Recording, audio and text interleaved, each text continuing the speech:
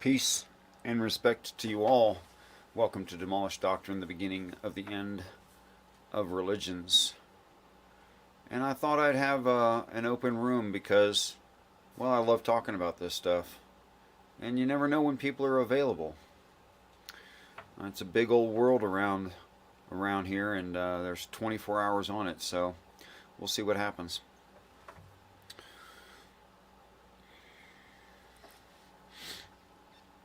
But for now, just read of some of this. Genesis 6:1.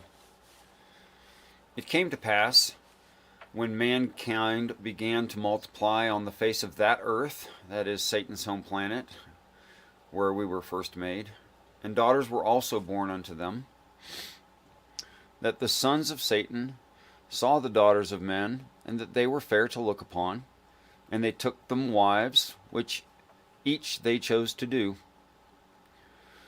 Because of this, the Jehovah required, Jehovah's Spirit will not always walk alongside mankind, despite that he also has flesh. That is, his days shall be numbered years. And what kind of numbered years? The kind that are God-elected redeemable, that kind. So this is an important line right here that's often skipped over. In the King James, it reads, "Yet that he has flesh." But it's the same idea. Yet, meaning despite the fact. His days shall be numbered. And this makes the suggestion that flesh is meant to live forever. But it's restricted from living forever. We now know what it is that restricts our flesh from living forever. And we know that there are some of animals that we have found, about 30, that essentially don't age.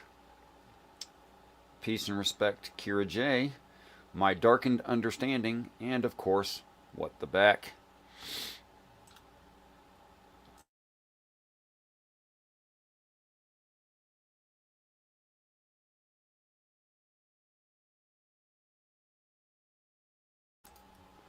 You ever think you were going to sneeze and then you didn't?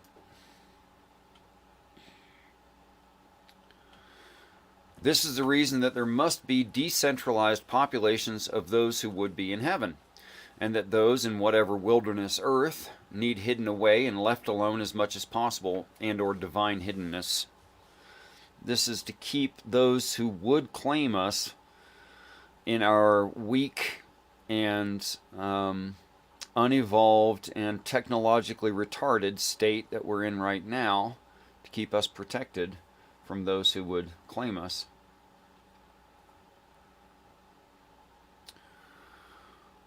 So there became the fallen powerful beings in that earth in those days, that earth right there, not this earth, but the original earth, in those days, and also after that, because the sons of Satan knew the daughters of mankind, and those same women bare to them, and the same offspring were mighty men, and were to be an everlasting secret, born sons of him of the notorious name. So this is why the Nephilim are considered to be so evil, is because they're half-breeds. So that shows that, our genetics and their genetics close enough to produce offspring, which is pretty darn close. And Jehovah saw that the wickedness of mankind is great enough in the earth. So we've jumped way forward in time here. I mean, I don't know how long in time. Billions of years probably. And every imagination of the thoughts of his heart are evil continually. And the comforter of Jehovah, that is prayer, reminded mankind of the covenant. Of course, that's pretty easy to do right there, with heaven in the sky. For grief within the heart of Jehovah brought to his mind to fulfill his promise. Now, Jehovah here is being anthropomorphized, indicating that it has a mind. And I think that's exactly that. it's anthropomorphization. It doesn't mean that Jehovah, the set of rules that tie angels to an earth in their responsibilities toward us, whether we think we have responsibilities toward them or not, and that being a temporary thing until we ascend. Of course, there'll be another earth, and there'll still be Jehovah, and there'll still be that tie. That will continue on. This is saying more about the angels and their attitudes and what they feel is true and should be done. And Jehovah demanded, I will abolish mankind, whom I have created, from the face of this earth. And someone's backstage. Let me get over there real quick. You may shut off your camera if you so like, or if you remain with the camera on. Okay, very good. Peace and respect, my darkened understanding. The floor is yours. Hey, Richard. Hey, how's it going? It's going well. How are you? I'm better than I deserve since about 2012. Not expecting it to change. Why 2012? Because that's when I became a theist and was corrected and found that a lot of the things that I thought were true about reality were not. Like a lot. Oh, got you. Got you. Okay. It was pretty Um, profound and hard to accept, actually. I didn't like it. I don't know if I've heard in that. So, was there an experience or just revelation Yeah. reading the Bible or? Like, I can give you the time and date, the hour and the minute that this happened. Not that that's horribly interesting, but it's that defined. I was forced with new information to go from anti-theist to theist in about 20 minutes. That's all it took was 20 minutes. In that information? That information is that the story of David and Goliath and all the repercussions of what I'm about to say is it's not an event that happened in the ancient Near East between two warriors with other warriors around, but that it's telling the same story as the gods of the Greeks and how the gods, which are like literal physical bodies in the sky, fight with each other. And that's what it's actually about, is interactions between near stellar bodies. Pretty crazy, right? Yeah, Richard. I is it Richard Carrier talks a little bit about like the Jesus and the wars that go on in space. Is that right? Do I have you no agree with idea. any of that or? Okay, so I'm completely only studying the stories, and I'm not studying any scholars at all of any kind. So this is coming up in my mind ex nihilo of my prior position and independent of my education. And I don't think that I should study scholars because it could make me start imagining what I want.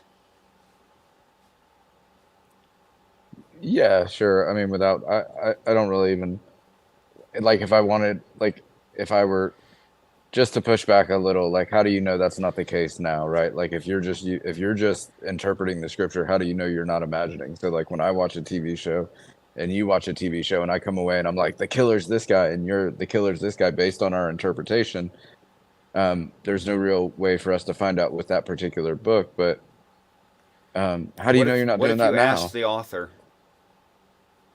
Would the author know what they Yeah, intended? yeah, that's fair enough. That's fair Okay. enough. So I Yeah. don't accept what I think, I accept what is apparently the author's opinion. Sure, that's fair enough. You trust the book. I get it.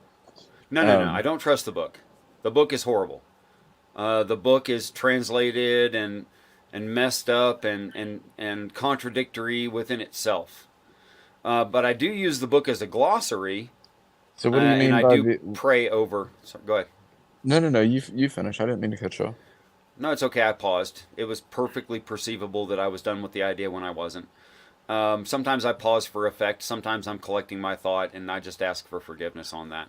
That I can't say something like the King James is the Word of God. I think that's a ridiculous idea. But I can say that the King James is based in ideas that are much older than the King James. And then when I go and I look at those ideas, I see them all over the planet throughout every religion everywhere. And I find no ancient exceptions to these ideas, which means I can say I have something like hundreds of examples of every story there. Well, then if I can say, well, these all these hundreds of stories have all the same meanings in them, and these people didn't even meet each other because of geographic and time location problems, then I can say that there is a central idea and a singular mind that was the authorship to all of these stories, which I think is true. Now, I think that story is true. Do you know for a matter of fact that, so like for me, I was thinking when you were explaining that, I think about the pyramids, right? Like people, so we again, it goes back to the ancient aliens thing I was talking about the other day. Like I loved watching that show. Right. And there's a lot of like how could the pyramids like on so many different continents at so many times, like obviously there had to be someone like either inspiring or aliens coming down to show us. And I'm not trying to get into the aliens thing, just meaning for I me, there would. are lots of people out there, and we could because it's interesting. But for me, there are lots of people out there that believe that there's no way that they could have come to building the same type of structure without like help. And I look at it, and we found evidence of this. We were just traveling the globe long before we think about traveling the globe, right? Like you look at what is it, the Polynesian guys like on these tiny little sailboats sailing from continent to continent. Um, Okay. so I wondered, like, do we know that these stories or these ideas aren't being passed along earlier than we think, or we just saying, well, there's no. I'm I sorry. don't Yeah, know that's what that's earlier than we think means, because I think like some of these stories go back something about 20,000 years. sure. But why do you think that they weren't? So, like, did you? Why do you think they weren't being passed down or passed from like tribe to tribe, or again, like someone sailing from one continent to another and getting to a continent and them saying, hey, there's got to be something else out there, and them saying, yeah, that's this, right? And that's the way stories get passed along and passed down. They can Like be. why did They, what's that? they can be.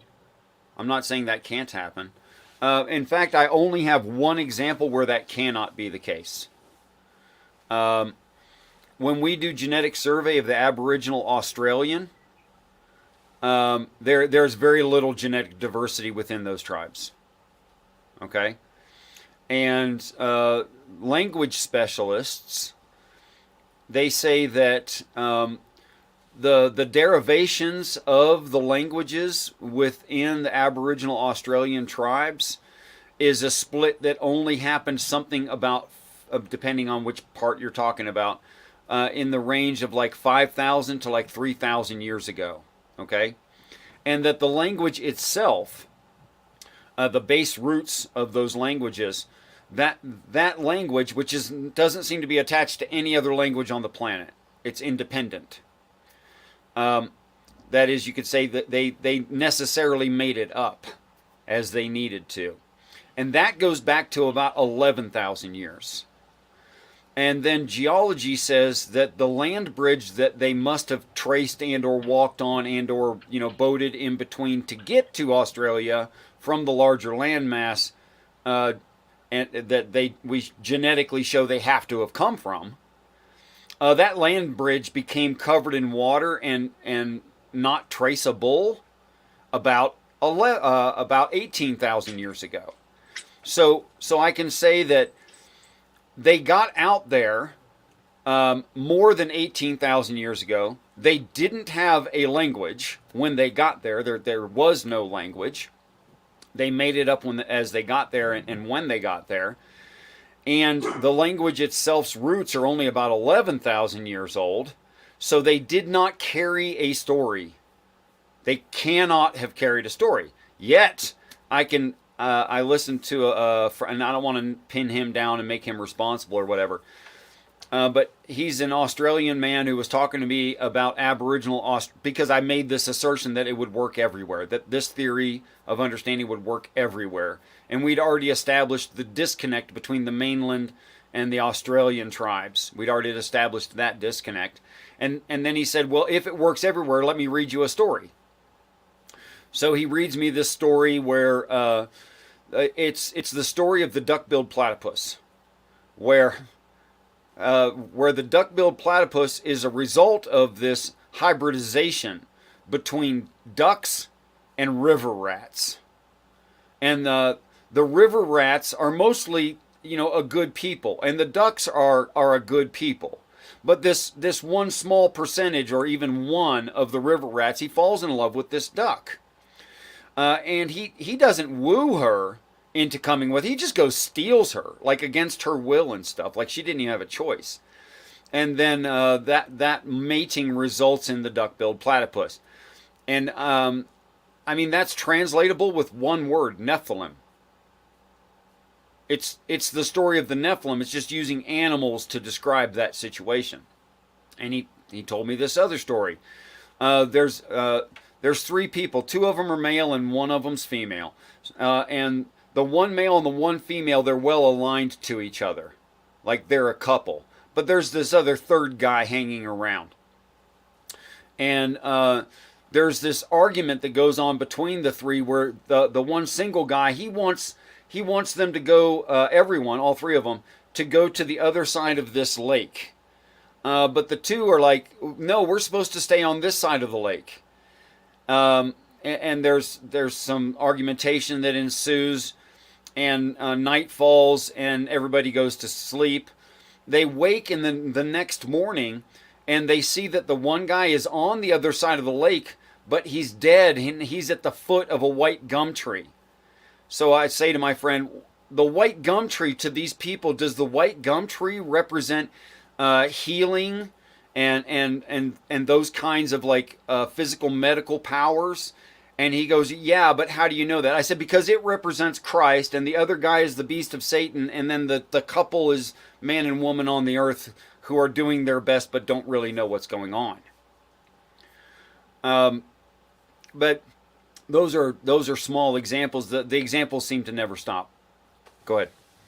Oh, no, I agree. Like we see all kinds of similar stories with the same themes throughout the history of Sure. the world. I mean, I think we've had ideas from the beginning. Like so when we started, now forgive me for not knowing, but do you believe that we've evolved? The Earth is 14 billion years old. Things, I mean, does that all like does that work in your worldview? In fact, everything we've ever observed in the physical realm, and all of the philosophy that we've come to solidly agrees with. Not that I knew those things, I didn't know those things. I had this reading frame, and then I just can't find an argument against it. Nor did I make up the reading frame.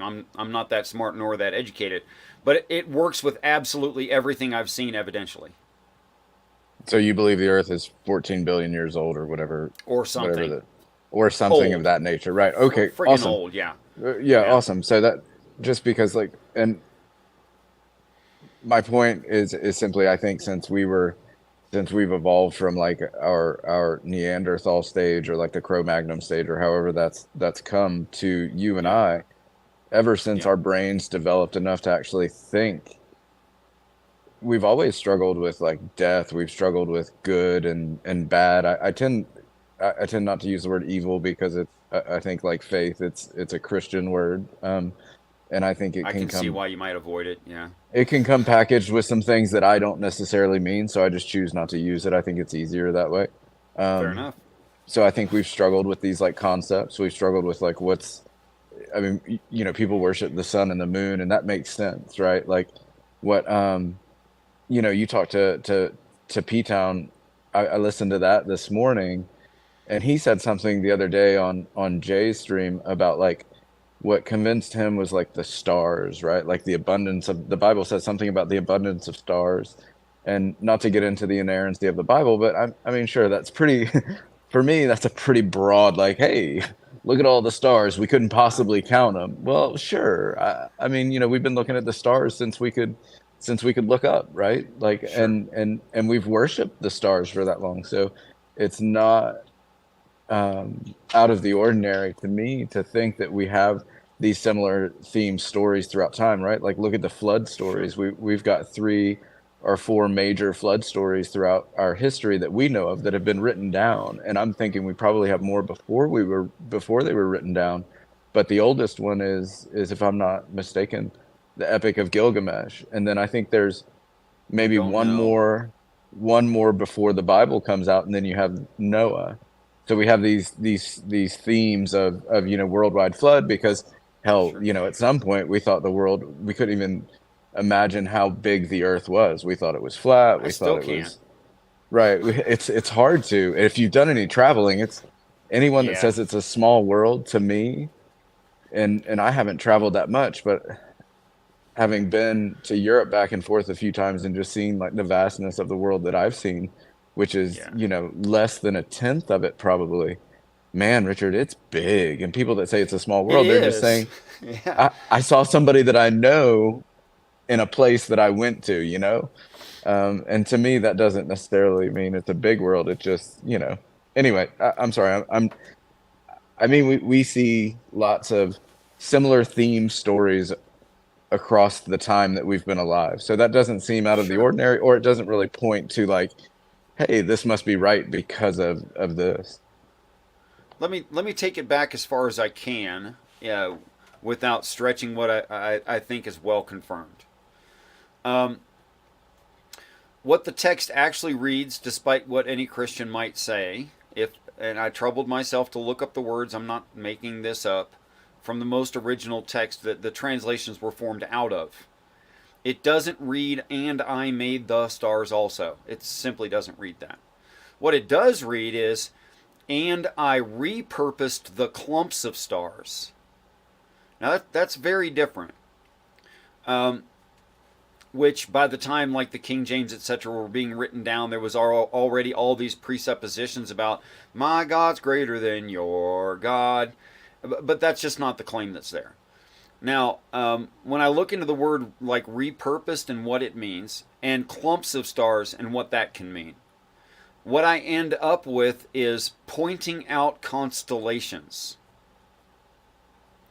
Now, since all the rest of the book is from our perspective on this earth anyway, or directly looking down from heaven onto this earth, and that's all that there is, I'm perfectly okay with, and it confirms this not very far future in the text, saying that those clumps of stars are for times and days and seasons. That is, it's a calendar. And what do we use as a calendar but those exact constellations? Factually, this is just how will you track time. But there's no claim of creating the stars out of nothing, although the Christians want it to read that. Well, sure. But Richard, when do you think so? Uh, do you think that, because in my view, I think that they were, not only were we aware of constellations, or Sure. what we've picked out as constellations, but I think they were picked out long before the Bible ever even was thought of, right? Like, even That's a my thought point. in, right. So just because I'm sorry, so I'm missing the basic point, because I thought you were Okay, saying well, how because how far back does the religion of constellations go, and how far back do the stories of the gods appear in the constellations? How far I would back does ima- that go? I would imagine long before we have any written record of anything. Yes, it does. It goes back to I where there wasn't writing. Yes, absolutely. Yeah. 100%. And I would imagine constellations have been lost throughout the years. I would imagine constellations that we have now that were named differently had different stories back then. We Um, still know the tracking of them though. Like I'll sh- give you a for instance. yeah. Around the North Star is a constellation that looks like a lazy W that ends in basically a triangle. Okay. Okay. Now that was at one point Dagon, and then the name of that god became Poseidon, and today it's called Draco the dragon. But we still know it was originally called Dagon. Yeah, I think we're saying the same thing. But Yeah. do you feel like any of that points to like Christianity at all? Let me give you an example. Orion. Orion carries a sword, but he's an archer drawing an arrow. And he's shooting at a bull, right? Hmm. And that bull right there is the constellation Taurus.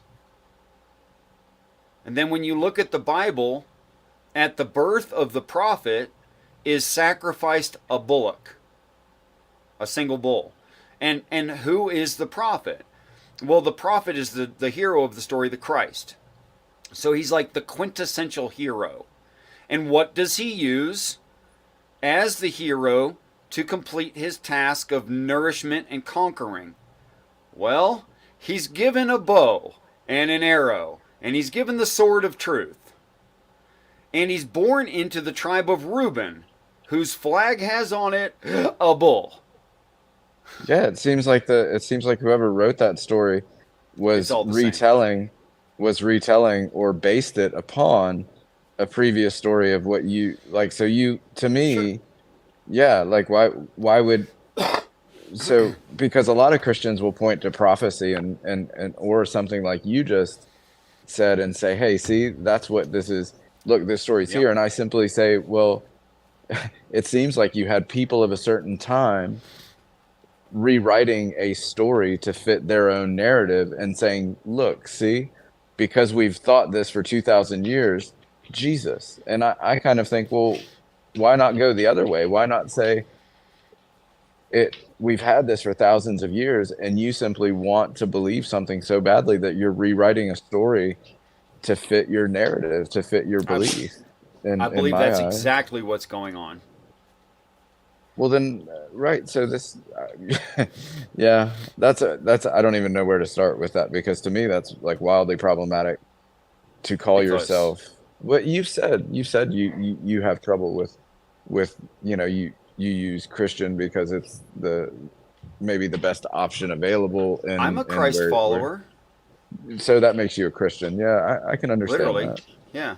Yeah, Like, I yeah, believe that Christ does die yeah, on a yeah. crucifix and is risen from the dead through the power of his Father and continues on for 40 more days before ascension, and that does cause people repentance, and it does cause them to change their mind about things. I believe it works. I also Who's believe the it hasn't happened on this earth yet. who's the father though? He's the last Christ from the last earth, given the privilege of populating and collecting up the end times of the next one.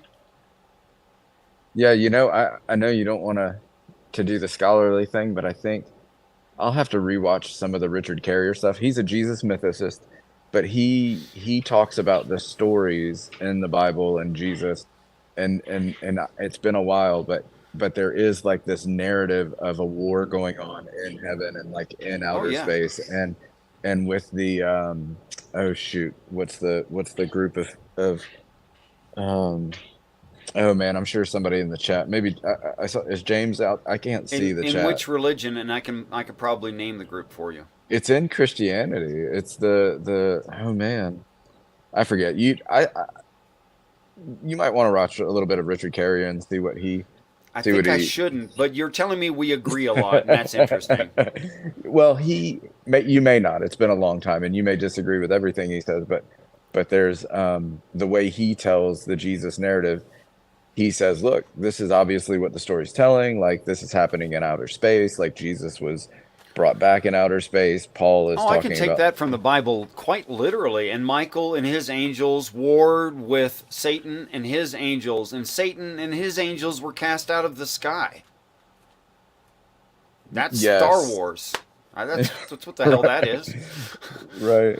But he gets into it. But I think anyway, it might be worth you checking out if you like And that then sort of then they thing. crash to the earth, and they know they have a short time, but they have to crash to the earth because apparently they're oxygen breathers, which is how their children could mate with our first women by force, by rape, and they produced offspring that they're all oxygen breathers.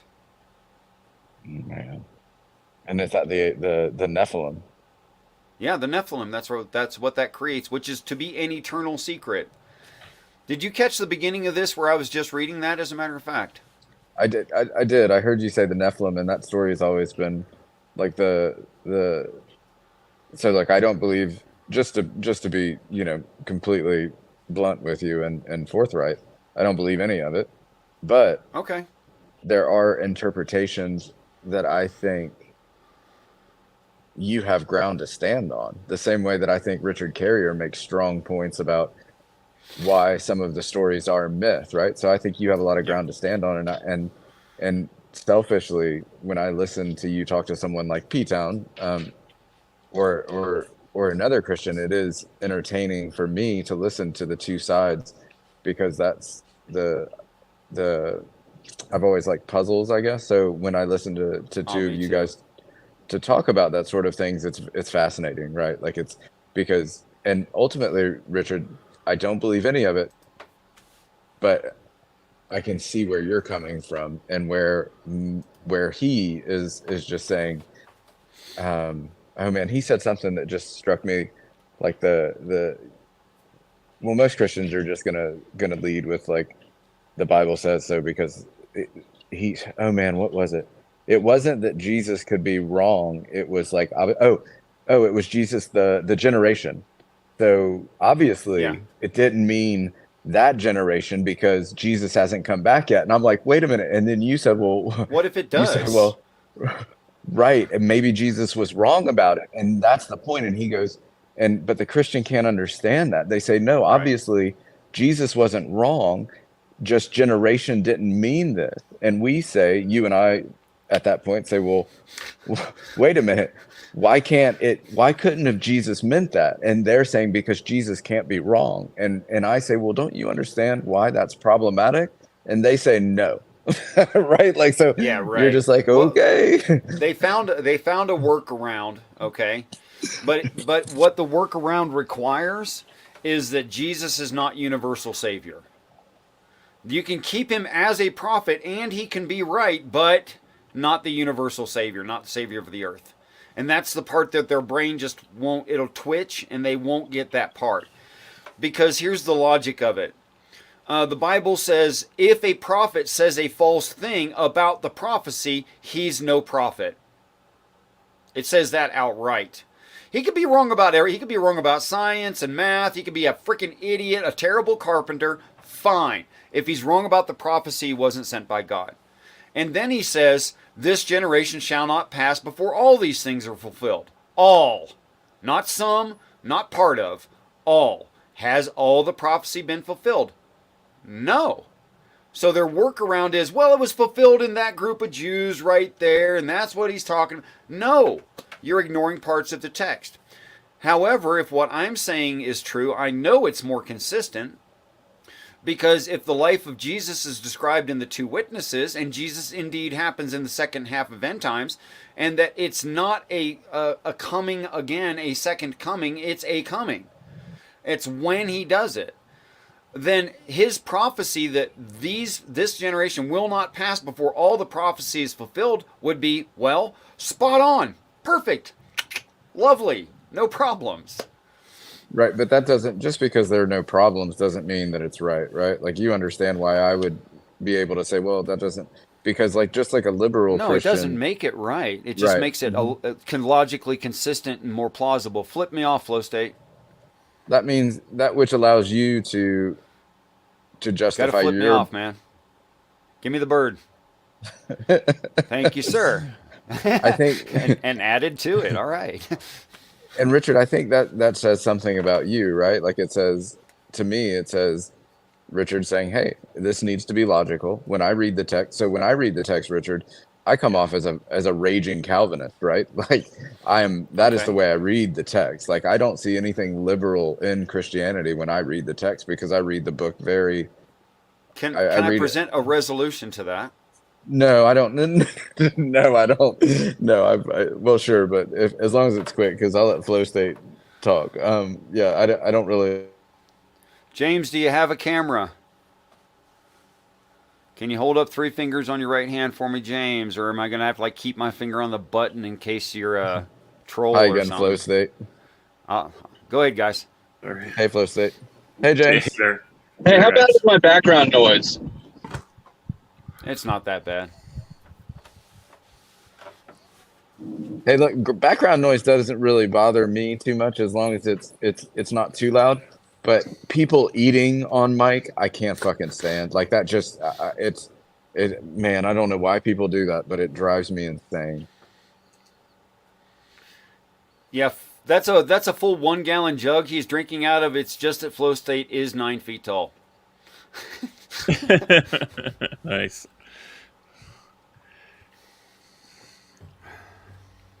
All right, Richard, quick, present This is that a to me, and then we'll full-size move cigar on. too. That's a full size cigar. Yeah. Okay, so here's the issue that I see. It is evident in the Bible that it's making ridiculous demands of people that they can't fulfill, and it's saying they're predetermined to fulfill things. All right?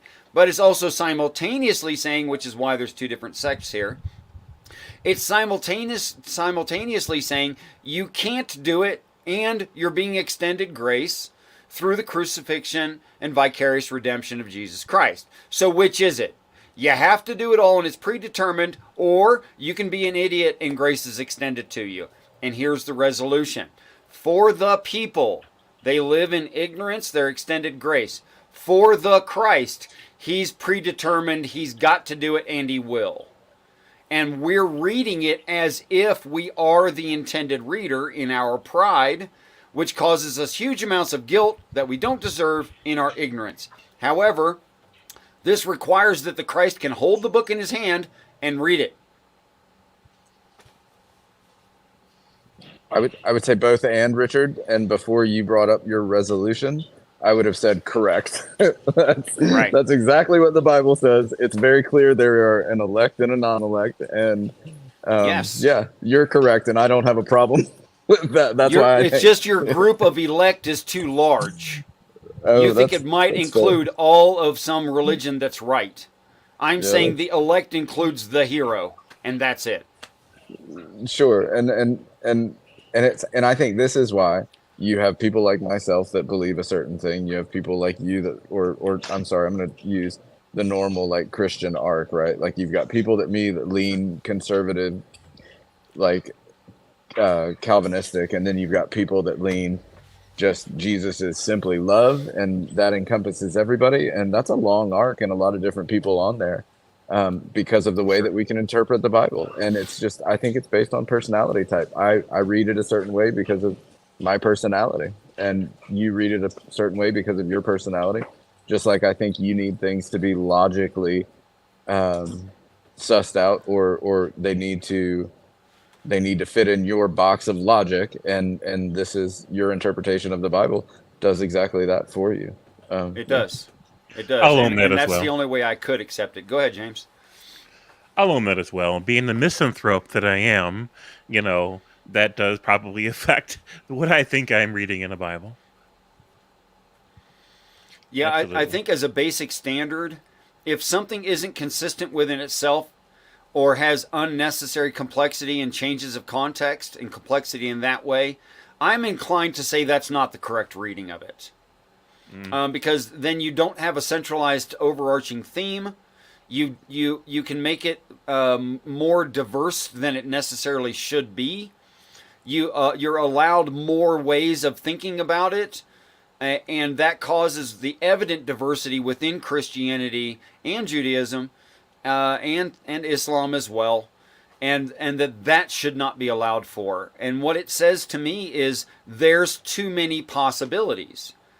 But I also think that if I'm right about an intended reader, anyone else who picks it up can remain in their ignorance. Let them remain unrighteous if they're unrighteous. It's fine. Don't worry about that. But the intended reader would understand it fully and would really get it because it's intended for one singular brain. Oh, that's probably not my brain. But at the same time, Unless you're the Christ. yeah, I haven't applied for that job. I applied for Antichrist, and nobody's gotten back with me yet. Well, send me your resume and we'll review it and maybe we can sharpen it up. About damn time. Yeah, I could use the endorsement. I appreciate that. So in the meantime, it seems to me like Bible's like a Rorschach test, right? Like ink blot test. So Sorta. what you get out of it says something, right? It's not a complete picture either way, but it says something about where you're coming from, like what you've got going on in the way that your mind works, where you're at in your journey. Like if a Christian reads it and says, "I'm right, everyone else is wrong, most are going to hell," it's that person is an asshole. I'll buy that. Yeah. I'm on board for that. Yep. I'll have you guys know that I've had an ex high priest in the Church of Satan tell me that I share a lot of traits with Lucifer. So I think that I'm first in line for Antichrist. Rocking. But flow state, from what little I know about the Satanic Church, that just means you're a good person because they don't believe in any deity, right? Well, he's in the ex-satanic church. He was his gig while he was in prison. He was a drug counselor and was in rehab. Oh man. Yeah, but yeah, I mean the Church of Satan, in my opinion, is just so cringy and edgelordish. It's just really a joke. It's not a religion. It's not a philosophy. It's just like antagonistic. Oh yeah, it's just a poke at Christianity, right? Like most Christians, because unlike you, who I think seems to understand, and I could be the one that's ignorant on this, but I think a lot of Christians, it's literally poking fun at because they're going, it's the same Christian that says, when I say I don't believe in Jesus, they go, "Oh my God, you worship Satan?" And I'm like, do you not understand the implications of not believing in Jesus, what that actually means?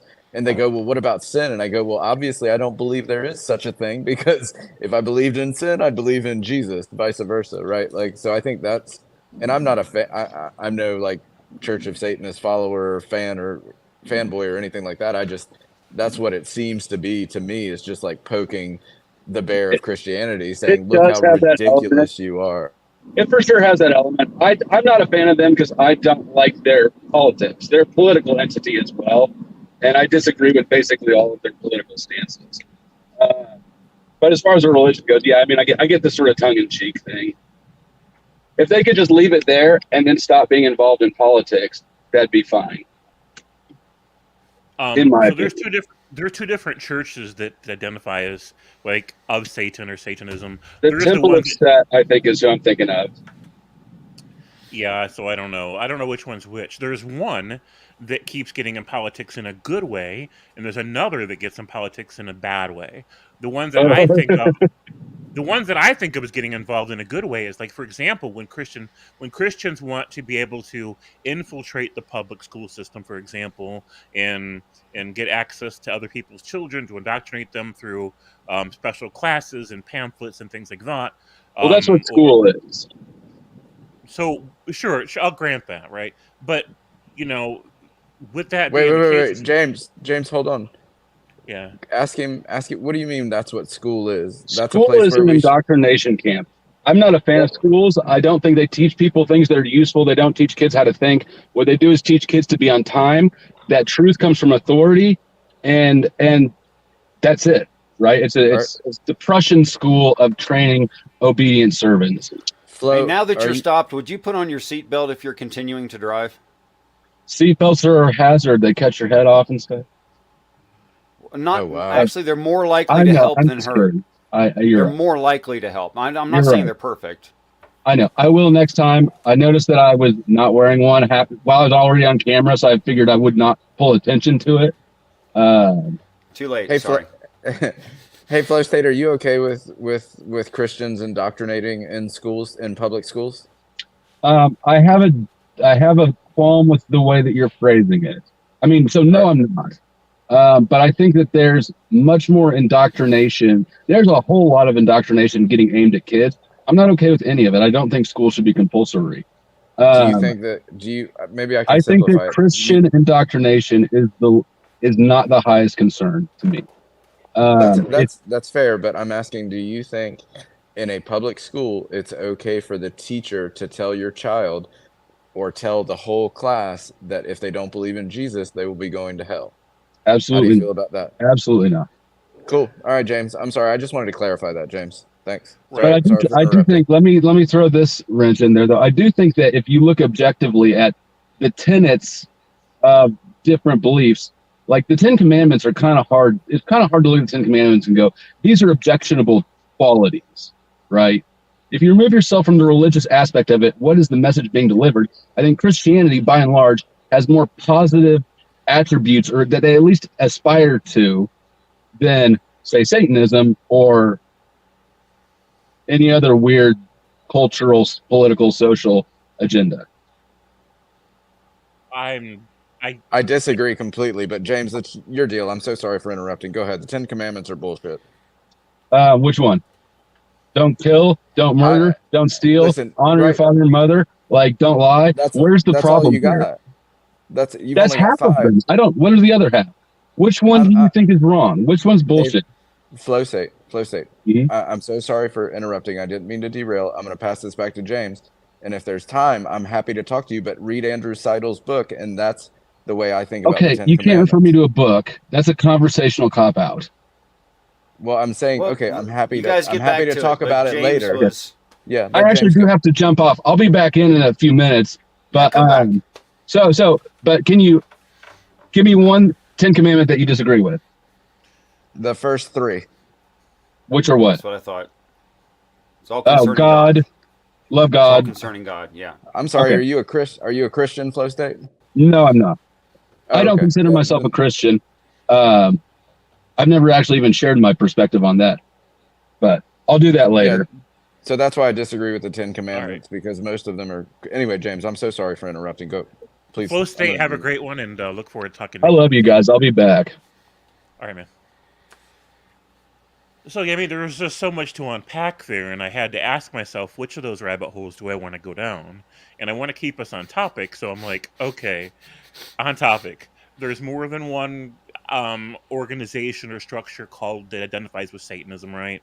And some of them are silly and stupid, and some of them are just harmless, and some of them are just trying to be antagonistic.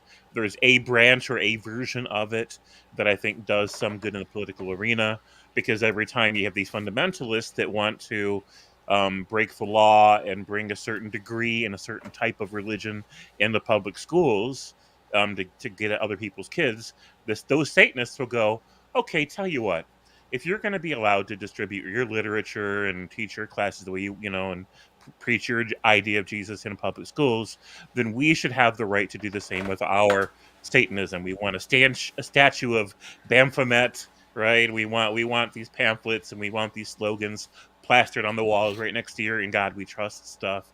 You know, we want an "In Satan We Trust," things like that. And then what happens? And they know, right? This is the point.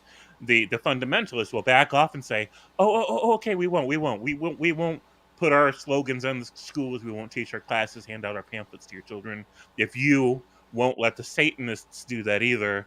And then the Satanists go, okay, that's fair. Yeah, well, we don't need to be in there. And then the issue gets resolved, right? And so this ends up being, in a way, a vanguard or a protection for civil liberties and for the protection of that barrier between church and state and public schools. And so I think that's a net sum positive what that specific group does. And when I've read that group's, I don't want to say manifesto, but their list of values, I can't remember how long the list is. It's longer than 10. But like, I agree with everything on their list. Everything on their list is hell yeah, right? And I don't know which list you're referring to, because there are different lists in different churches. Right.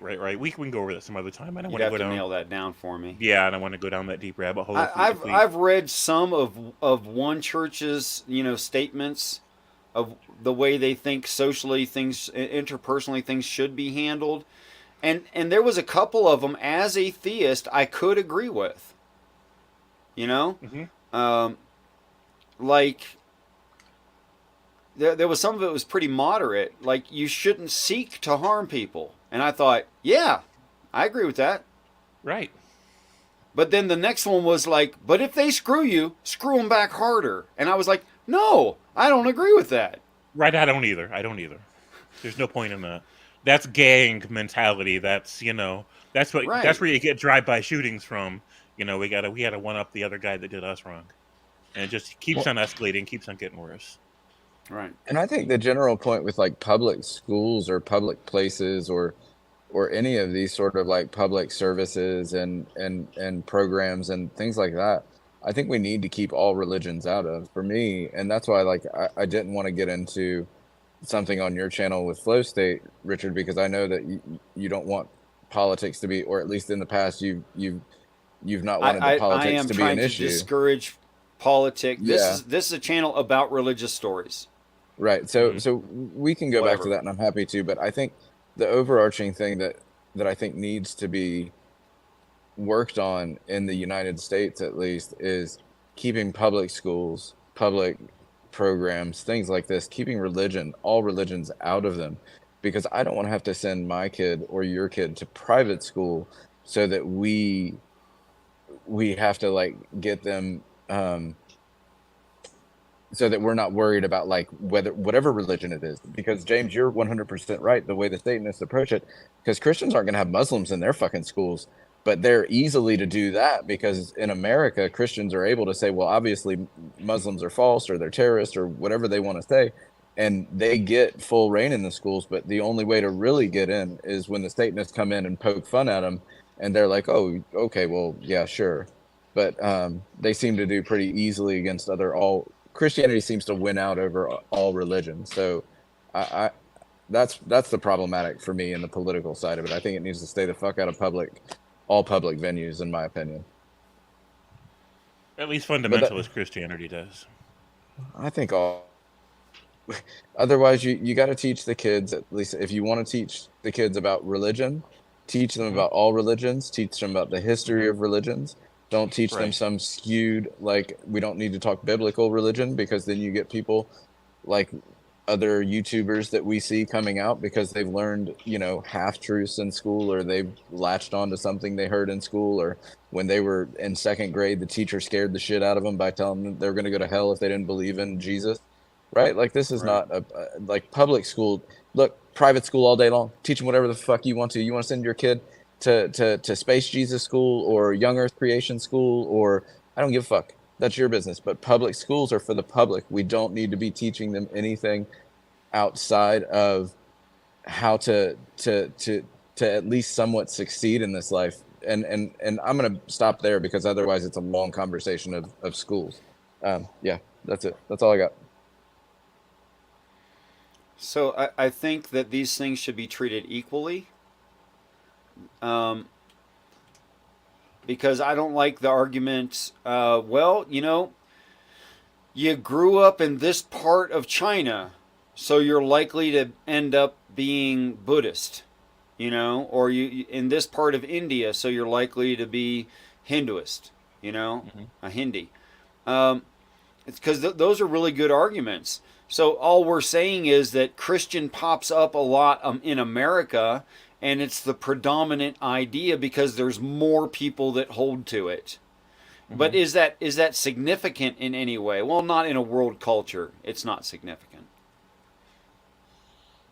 And I'm not I don't sure, know is what. Christianity, has Islam taken over Christianity? Or I know at one point they were like neck and neck, or Islam was they were kind of battling for who has more. But on the whole, what's funny for me, for a lot of Christians will say, well, when I say you're the minority, they have no idea what I'm talking about, right? Because they're Oh, no, definitely. we're more people than Muslim, and we're more than this, and it and it it's most of them still don't get when I make this point, but a lot of them that get this point Sure.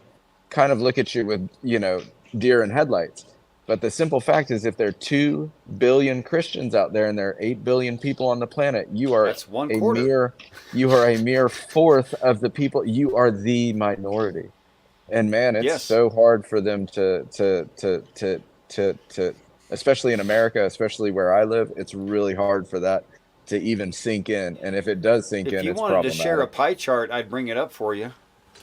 If Oh you wanted to look no, for a pie I'm chart. I'm more interested in talking to you about whatever you want to talk about, not my political Christian bullshit, honestly, Richard. Okay. I think it's interesting to watch it happen because while they're busy bragging that they've got the majority that they don't actually have, you're talking about globally, and then they'll maybe fall back and say, "Well, we've at least got the majority here in this great nation," and I'm like, "Okay," but here's the thing: you guys are always talking about how the path is narrow and few are the ones that will find it, but then you can't shut up about how the path is wide and almost everybody's on it. I'm like, Man, you don't get it both ways. You got to decide. Pick a lane. Literally, Pick a pick a lane. lane. Yeah. I think the truth of the text is what it's saying is for a time, and this includes Christians, the path is narrow. And I think the hero will be the first one on the correct path because it has to be not close to the right path. It has to be the path, right? And he'll be the only one on it, and then he'll gather more and more and more into it. But that's yet to happen. Sure, I'm aware of a scripture that says that they would in the end times that he would gather a people from out of the world for his name, and Spot on. yeah, Yeah. So I mean, I see where you're getting that from, and I'm okay with it either way. And this is the one thing that I don't agree with some atheists about. I'm like, look, like if there is a version of ideas under any label at all, Christian or otherwise, that doesn't contain any harmless parts, then I don't care about it. Like I'm not going to fight against it. I'm not going to try to tear it down. That's your thing. The only problem I have with religions is when they hurt people. And even then I only have a problem with the parts that hurt people, right? Not like all of it, because there's some good and some truth in every religion and every worldview. So, with that being the case, this is why I don't go after Buddhists and why I don't go after Native American spiritualists, right? Because they're not bringing the fight to me. They're not causing problems in our world. Fair And enough. everything that I know of your beliefs, Richard, aren't a problem for the world. Like, I haven't heard you say any of the horrible things that I've heard Yeah. fundamentalists say. Well, So, the fundamentalists are again assuming that they're the intended reader and that these things are being demanded that they go out and be forceful about it in a time when that doesn't make sense. And that Jesus doing it in end times, understanding objectively, not of his own opinion, but objectively what the intent overall is, would do it correctly. So I mean, there's so much pride involved in this. It's just, I mean, it's just ridiculous. yeah, it is. And I don't know whatever the solution to that is going to be, it's going to have to be multifaceted and it's going to take a long time to solve. And in the meantime, like I remind myself not to give in to Superman syndrome, right? And I Right. made this point. I don't know if you heard me make this point before or not, but if I had Superman powers, and I could see that far and hear that far and was resistant to bullets and everything else, um, I would go crazy. Because when do you give yourself permission to take a break, to take a nap, to sit down for a meal, to go on a date, right? Right. When do you give yourself permission to ignore the next scream from 2 miles away for help? Right? When do you give Right. yourself permission? And so, in a way, I'm glad that I have limited powers, but that means I also need to accept and embrace the limits of what I can do.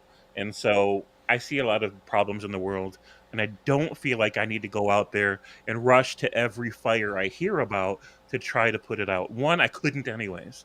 And Right. two, how exhausting would that be? So when people, everybody asks me, "Hey, did you go see such and such's like horrible video about being anti-gay or whatever?" And I'm like, "No." One, because it's just one more fire I don't need to put out, and two, I've got people for that. We've got a community, and right. And so if there is something noteworthy that kind of like bubbles to the surface that catches everybody's attention as being particularly awful, the the community will talk about it. They'll bring it to my attention in passing, right? Because we have these streams, we have these conversations, and then I'll think, oh, okay, let's talk about that issue, right? Let's sort through it and logically and ethically, and talk about how we can make sure that we're not guilty of the same, or that we're not enabling that behavior, um, and what we could maybe do to like help create a better world going forward by leading by example and by encouraging, better dialogue and things like that. It's pretty much all we can do, right? So, I just accept the limits of what I can do, and I encourage other people to do the same. I'm only a mountain in a silly red sheet. Yeah, exactly. Well said, James. Thank you. Yeah. Men were meant to ride with clouds between their knees. Nice. Yeah, that's a good song and makes your point, and I agree with you 100%. I mean, oh my gosh, why do Christians want to be the Christ? They wouldn't want to be the Christ. Mm-mm. They wouldn't want to do that. Shit, No, you know Beaver, what man. happened to the last one? Mm. Have They you don't. heard? They don't even follow him. They don't even Right. like literally like when you get into it, like the only people that really are in my experience that really follow like Jesus are the like man, just the weak, loose, liberal, like Christians that are Jesus is love, Jesus is this, Jesus is that, like treat everybody with respect. And this is a wonderful point of view, mind you, right? But Hmm. most Christians that are like in church, in Bible study, sending kids to Bible vacation school, like reading the Bible every once a day, going to small groups, all this stuff, they're following a religion of Paul, right? Like Paul and whatever church they're going to, that's what they're into because rarely they'll quote Jesus sometimes or they'll point to Jesus, but they don't live like they follow Jesus. They live like they're conservative Christians in the United States, and that's much different than what we're talking about with Jesus. I would think that a person cannot morally, in this world today, follow Jesus. You couldn't. And I think Christopher Hitchens does a good job of pointing this out in one of his debates.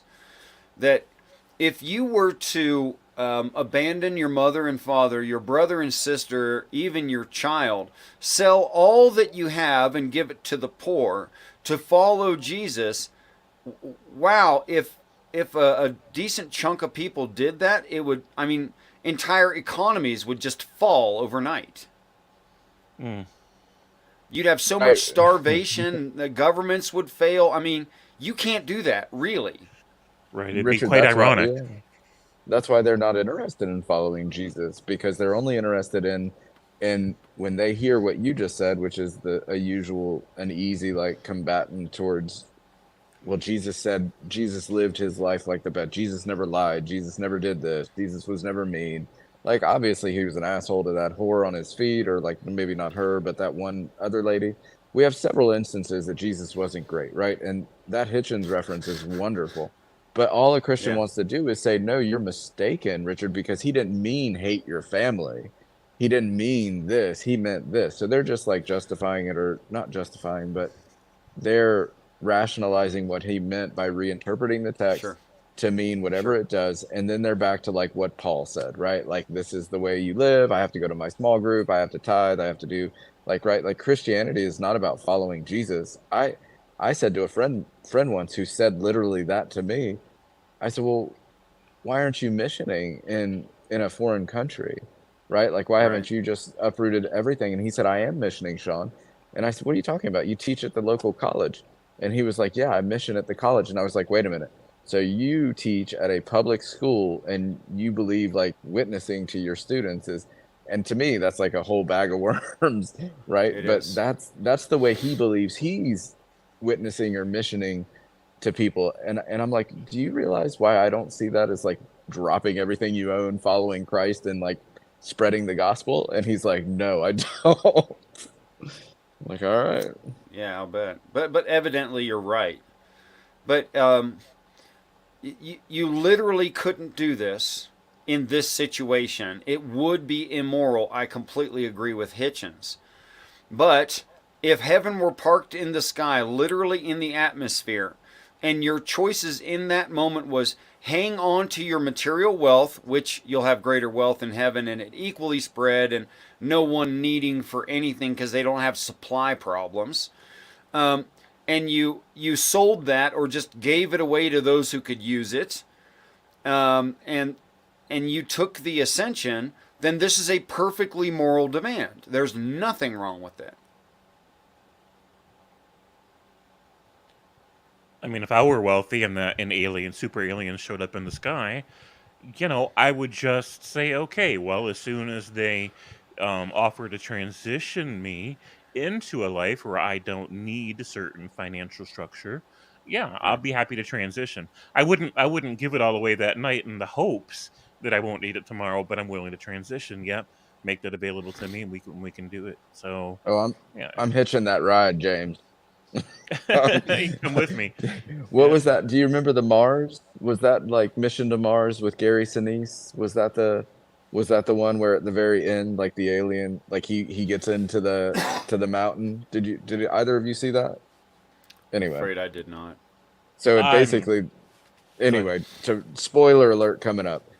Basically, they take a trip to Mars and at the end they find out that aliens planted human DNA or their DNA on Earth, and that's how humans evolved. And then Gary Sinise gets back on the alien ship and takes a ride and back home basically. Um, so I thought that was kind of a cool when James said if an alien showed up in the sky wanting to take us home. But now, Richard, is that in line with your alien belief at all? Do you believe like they posited DNA on Earth, or like where did the aliens come into this, Richard? Okay, from what I understand about the story, a naturalistic evolutionary process, which details we don't have perfect right now, but we're getting in the neighborhood, happened on an exoplanet long, long ago in a galaxy far, far away. And when the people, the first human beings, um, were derived out of ape and caveman and stuff, and were the first of what exactly we are now. The first one was male because they didn't want it reproducing uncontrolled, in these experimental things. But the first one that grew up and grew to age, they thought, okay, actually this thing's okay. This one made it. That's all right with us, and we're going to go ahead and give it a female. And then they started to propagate, and they made their own little sub community of that species. And then one day they wanted autonomy. So they asked for their autonomy, and it was denied them because they were thought of as property. And they went, well, this is slavery, and it's not okay for us to be slaves. It's not okay with us that we are slaves. We're leaving. So they steal like everything that they can get their hands on, and they book it. They steal a craft, they leave the planet. And that's Exodus.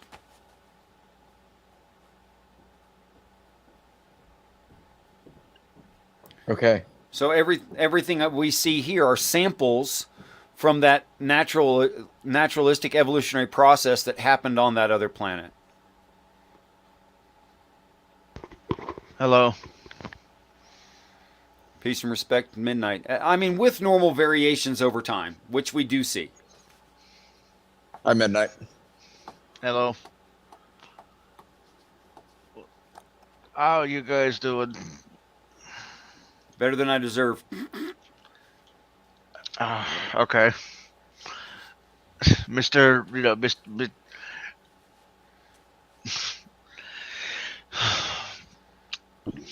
were Mr. just discussing our Self-deprecating. favorite genre of pornography and was wondering what yours is. What? We were just discussing our favorite genre of pornography and we were wondering what yours is. Not at all true. Nothing he said. All was do not respond. All of that was just a joke. But I do wonder if you brought your notepad, or if I'm annoying asking you to. You're annoying, but you're being annoying with love. There's a difference. True story. I am. Peace and respect, Odin.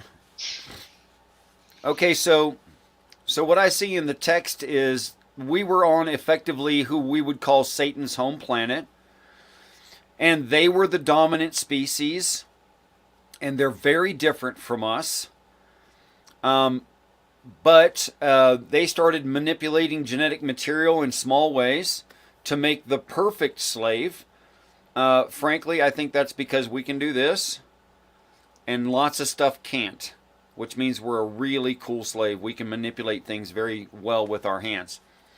So they wanted the apes to be the best, and they started to tweak them a little bit because they were just really good slaves. It eventually resulted in us, and the problem with us is when the first of us got to be like 2 years old, one of the scientists made a prophecy, said these things are going to be too smart, they're going to take over, you're not going to like it. They said this to the quote-unquote Pharaoh. And he said, well, let's find out. They get to be about 2 years old. He says, you're right, kill them all. Slaughter the whole batch. It's no good. And and the only thing that could make a slave a bad slave, other than it's physically handicapped, which in thousands of them, and if you knew what you're doing, you wouldn't have just constant physical handicaps. The only other reason that a slave wouldn't be a good slave is too damn smart. And then this one survives. They put it in charge of all infrastructure and taxation. That's 2/3 of government. I mean, that's everything but the controlling of the government. That's the whole thing. And they put him in charge of that as a singular person, which means they thought he was smart, and he did a good job of it until one day he went, you know what? I look like those things that you call slaves, and I don't look like you. Why is that? He realizes he comes from the slaves, and then he's got this moral dilemma. So he tells all the lesser slaves things that we would call caveman. He tells all the lesser slaves that he came from, he says, borrow from your neighbor. But they have no intent to return, and that's called theft. So he's saying borrow because that placates them and gets rid of the idea that they're stealing. But they go and collect stuff, everything they can. And then they leave with it. That's theft. Now, I can say it's justified theft because this was the only way they were going to survive. But they steal everything they have to, and they vacate the premises, which is an entire planet, from what I can tell. They vacate the whole planet. They leave.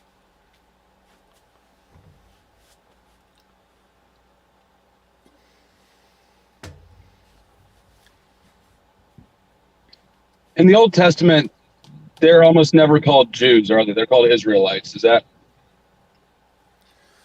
accurate? Yes, it means those that struggle with God. Thank you. So it's talking about our human nature and our intrinsic need for God, but we struggle internally with that because we're also not worshipers of a living being. We don't like that. So it creates this back and forth that we still see today.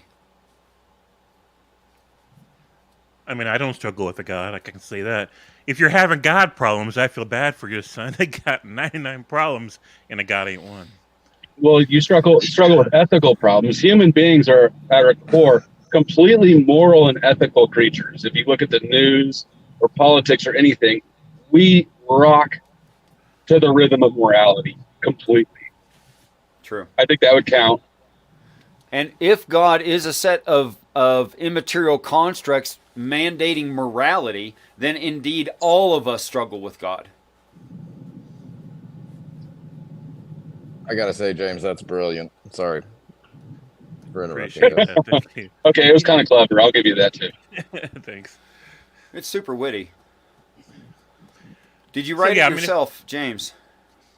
Yep, just in my head just a minute ago. So cool beans.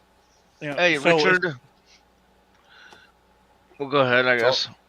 No, it's all you, Midnight. We've all had turns. Go ahead. I think you should write this as a science fiction novel. It will definitely sell a lot. I'll buy a copy. It would just look like the Bible in different words. Well, it'll still make money. So get on that.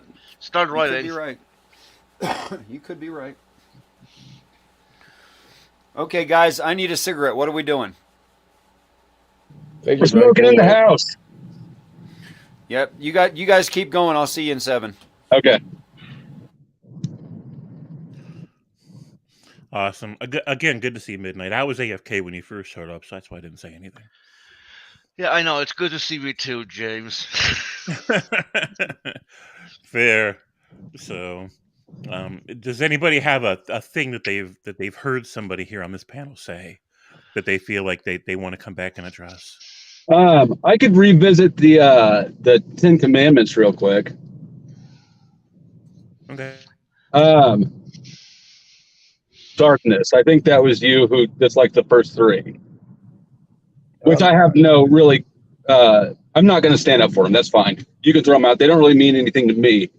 But if you look at the alternative, if you look at the Anton LaVey Church of Satan counterpart to that, it's a philosophy of narcissism.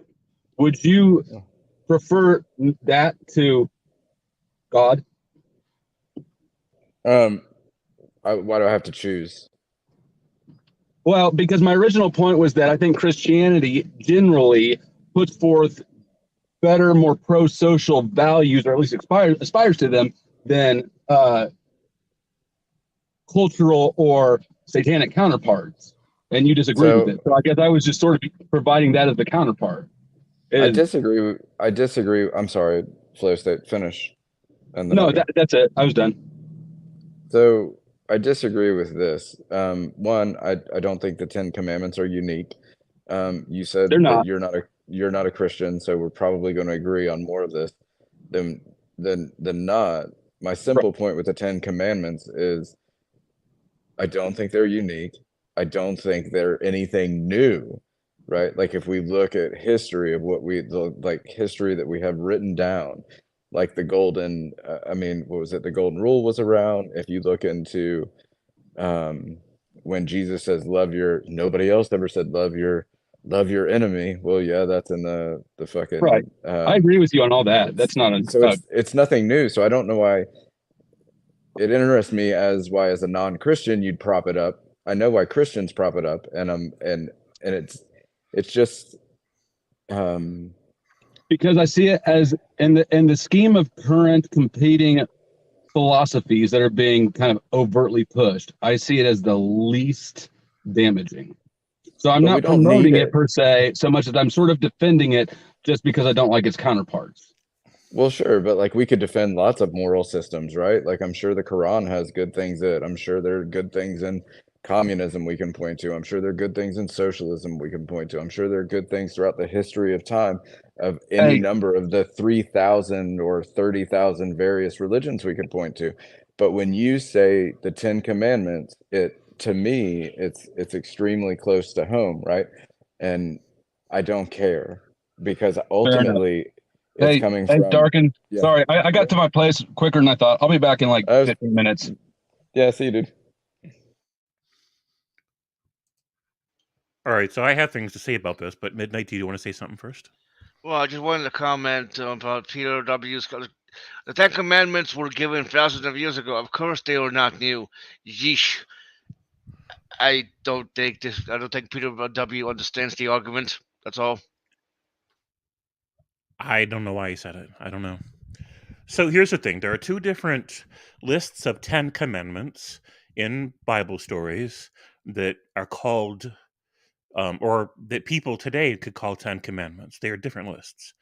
The list that ended up, according to the stories, the list that ended up written on stone, being broken to pieces and then stored in the Ark of the Covenant is not the list of 10 commandments that Christians talk about today. It is not the list that Flow State just mentioned. It's a different list. The list that made it into the Ark of the Covenant, in other words, the official list, the number 10 on that list was do not boil a baby goat in its mother's milk, right? And most people here are like, what? That's even in a Bible? Yeah, it is. It's part of the actual 10 Commandments. So when we talk about the 10 Commandments, I'm fine with it. I'm fine with ignoring that point and just focusing on the list that people know and that they care about. But when we go over that list, the first one, you shall have no other gods before me. This was written by a people whom were polytheistic. The Hebrews of the Torah were polytheists. Not some of them, all of them, since always. They were a descendant tribe from the Canaanites who were entirely polytheistic. And so eventually, and very close to our calendar, like not a long time before it, they started switching over to monotheism. They didn't do it overnight. It was just a progressive stages of development thing. The most significant lurch forward into monotheism came when they were captured by the Babylonians and conquered, I would say, because some of them weren't. Some of them managed to flee. Um, this was only like what 5 centuries before the beginning of our calendar. So when Christianity began. And so it was still fairly recent in the scheme of things when they began really converting over to monotheism.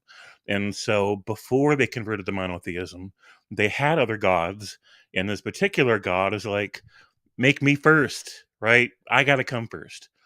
And so the next one is, thou shalt not make unto thee any graven images.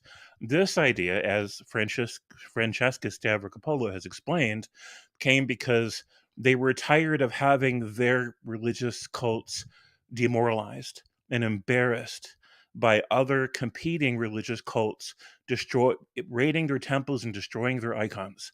And so in order to make themselves immune to that particular vulnerability, they instituted the rule that from now on we're not going to have any graven images. Our enemies can't destroy and demoralize us and delegitimize us by destroying things that we don't even have. That's where that idea come from. But it's even no matter what it means to somebody in the modern times, doesn't matter to me. It's a ridiculous idea.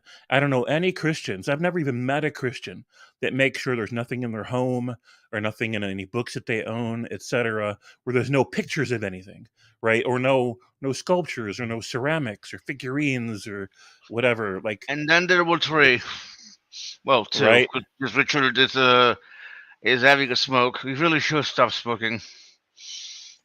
Yeah. Well, I mean, I would say something, but I have such a bad relationship with food. It's no better or no worse. So, yeah. Oh, I have a bad relationship with food also, but that's not going to stop me from telling you to stop smoking.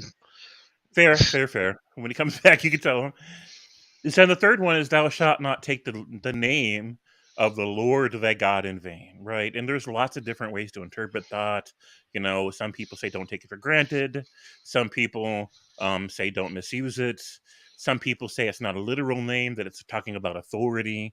Often the word name means authority. So um, there's lots of different ways to interpret that one, and I don't care about it, right? It's just The if you Lord's read it. authority in vain. It's like, I don't know. This is weird. So wait, the Well, I mean, name that's word means authority. Sorry, the name can't. wow. I'm just saying that there's a lot of different ideas. Sure, but when you come to the in vain part, there's different ways to interpret that as well. It's just there's lots of different ways to interpret that one. The most common way that people in our society interpret that one is show respect for the name of their god and only use it only use it in a respectful way, and that's usually how they say. And I don't care about that. Like, it just if there's a super entity out there with a personal name, which is a weird idea anyways, and they're like so insecure they only want you to ever use their name in a My respectful God's way. name is Midnight. Appreciate it. Hey, I like that. So that's exactly who your God should be. So more power to you. That's what I say. So Scoff. James the atheist is explaining the Bible to us. Yeah. yes, James the atheist is explaining the Bible. I'm sorry. So I had to read that snobbily because that's I what I came appreciate it. off. Hey, I appreciate it. That's perfect. I love that. So these obviously have no relevance to me in my life at all, and I don't even think most Christians generally follow this idea. So then you come to remember the Sabbath day and keep it holy. I mean, there's some sects out there that are think that's important. Most Christians don't, right? And so they're all about 10 commandments, and I'm like, yeah, you probably don't. In fact, I've never met a Christian who could recite even this list by memorization. They don't remember what they are. I'm like, the 10 most important rules for the creator of the universe, what they think is the core foundation of their religion, and they can't even remember what the 10 things are.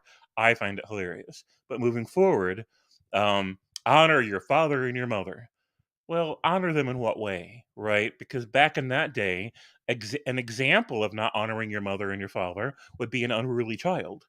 And what happened to an unruly child? He got beat with a literal rod. It's in there, right? He get, lucky if they didn't break a bone, right? Leave some welts, leave some marks.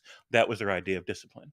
And if it didn't work, you were supposed to then literally kill your child, right? So honor your mother and your father, even if they're awful human beings, super abusive. Always cower before them. Always show them respect they don't deserve, right? Never stand up, never rebel, never speak your truth to them, or else they have the God's permission to beat the crap out of you and or kill you, right? So that's the backdrop behind this idea of honoring your mother and your father. It is not simply, hey, your mom and your dad raised you, be nice to them, show them some basic respect. That's how you might interpret it in a modern context, but that is not what they meant when they said it.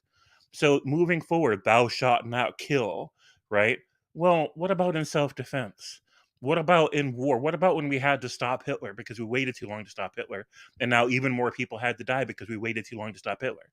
Thou shalt not kill. Under what circumstance? It's interesting that according to the stories, when Moses came down from the mountain with these rules, and one of them was thou shalt not kill, and then he saw what, the golden calf, and got all mad about it. What's the first damn thing he did? Oh, we got to kill a whole bunch of people in our own group now, like a bunch of people. Let's go slaughtering, right? And I'm like, so what it really means in context is don't kill anyone unless you feel like you've got a good reason according to the will of the Lord as you interpret it. That's what that means. Don't kill unless you have a religious reason to kill. And they might be impressed with that idea. I'm not, right? Where they draw the line is ridiculous. And saying this without drawing a line is equally ridiculous. Moving forward, thou shalt not commit adultery.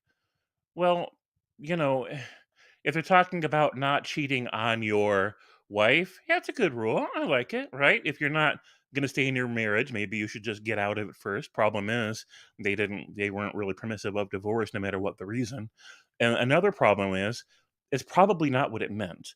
In context of that culture, it was probably a reference to not contaminating yourself by cheating on God with another religion.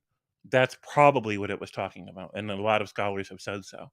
But if we just take it at face value from what most people think it means, okay, fine. Don't cheat on your wife. I think it's an important rule, generally speaking. It shouldn't have made the top 10, considering how many more important issues humanity's facing. But sure, toss it in there. I'm good with that. And then thou shalt not steal, right? And then so, like, but what if you're passing through 100 acres of property that you're pretty sure belongs to somebody else, and you just grab a piece of fruit to feed your family because they're starving? Is that immoral? Which is the greater immorality? Not feeding your family with that piece of fruit, or feeding your family with that piece of fruit, right? And so these people in this culture were not making incredibly crucial, nuanced, complex statements about moral guidelines. They just weren't. It was so simplistic that it only makes sense if you're going to give this to like an 8-year-old. Then it makes sense. Don't kill the other kids in the playground, right? Simple. But if you're talking to adults about killing, or if you're talking to adults about stealing, we need to have a way more nuanced conversation, ethically, morally, socially, than what these people were having. And that, in my opinion, is negligent at best. So, fine. 10 commandments, take them or leave them. You can think whatever you want. But when I come over here to the 7 fundamental tenets of the Satanic Temple, number 1 should strive to act with compassion and empathy toward all creatures in accordance with reason. Wow, wouldn't that have been great if that would have made God's top 10? Number 2, the struggle for justice is an ongoing and necessary pursuit and should prevail over laws and institutions. Um, I love that idea, but that runs counter to biblical ideals because they were authoritarian sheeple, right? They were specifically the slave mind as a virtue, right? And so if you say something like that to them, they're going to say, no, no, no. Laws in authority structures matter more. That's what determines what justice is or isn't. And that's ridiculous. And that frame of mind keeps society from progressing, from growing. It is not when in the context of what biblical people thought about this about justice and about authority, they had it exactly wrong. They used words like justice and authority, but they were using them wrongly, right? They had a bad relationship to the concepts. Moving forward, number 3 for the Church of Satan, one's body is subject to one's own will alone. Hey, I'm all for that too, but Bibles sure don't sign off on that, because back in that day, people were property, and women especially, right? So no, no, this is progress, right? And somebody can say, "Well, we don't like Satanism." I think it's a ridiculous religious theme, Satanism. But man, I'm having a hard time faulting these ideals. Moving on to number 4, the freedoms of others should be respected, including the freedom to offend. To willfully and unjustly encroach upon the freedoms of another, let me scroll over a bit, is to forego one's own. I love that. It is thoughtful, it is insightful, and it's spot on. Nothing like that in the Bible. Beliefs, number 5, beliefs should conform to one's own best scientific understanding of the world. One should take care never to distort scientific facts to fit one's beliefs. Well, we all know that's not something that Bible people are going to sign off on. Moving forward to number 6, people are fallible. If one makes a mistake, one should do one's best to rectify it and resolve any harm that might have been caused. Wow, that would have been great in there too, but it wasn't. And then the last one here listed is number 7. Every tenet is a guiding principle designed to inspire nobility in action and thought. The spirit of compassion, wisdom, and justice should always prevail over the written or spoken word. Again, another thing that Bibles got wrong. So, I mean, here we are moving forward. Is it possible to reinterpret Bible stuff so that it can fit all this stuff? Sure. It's possible to do that with DC Comics, right? You could do that with literally anything anyone ever wrote. More power to you if you think it's worth your time. But, if there may be some other version of Satanism with a completely different list that I would absolutely grumble about and say, oh, no, that's too far, right? But this is the one that Google says is the most popular or established one. And I'm like, okay, well, let's read it and see where we go with it. So comparing the 10 commandments that people know compared to this very popular idea of Satanism or what their tenets are, man, the clear winner is Satanism all the way down the line.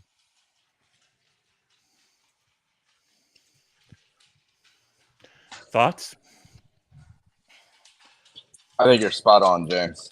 I mean, Yeah, I and the think biggest, you've done a good job of doing that. Like a lot of people when they read the Ten Commandments, they don't they're only going by what's in the Ten Commandments, right? Mm-hmm. Like I didn't know half the shit. right, midnight. And to that point, James brought up the biggest thing for me is very few of them, and I don't even know if I've encountered any, can list you the first 3, much less all 10. Right? Like, I mean, this One is should just strive to act with compassion and empathy towards all creatures in accordance with reason. The struggle for justice is an ongoing and necessary pursuit that should prevail over laws and institution. One's body no. is inviolable, violatable, whatever. Subject to one's own will alone. The freedoms of others should be respected, including the freedom to offend, to willfully and unjustly encroach upon the freedoms of others is to for. Okay, never mind. Well, midnight. Before you guys get into this, because that's interesting to me, I just think the 2 points that I'd like to touch that James said were simply this: one, they can't even recite them, much less live by them.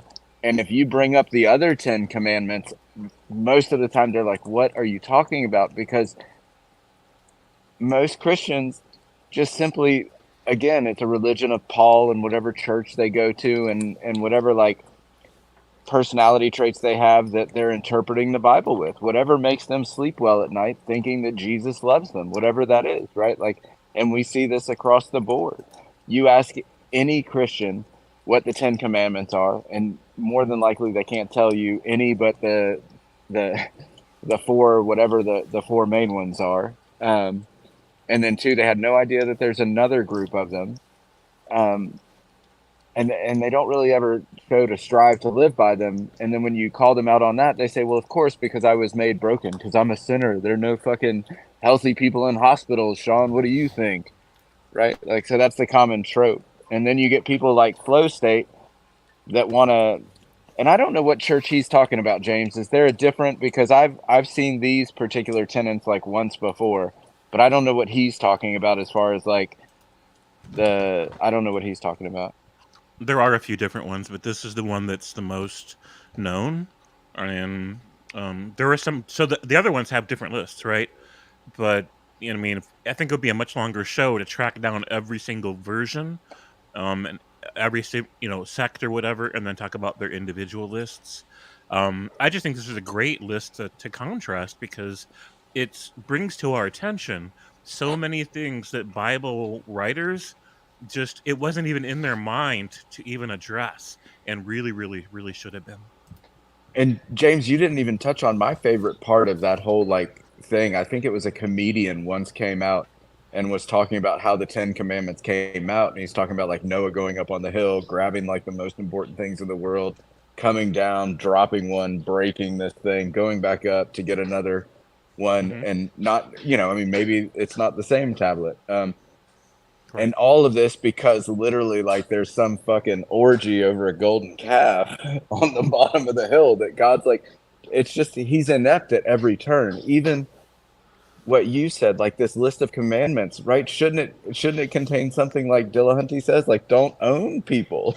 I mean, Right. for You would crying out think. loud, you got the worst thing in the world, and God's like, well, I'm gonna have to allow it because of culture, and we don't want to like shock the system and like have everything go crazy. I'm sorry, that's derailing completely, but that's what I wanted to say.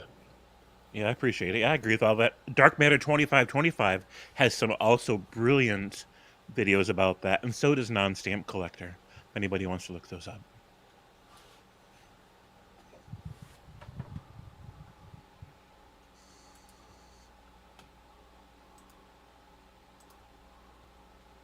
So I'm just catching up on chat. So that's where I am about it. So as far as the thing that Flow State said about narcissism, here's the thing about that, because Did this somebody word call gets me? mentioned, right? This word gets Man, mentioned a lot, and it's like it is possible.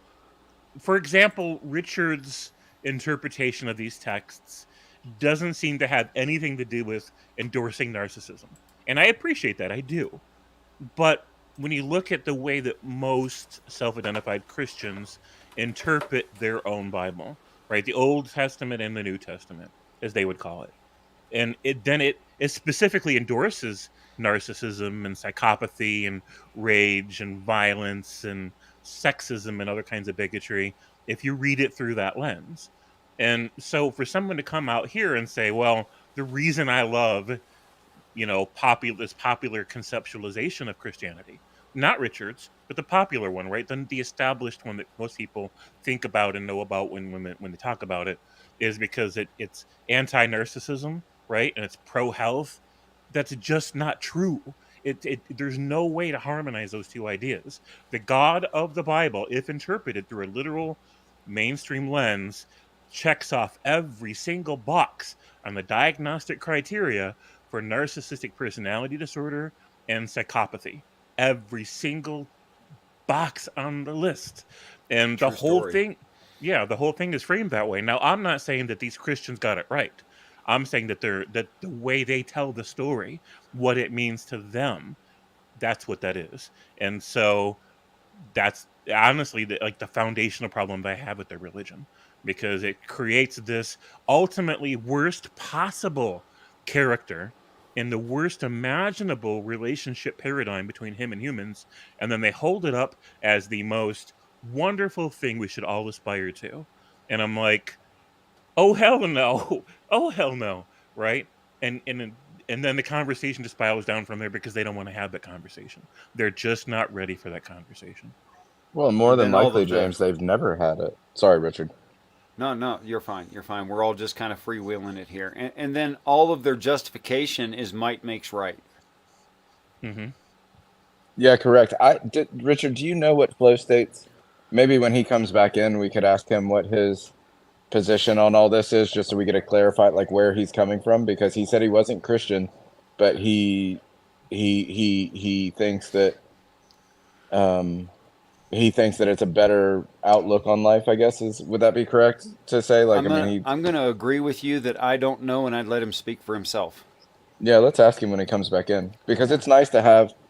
And that's what I think, Richard, a lot of people, when I think you're a tough cookie for a lot of people, because we like to put people in boxes that we can more easily handle, right? And for Sure. you, there's there's there's a lot of, forgive me for lack of a better word, there's a lot of like space Jesus going on, right? Which is not the norm, and it's hard for like most of us that have dealt with regular Christianity to handle, like how to, like, what is he talking about, because it opens the doors for so many different things going on, versus if you get somebody like P-Town you had on, we kind of know where he's coming from, we know what he's going to Sure. say next, we know this. um, and then we know where James is coming from, myself, and then I can only assume, you know, Midnight's coming from somewhere out there. Um, but yeah, it's nice to have an idea of where somebody comes from, um, rather than not, because for me at least, not to put them in a box, but it helps me understand what he means if he says I'm not a Christian, but this is a good way to live my life by. And James, yes, and James Apperson, do you want to keep sharing that? I've got it full screen for you now. If there's anything particular you wanted to speak about what you're sharing, So I read the whole list. I'm not sure if you were listening when you were out smoking or not, but I read it, I was offered a not little able comment. to.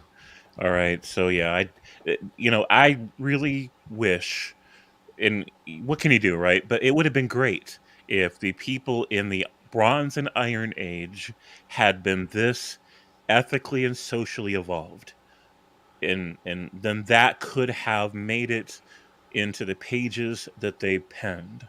Wouldn't that have been wonderful? Because the ramifications moving forward from there for humanity would have been certainly a net sum positive, certainly a better world than the one that we've been affected by.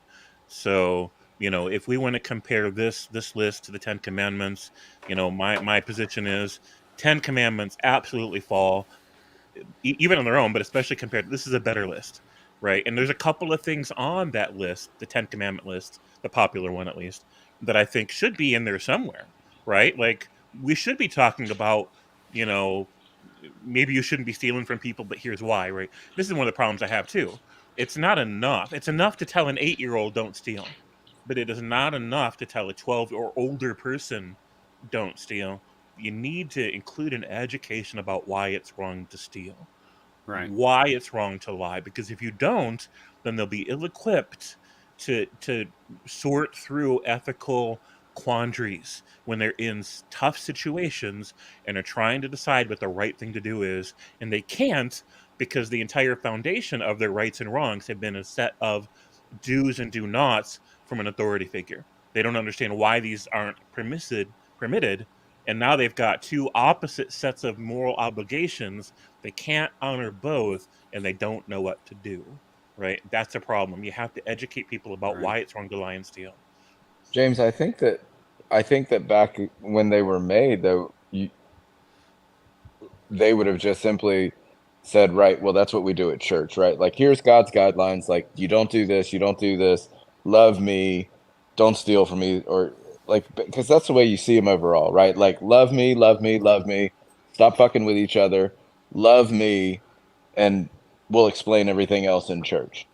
And to me, that's the way I see it, or that's the way Christians respond to it, right? Like, Mhm. um, well, they would say, James, well, why do we have to, like, it's obvious, like, why you wouldn't steal from somebody, where you and I can say, no, actually, it's not. We can think about scenarios that are, and they're going to say, well, of course, we're not talking about these outliers.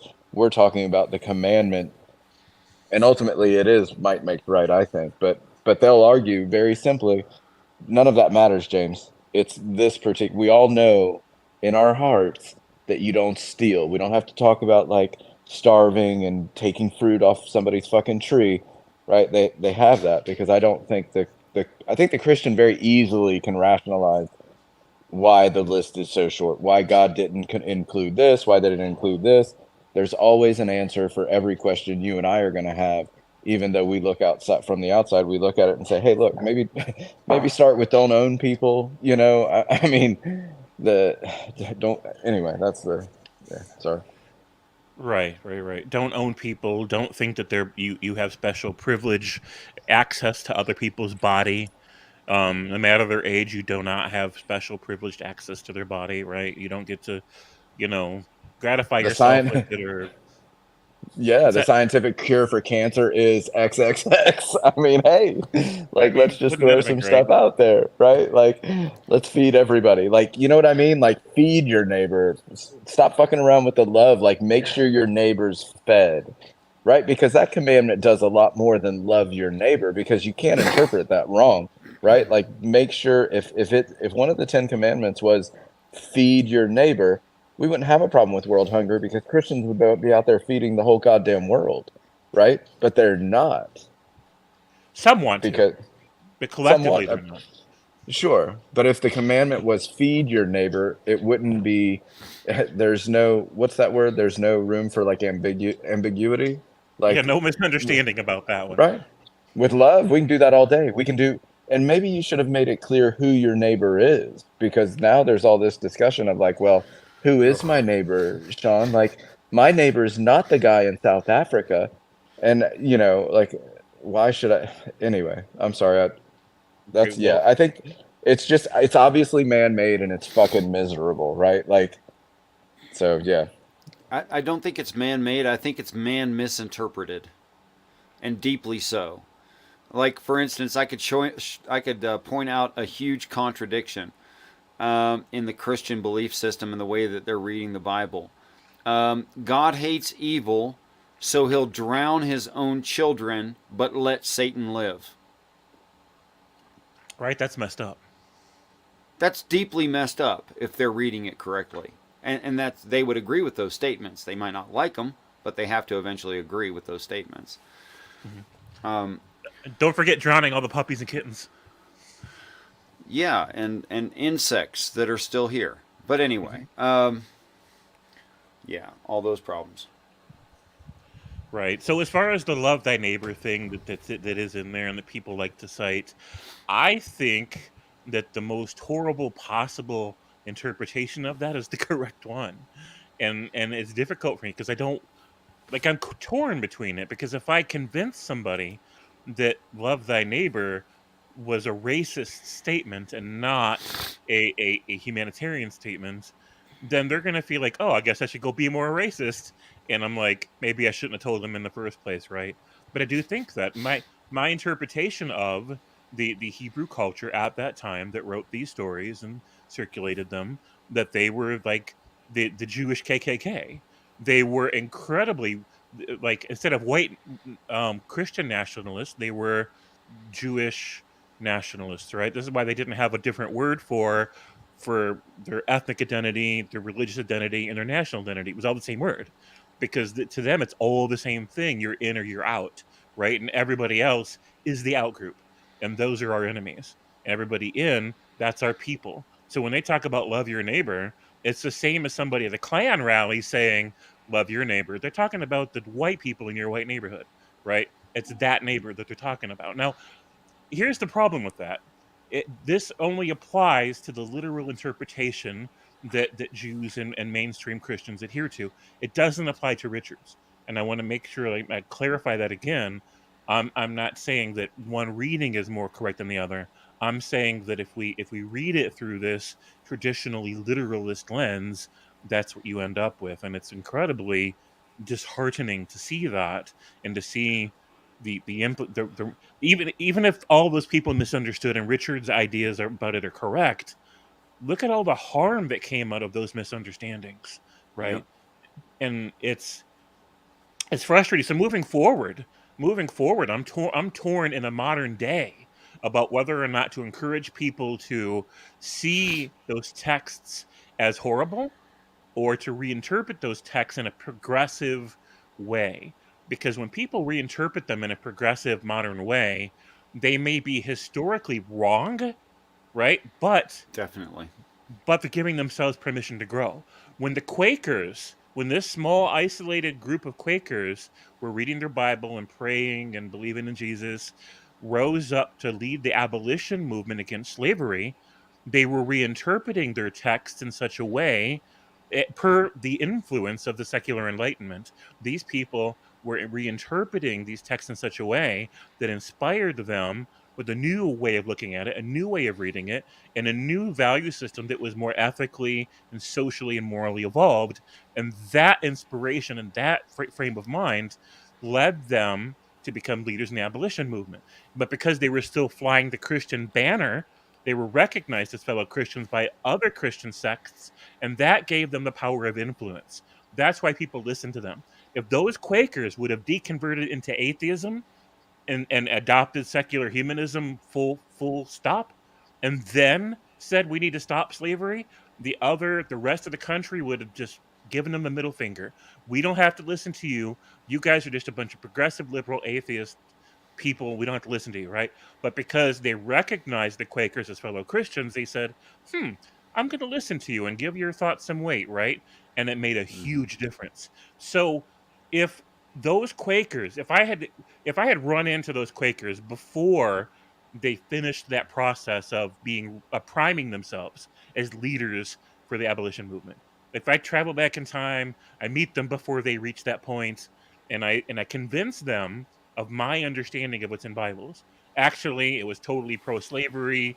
God's an asshole, right? Then, if I had convinced them of that, then what's going to happen is, okay, now maybe they're more historically correct, but now they're not going to evolve. They're not going to give themselves permission, because a lot of people in a religious frame of mind feel like they need permission from a god in order to grow. They need permission, they need sanction.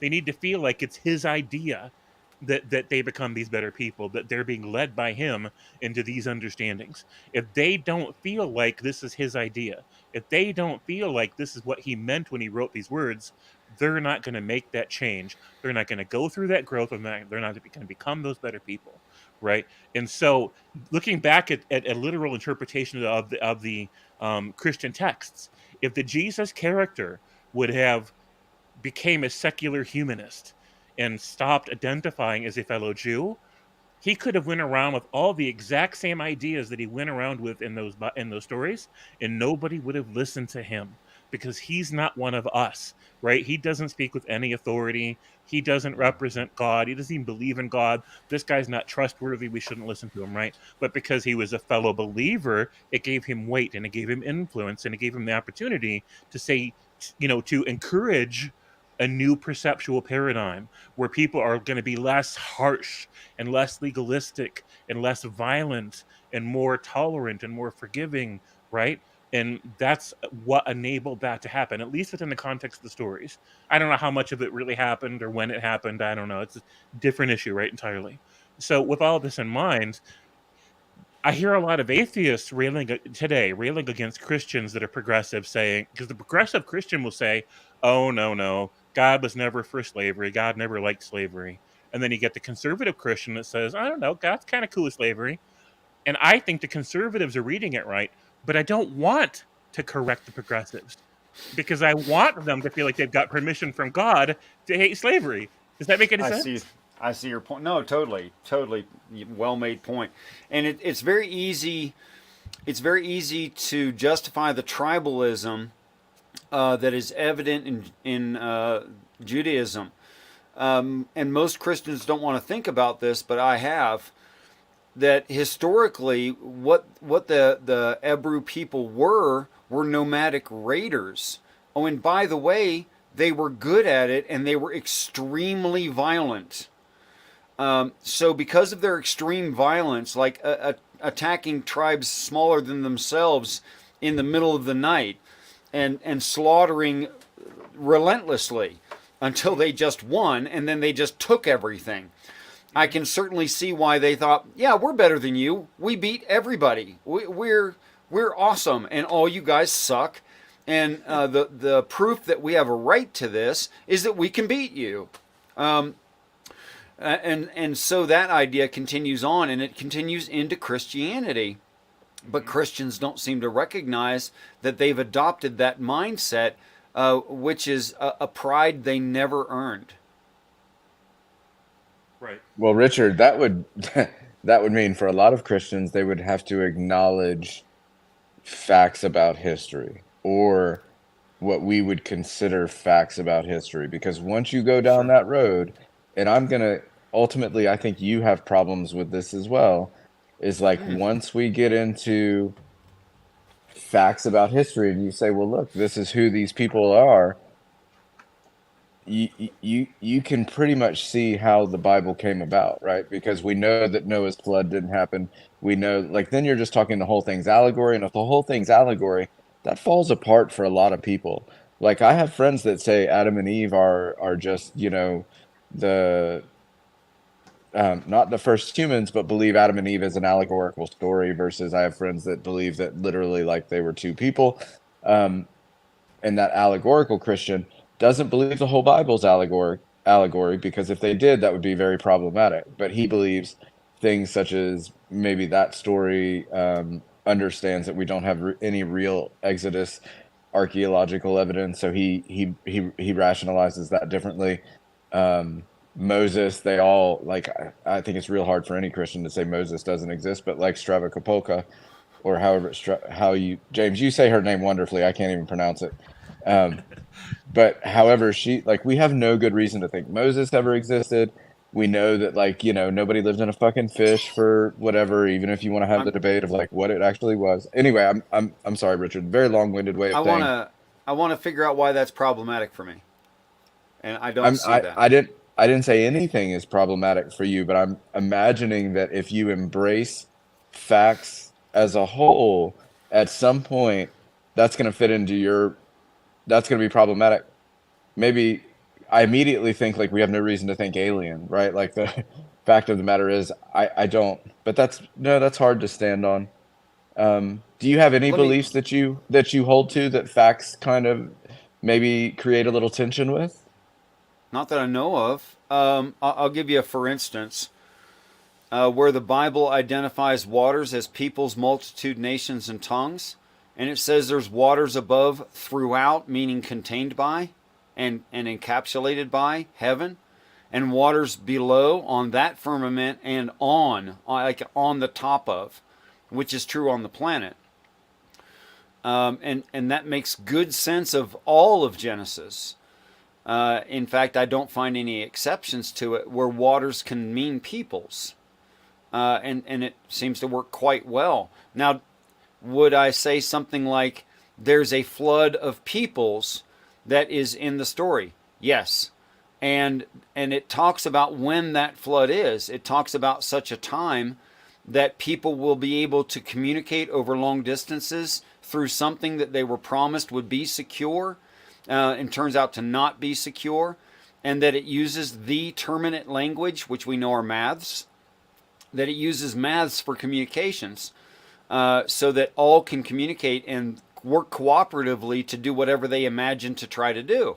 Well, that's true, and it's true today. And it's true today that this is a flood of people. I mean, we're really considering what's the max population of the earth right now, whereas we didn't have to think about that 1,000 years ago at all. Nobody was concerned. So I think those things are evidently true in reality, and I don't think there is any failure where I can say, okay, it's told as a story tale, fairy tale, like an allegory, to be confirmed in reality later by the acts of the angels. I don't find any problem with that, and in fact, I see a lot of support for it. That it used real and made up people, places, times, and things to present this futuristic view that is evidently not happened yet. Because I mean, like for instance, we can't have had the Book of Revelation realized because we're sitting here talking about it. So that's evidently not happened yet. The Earth is not destroyed. But I ask people to try to find for me an inconsistency, and nobody seems to be able to, including me. And I really do try to. Yeah, I got nothing. I got no pushback from that. I just think that most Christians, once they start acknowledging that there are facts out there that we know, like when you talk about the Hebrews and who they are, right? Israelites and the Hebrews, and like once we get fact of the matter, Dr. Josh Bowen is extremely problematic for a lot of Christians. He Um, is. the Stravoka, please say that damn name for me, someone. Francesca Stavrakopoulos. Thank you. I mean, No she wonder. is not only is she like the most beautiful scholar on the planet, but she is just so sharp. And when she speaks, it's wonderful. She's extremely problematic, I imagine, for most Christians to listen to. I offered to buy her book for a real close Christian friend of mine, and he said, absolutely not. He was like, I'm not reading it. I'm never going to read it. And I was like, really? And I think that there was a little bit of like, he can live in the offended world. Like, oh, well, it's all about God and big dicks and, whatever. And he kind of does that, but I think there are people out there that are extremely problematic, and it's when you start saying this is the way we know history works, and we know how these books came about, it's problematic for people because, Richard, you live in a world of stories, are like these truths are being told throughout the history of time, versus a typical Christian doesn't believe that. They don't believe that the Code of Hammurabi says things like, they don't, a typical Christian believes the 10 commandments are unique. Love thy neighbor is unique. Love thy enemy is unique. They've never Yeah. been exposed to these other things, and they're going to say, bullshit, Richard, this is just all bullshit. Or they're going to say, no, that flood points to Jesus, right? Like, it's not the other way around. So they're Right. doing something much different. And that's all I meant to say.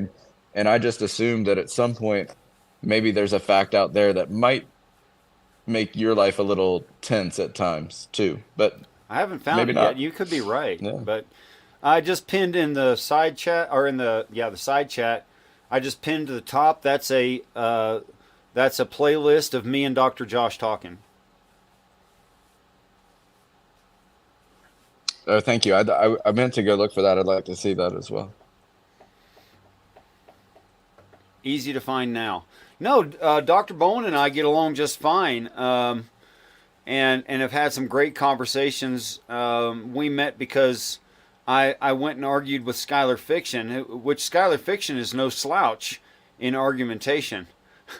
Francesca Stavrakopoulos. Capolo. Hulu, Wow. Hulu, I think, but Wow. she's Yeah. Richard. That's a You, tough one.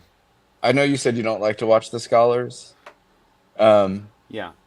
but she is. If you like talking to Dr. Josh Bowen, she is the premier, like, Exeter, if I'm not mistaken. New Testament, or maybe is it the New Testament, James? Or is it the Old Testament, or is it all of it? Biblical scholar. Yeah, she's good with both.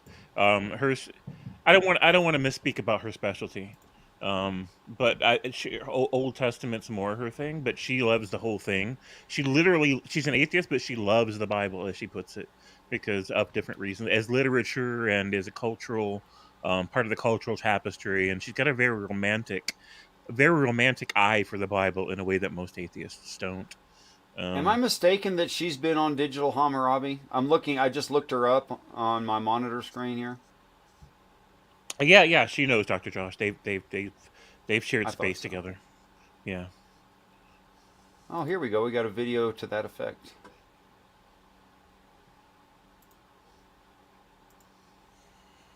Sorry, I don't have a manager, so I do all this stuff myself.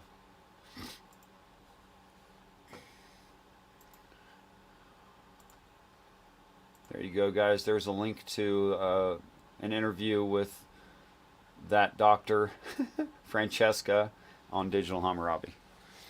Yeah, she's absolutely brilliant, and I listed her book, God and Anatomy. So I didn't click a link. I don't have like a. Oh, I do have a wrench. I could have done a link, but that's the name of her most recent book. If anybody wants to check it out, Yeah, as long as you don't come on my channel and act like an idiot, I'm going to give you a wrench. awesome, Which that's a backhanded compliment, but it does mean I trust you guys. appreciate it. So yeah, as far as Dr. Josh, according to him, he became an Assyriologist, specifically because he was made aware of the fact that there are hardly any people that are. There's all kinds of discoveries left to happen in that field because it hasn't had enough attention. There haven't been enough people whose specialty that is. And he's like, well, yeah, if this is a frontier that hasn't been completely ran dry, that there's all kinds of room for new discoveries in, that's interesting. So that's the direction he went in. That's, you know, so yeah, it's right. There's not a whole lot of relevance to most modern scholar discussions, but only because most modern scholars don't know enough about that field. And then that's where Dr. Josh comes in to say, hey, this is relevant to what you guys are studying. Here's why and here's how. And I think that that's important. Yeah, I think I watched the show that I just pinned. I'm pretty sure I did. Yeah, she she's in no way stumbling over the ideas and an answer to the question, and she's also cleanly honest when she doesn't know a thing. She says she doesn't know, Yeah, which she does. is perfect in my view. Yeah. So what she knows, she's sure of, and what she doesn't know, she's not proud. So that's great, amazing. Yeah. Yep. She's And awesome in Richard, every you're way. really good. Richard, you're really good about saying you don't know or you could be wrong. That's one of the, I think, the appealing things about, like, look, I mean, you know, because most Christians take such a staunch position that for some it's even problematic. Just for theists in general, it's problematic to say I don't know, because once they open that door, again, depending on your personality type, if you open that door to the unknown, fuck, it might just swing wide open, right? And then you're really in a tough spot. I try to point out to both Jill and Veckel and P-Town and others that although they disagree with each other, they all believe they have the objective reading of the Bible, Mm-hmm. which literally can't be true. Mm-mm. They can't argue and have the perfect view. And they'll all say things like, well, I'm using the Bible to confirm the Bible and to translate the Bible, which is the same thing as saying, I like my biases. Mm-hmm. And And I don't know and why to that's your important. Yeah. and to No. your point, Richard, well, that's important for a lot of reasons, I think, psychologically, to when people believe things like, Jesus loves them. But to your point, all of them not only profess to be right, but when it comes down to it, none of them will agree with the point they all could be wrong, right? So Oh, they yeah. will stand on one of them is right before any of them is wrong all day long. Like them being wrong is only an option if one of the others is right.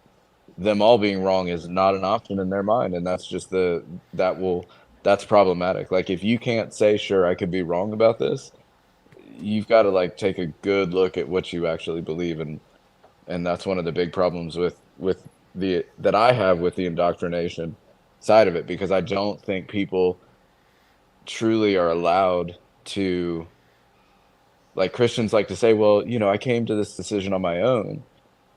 When you say, like, why are you a Christian? I don't think they actually know. When I ask why they're a Christian and what they're thinking why are two totally different things, right? Because you said it. If you're born here, you're this. If you're born there, you're that. And and to think that you're not influenced on, like, the location of where you are in the world, or not see that that's problematic, Sure. man. Yeah. Yeah, I think the argument that I have a fringe understanding of the text is an irrelevant argument, because even though some may be aligned with each other, more aligned, but not perfectly aligned with each other in some larger group, still every one of those minds is understanding it in a very specific way. So I am no more or less fringe than any theist on the planet, actually. It's just the ideas I've accepted as the most plausible and rational explanation for a thing. There's not a large group of people who agree with me until you go back to, like, some early Christian and some late Jewish sects, even some early Jewish sects actually, and some Native American cultures and other than like that. But certainly I'm not standard, large group Christian. But that's not even a reasonable argument to make in my mind. I mean, that doesn't Mm. show me anything. Right. I mean, if you can show where I'm saying A not A, I'd love to hear that. If you're saying that I'm at some point saying A is B, I'd love to hear about that, etc. Yeah, I haven't seen it yet. If I do, I'll let you know. But as long as Appreciate that. these super aliens are not all knowing and all powerful and all everything, Yeah, I don't then see them claiming that. I see them claiming that they know enough to create this environment and put us here and bring us back off of it, and in that future, from that point go forward in real actual space, and that they continue and that we continue in that adventure. But that's the only claims I mm, see being made. I mean, they do claim that they know human nature really well, but that's mm, not a huge claim, actually. no, it's not. I mean, I make it all the time. Like, people are like, "Yeah, we don't care, James." It's like, okay, that's cool. No reason you should. But I don't share the ethic. I don't believe that I share the ethics of the super aliens or whoever is behind it. I don't think I share their ethics. Really, I what part? so part of the foundational structure does seem to be this idea that it's a good thing this world exists as it is. It's a good thing that all of these things were set into motion because the ends are going to justify the means, and this is how you get there. And Okay. and so, and generally speaking, even Hitchens would have agreed with that. Like he talked about all the time. He wants to see this human experiment, go forward. He wants to see it continue. But this is at odds with what most atheists say, where they say, you know what, if there's a literal God being in the sky who intentionally made all this, shame on him for not doing better. Because this amount of Why? suffering, because what they say is this amount of suffering isn't okay. That it's not okay to knowingly set things in motion where it's either possible, probable, or certain, any of these things, unless you're going Yeah. to step in once it starts to fix it right away, like not later, like right away. Sure. For certain things, for certain extremes of suffering to transpire.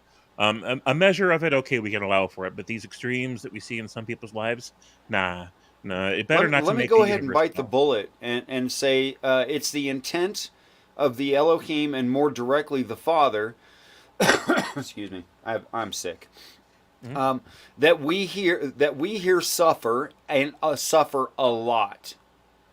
Mhm. But it seems to me that from our perspective, with a sample of one, that we say this is a lot of suffering. Okay, Mhm. but we don't have anything to compare that to say, well, what's the ultimate suffering, and is that what we're experiencing? And I think the answer is we don't know. But I think in an elevated state, in the promised utopian society, if you'll grant me that as part of the story, that our suffering here would be, although a great learning experience, the suffering itself inconsequential. And the reason that I say that, and James had a great conversation with Mark Reed on this channel, which Mhm. I would recommend to anyone. I had very little to add at any point except throw some challenges out there and say, well, did you think about it this way? But you The guys had a name of that, great talk. yeah, that was it's called JG Continued. If anybody wants to find that in Yeah, Richard's JG database. continued. Yeah, and you guys had a great conversation. I thought, at least experimentally, you were both able to not necessarily adopt, but think about in reasonable ways a situation that you hadn't adopted, which I think was the mark of an intellect. Appreciate Truly, that. not to blow smoke up your butt, but I know that that's a mark of an intellect. Um, that that in that future time, were we all restored, and looking back at it almost from the third person perspective of that past suffering, would we value it the same way? Would we cry about it? And I think the answer is no, we wouldn't cry about it any more than, and let me just be math pig coherent, adherent here, saying something like, Flow State, your connection may not be so great. I'm going to try again, though, for you, bro. That I'll literally say those who die and don't ascend physically are a clone of their earthly selves, and that's not exactly the same thing. It's literally not the same thing in the idea of like numerical identity. But would they object to that being the case for that clone in that future? Well, I think the clone would prefer to be rather than to not be. But then that puts them in some kind of third person perspective of what they hold as memories, just like me right now, looking at when I was 8 years old and I found an axe head in, in a small grove of plum trees, and I fashioned a new handle for it, and I sharpened it the best I knew how, and I cut down at 8 years old a tree about 8 inches across, and Mom was very proud of me. That Mm. I'd managed to do all that with just nothing to work with but the axe head itself. Wow. Yeah, I sharpened it first, and then I used it to carve a handle, and then I used a rock, to put the wedge in the handle, and Wow. it was a workable hatchet. And I was just a little kid. But if I look at that, like, would I be proud of myself now being able to do that? Well, actually, it's not such an amazing thing, and I was just a kid, and am I like proud of that right now? Well, no, I'm not. But you Fair. should be, Richard, in my I don't think opinion, so. because well, for you should be proud of that for several reasons, right? Like not only are you becoming like inquisitive of how things work, right? Like how to sharpen something, how to rehandle something, how to chop down something, and everything that that entails. But you're also becoming self-sufficient at an early age. So I mean, these are all just things that you should be proud of. A friend of mine gave me. So I do woodwork for a living, Richard. I know you finish stuff, and at some point, maybe off stream, we could get together and talk about that because that's a whole nother ball of wax. But a friend of mine, I turn bowls for a living mainly, make some other stuff. Sweet. So we go out and bust up firewood together, and he makes these. He buys old axes off of eBay and then rehandles them and makes the own like axe guard for them. And he just gave me one of his specials. I'll have to figure out how to send you a picture at some point.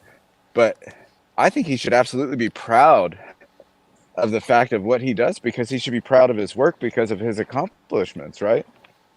That's the why wouldn't you be proud is the point I'm getting at of something that you Because I created, think I'm something that not done you learning. but that doesn't have anything to do with accomplishing See, something. Why not be? see, but future me will look back at present me and go, "Wow, that wasn't very good." Well, hold on now. Right, but you should be proud that you accomplished. That's my point of view. We should teach kids to take pride in what they do, to be proud when they accomplish something. But the problem is that with Christianity, pride's so wrapped up in something else that you're not fucking responsible for or that you should be ashamed for. And that's why I think another reason I could go into the school things all day long. But Richard, to say that you shouldn't be proud of anything ever because you're going to like older you. So at some point before you die, you're going to be the oldest version of you. So you should be proud of fucking anything ever in this How life about by this? that rationale. I just I am proud that I can see there is growth, and I want the growth to continue. How about that? I'll take that because if you showed me like some beautiful floor you finished and we're like, you know, Sean, I'm just not proud of this. That's odd to me. Like I don't understand it. Now, if you showed me a shitty floor and we're like, "Hey, I'm proud of this. Look at all this." You know what I mean? Like, but I think like when I think taking pride in what we do makes us better, right? Like gives us that's personal growth, in my opinion. As encouragement, sure. Part of it at least. If that's encouragement to grow more later, great. But if it's causing stagnation where you think you're done growing, no, not great. But why? That's why I guess that's why I'm confused. Um, why would pride be cause stagnation? I'll give you an example. I read the Bible and I use it to interpret itself, and I'm sure of my reading. Okay, hello. Hold on. That's terrible reasoning. That's terrible logic. I That's circular know. reasoning. It's terrible. But that has nothing to do with pride. Wouldn't No, it's their arrogance be the pride. better? Hold on. Wouldn't arrogance be the better term to use here? Good point. Awesome. Good point. And that's Pride what I mean versus arrogance. when Christians say pride, they're typically talking about ego or arrogance. Great point, Midnight. Well said. But You're welcome. they're I can contribute. I'm not totally useless, am I? Midnight, No, you do sparkle. Thank you. There are moments that you definitely sparkle. Absolutely. I'm gonna say one last thing, and then I'll mute myself for a bit. Midnight, I've followed you for a long time, and I guarantee there are more people out there like me that absolutely love streams when you're on them just because you're on them. And then there are the people who fucking hate me. Well, let's not get into those. But thank you. Hey, I can't wait till I matter enough for someone to hate me. Like I'm just counting the days, man. I mean, I hate you. With hair like that, nobody's You're just ever gonna saying it hate to you, make me happy. James. I know, right? Thanks, I mean, if I hated you, I wouldn't have had a 3-hour conversation yesterday. Or was yeah, it we today? had a great conversation. It was I last night. forget. I It was lose great. track of time. That's because you fell asleep during it, but I finished the conversation for you, and it went even better at that point. It was great. Oh, I see. I see. I'm just The kidding. conversation It was really good because I wasn't. No, but to be serious, it was a great conversation. Like I said, I wish we would have streamed it. It was great. You were great, and I appreciated it. Oh, stop! But do go on, please. Do go on. We'll schedule that too. So I'm going to Enough mute about myself. me. here. What do you think of me? Right. I know it comes up as arrogant, but hey, you know what? It does show confidence in a way. Yeah. Enough about me. What do you think of me? Mhm. All right, go Everyone's ahead. Sorry to shocking to be interrupt. your Spike. It's an old cartoon dog reference. What was that? Hanna-Barbera, I think, or No, Warner it Brothers? was a Spike. That's actually that's My Little Pony reference. I don't know that reference. I mean, I know the reference he's make. Why did you make that reference though? Midnight did? Sparkle. Yeah, That's a My Little Pony, right? I can neither confirm nor deny that. I mean, I just assumed that your name was referencing the show. So I have a 12-year-old daughter. I know all about the ponies. Do you also know about the human versions? I do know about the human versions. There you go. Mm. Fun. Nice. Awesome. I'm not anywhere near that interesting, so I'm just going to appreciate that from a distance, but more power to you. They used to be on Netflix. You can watch them all and catch up to where we're at. You need to get your brony. I mean, Bronies, I don't forgot. think- Yeah. I don't I think forgot. don't. I forgot too, James. Everybody forgets. Okay, so somebody said something about, I forget, forgive me. Forgive me my brain. Someone said something about flow state. No, way before that. Someone said something about flow state. They wanted to inquire about waiting for his return. He's back. That was me. Flo said I was interested in. You said you weren't Christian, so just to help me see where you're coming from, what do you believe in regards to like theism, atheism, all that? I don't have I'm kind of a blob of the esoteric goop like everybody else. I don't have a real satisfying answer for you to grab onto, but I think from my perspective right now, to me, it makes most sense that the Bible in its entirety, Old and New Testament, is a metaphor for the human psyche or an allegory. And like the father is your own judgmental self. Like if you're familiar with Jungian psychology, the critical parent, right? That would be the father. And then the Christ consciousness is your own sort of self-realization that pulls you out of that. The way that we as individuals interact with each other on a moral basis. So sorry, this is going to kind of jump aside, but I do believe in natural law. I think natural law is universal truth, just like the laws of gravity or nature, whatever. It's about human interaction.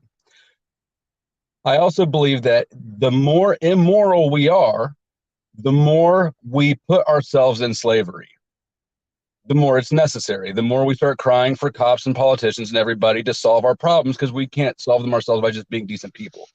So I think that the knowledge of good and evil is basically the knowledge of the system that we use to enslave ourselves.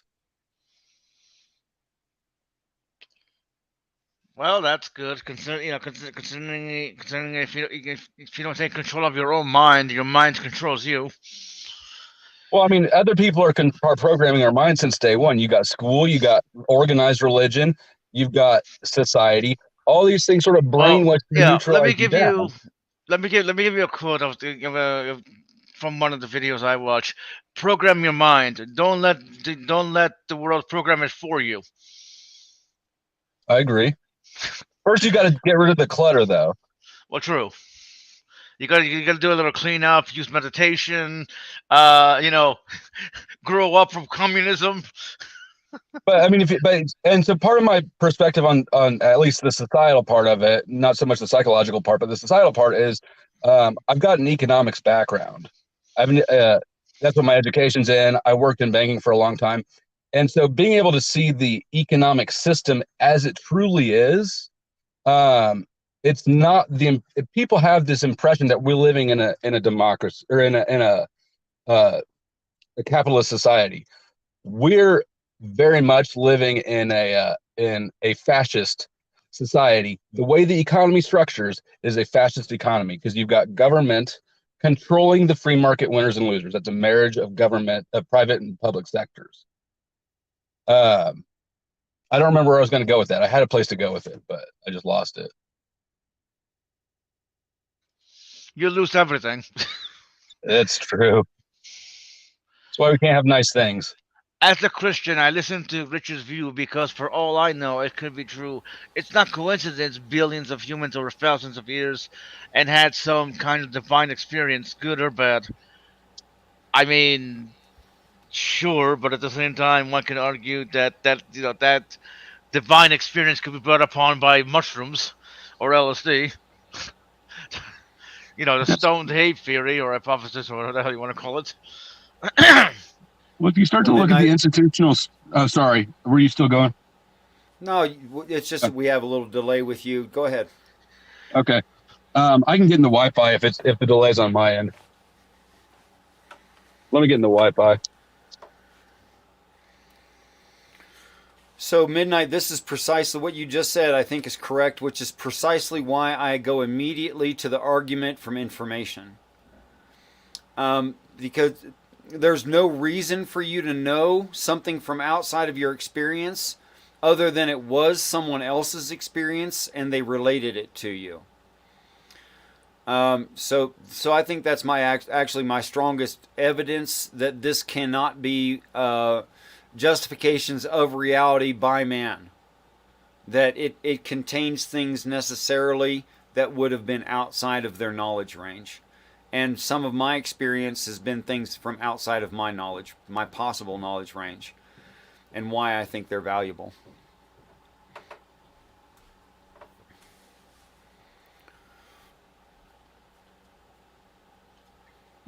Uh,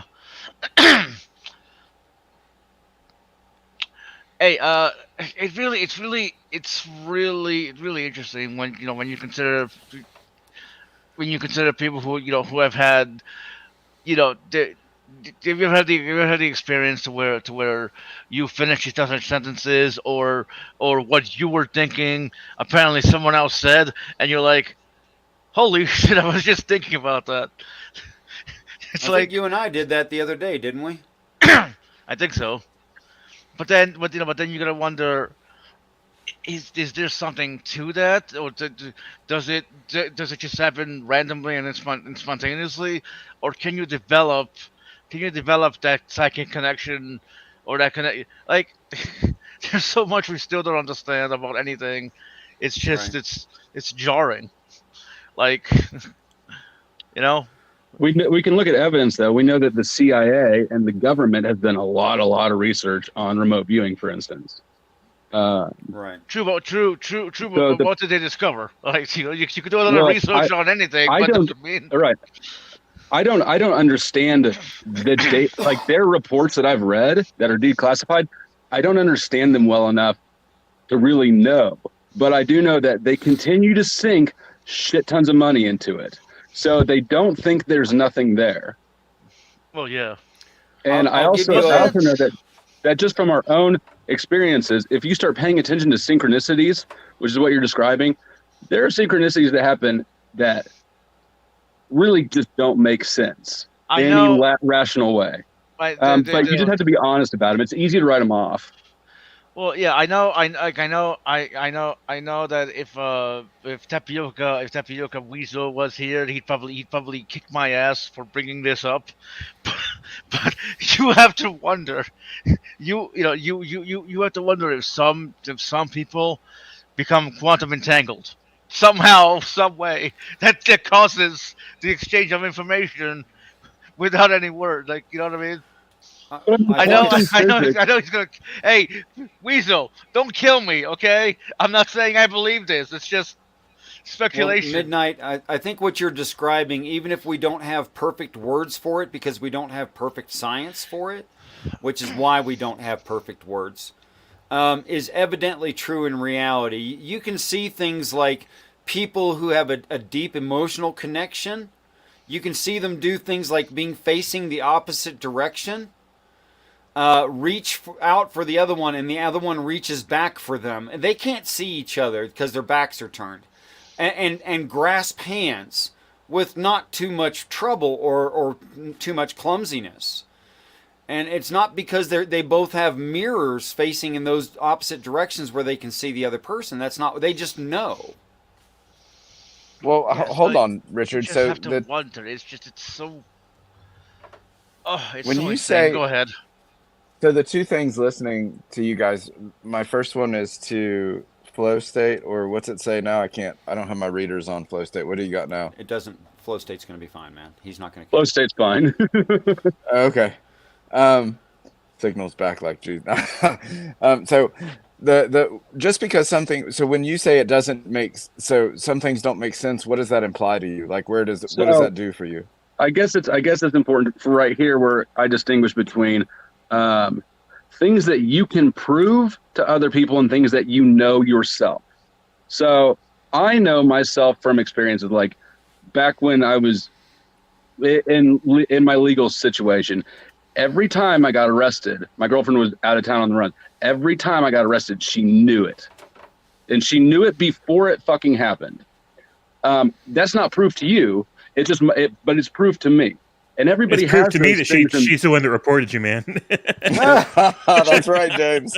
She was But in hold LA. on, wait, wait, wait. Oh, But it's- holy shit. Hold on, but it's All proof. joking Let's aside. just. So But I've it's got proof like to me so, because I was living in the situation, right? I'm in Kansas and I'm a defendant, and she's in LA. flow state. I'm so sorry. I want to interrupt because what is it proof of? It's proof of some sort of whatever you want to use, connection, whatever the woo-woo is. Whatever's happening there is not nothing. It's just proof of Well, to something. you, it's proof to you of woo, right? Of Like it's me. not proof. Right. It's not proof to me of woo. And That then is so correct. this, but That's this exactly the first thing I said. awesome. So this goes to my Richard's point, which was you said, Richard, you just know that they're there. Now I disagree with both of these things. And yours flow state is a little harder to get around because I think we can demonstrate why we can easily, especially when it's someone that we know, we can reach back and grab someone's hands if we're not there. But now it You've doesn't never always. For real though, you haven't had anything like that happen in your life where like I can go on all day. Like when I was in a car wreck, the car rolled. My dad called me 1 minute later. He never called me. Not a close relationship. There's things like that. Like they're not proof to anybody else, but you experience them and you see the variables, Well, and hold you can on. tell that there's not nothing, right? But it's If you're only honest. proof. It's just proof to me. It Right. proves that hold on. So sure, when you say right, what were you saying right to? Because I said it proves to me and you said right. What do you think okay. it proves to me? I thought that it would prove to you, but not to other people. No, So- of course not. So Okay, the only right. thing it's going to prove to me is that you're experiencing coincidences that you cannot account for, admittedly, and you are attributing them to something else. Now, I don't know what that something is, but that is something else. And for you, you call it woo, and I love the word woo because that's all it is, woo. But all you've said is that coincidences prove to me that there's woo. I mean, while we're waiting for him to come back, I want to say something about that real quick. Oh shit, I didn't even realize he left. I'm sorry. Yeah, he dropped out. I'm sure he'll be back. So in the meantime, I think what Richard is describing and what Flow State is describing maybe deserve a more charitable word than coincidence. But at the same time, here's the thing. Like, I just think that there's always a physics explanation for these things. I myself have seen and experienced things that defy. That's why I brought up Midnight. entanglements. Midnight. Sorry. Love you, Midnight. Hey So you James, guys know where I'm going what's with the more charitable word? Then coincidence? Yeah, what's the more charitable word? I don't know. That's why I just said a more charitable word. I didn't have one Well, in mind. right. So, So but coincidence that's the implies thing. randomness and a lack of reason.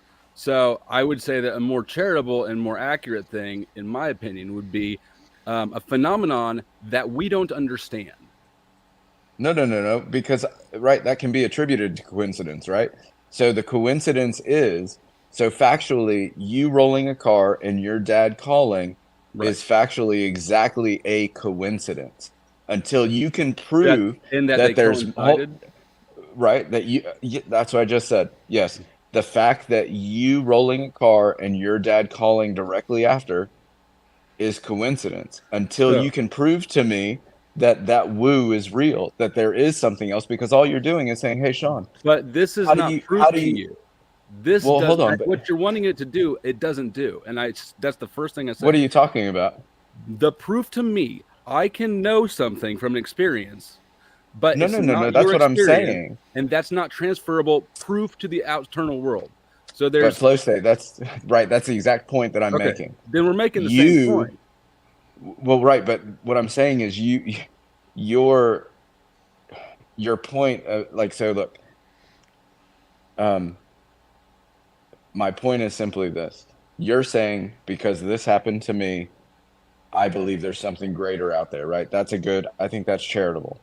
And rather than me Yes. saying coincidence and woo. So, right. And I'm saying until you can prove to me that there's something greater out there, it's just a coincidence. And you're saying, no, Sean, And, this is proof to me that and there's more out I there. But sort of agree with unfortunately, you, you, but it's not. yeah. No, I'm not trying to use my experience to prove to you. I'm telling you how I can know something, how an individual can know something. You can know your own things that you can't prove to me because there's a reality that's bigger than what we can observe Oh, and then what you we can no, recreate. no, you There can't. is. Sean, No, I'm so Sean, you have sorry. to let him finish sentences, bro. I'm sorry, Richard. Um, Richard, I'm not sure if he doesn't understand me or doesn't want to understand me. Am I making sense with what I'm trying to So say? yes, Flow State, you're making sense. You're saying Okay. I've had experiences in my life that are proof to me that there's something more Right. out there. It's And not I'm proof to you. saying, no. That's I don't think you're trying to prove anything to me, right? So Okay. what you're saying to me is, Sean, I've had this experience that proves to me there's something greater out there. And I'm saying one, how do you know there's something greater out there? And two, that this is proof of it over just merely a coincidence. And you're saying because I Okay. know. That's it. You're not So giving me I guess anything other than I had an right. experience that proves to me the same way that a All I'm trying to Christian. do is establish that there are ways, there is truth, and that there are ways of individually arriving at them that are not recreatable and measurable as you would have in a scientific experiment. So I'm not Okay, trying. so Do you agree with that? no. So flow You state, don't. and I'm gonna ask you a question because so what is the truth and how do you come to that truth? In the example of your father, you're saying the way that I come to this truth is because I had an accident and my father, who I don't have a close relationship with, called me directly after. It points to this truth, but you can't tell me whether that's actually a coincidence or that was because of something greater, nor can you tell me what that something greater is or what that truth is, right? So this is just Those are all merely, correct. So right, yes, that's what I'm saying. So you're that's not correct. pointing to anything other than you think you've had an experience that Well, points to something else. so a couple things. One, I mean, yes, from your perspective, you should not take my word for it at all. Um, I wouldn't. That's why I haven't bothered to And really I'm explain them to you, and right? Except just the most very headline way. I haven't explained any of them to you. I'm not going to try. It's not your experience. It is very easy to logically discount. That said, I think most people have lived enough life, have had enough of these experiences personally, that if you're not discounting your own experience and your own observations, there's a lot of things that are hard to just write off as, well, that's just coincidence. right, but there's also I can come to any conclusion I want to if I live life the way that you are. So if you're coming to like my girlfriend knew that I was in jail, therefore truth. I had an accident, my dad called me, therefore truth. If I live my life like that, I literally can come to not only all the truth that I want to, but I can come to any truth I want to. Well, Because, and what that- I'm saying to you is, I understand what you're saying, and it's a terrible way to get to truth, especially a truth that you have no idea what that truth is. Okay, so that's a full stop right there. okay. That's a full stop. But to meet your request, Sean, What is that? these are envelopes. They have a little bit of thickness to them. That's because they contain something. I keep these just for this conversation.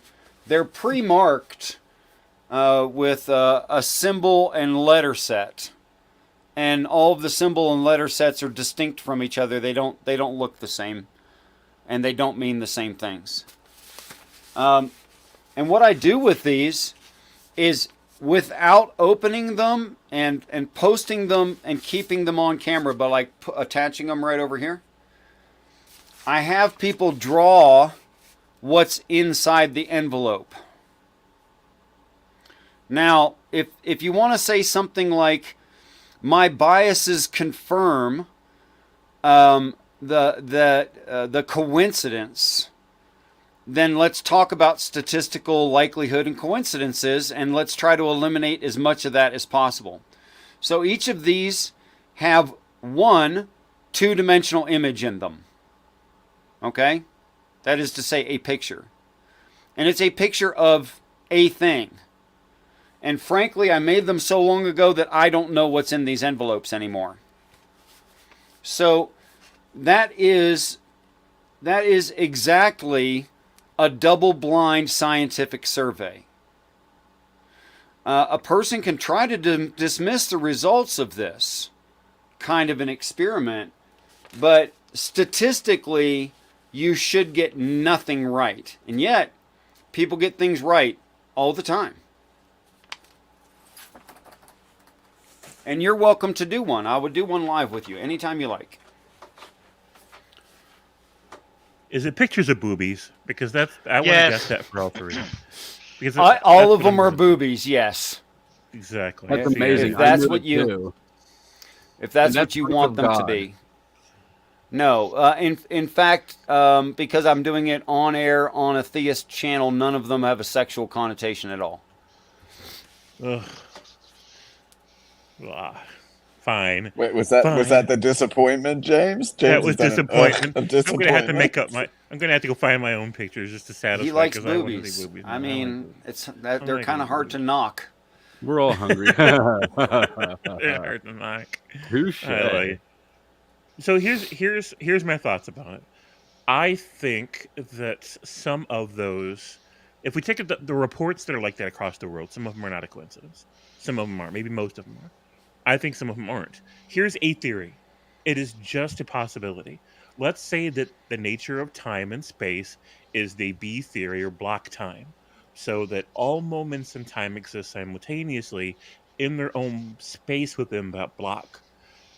And so let's suppose for a moment the gravitational waves wash across this block like a needle on a record player, and they play each individual moment. So every event in a moment is like grooves in the record that get played. And let's say that keeps happening, keeps washing across it, it gets replayed again and again. Now let's say every once in a while some of that energy builds up and it discharges. And so somebody in an earlier spot in a groove on the record hears or otherwise experiences a later spot in a later groove in the record. It washes over them. They catch some moment of it because this has been happening. It's been replaying again and again since eternity, right? And so it changes things over time.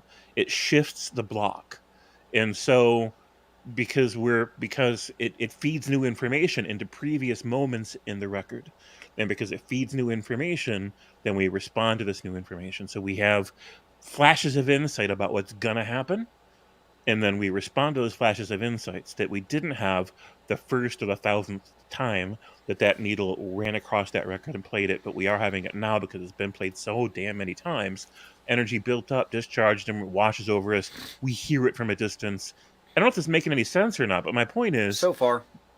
that it's possible that there is a physics explanation for these things, not a coincidence. Your dad really knew, for example, something bad happened and he felt the need to call you, but it's possible that's because of physics, that there's some happening behind the scenes, some exchange of energies across the block of time that gave him an insight or an awareness that maybe he didn't have the first 1,000 times that needle ran across the record, but he has it now, right? Nothing. Yeah, nothing. No part of my opinion has anything against there being a scientific explanation for basically Right. everything. I'm never taking the position that something is purely supernatural and can't be understood. So, I mean, we may not have an explanation for the thing, but the thing exists or it doesn't. And we even have explanations for things that don't exist. But if this thing does exist, it should be testable. And what I've seen done and what I'm imitating is the most standardized way to show that it cannot be coincidence, because it multiple times over defeats the likelihood of coincidence. And that's the whole point of what I was talking about. And yes, 420 atheist, who has atheist or anti-theist in his name, participated in one of these, and out of 10 possible, 10 or 11, depending on how you look at the two-dimensional image, out of 10 or 11 aspects of it, got about or a little less than half of them correct.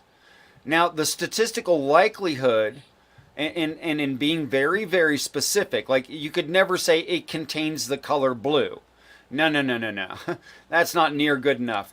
You need to write, cloudless sky at noon blue. That blue. You need to be specific. And got some approximately 50% of it correct. Now, that's statistically impossible.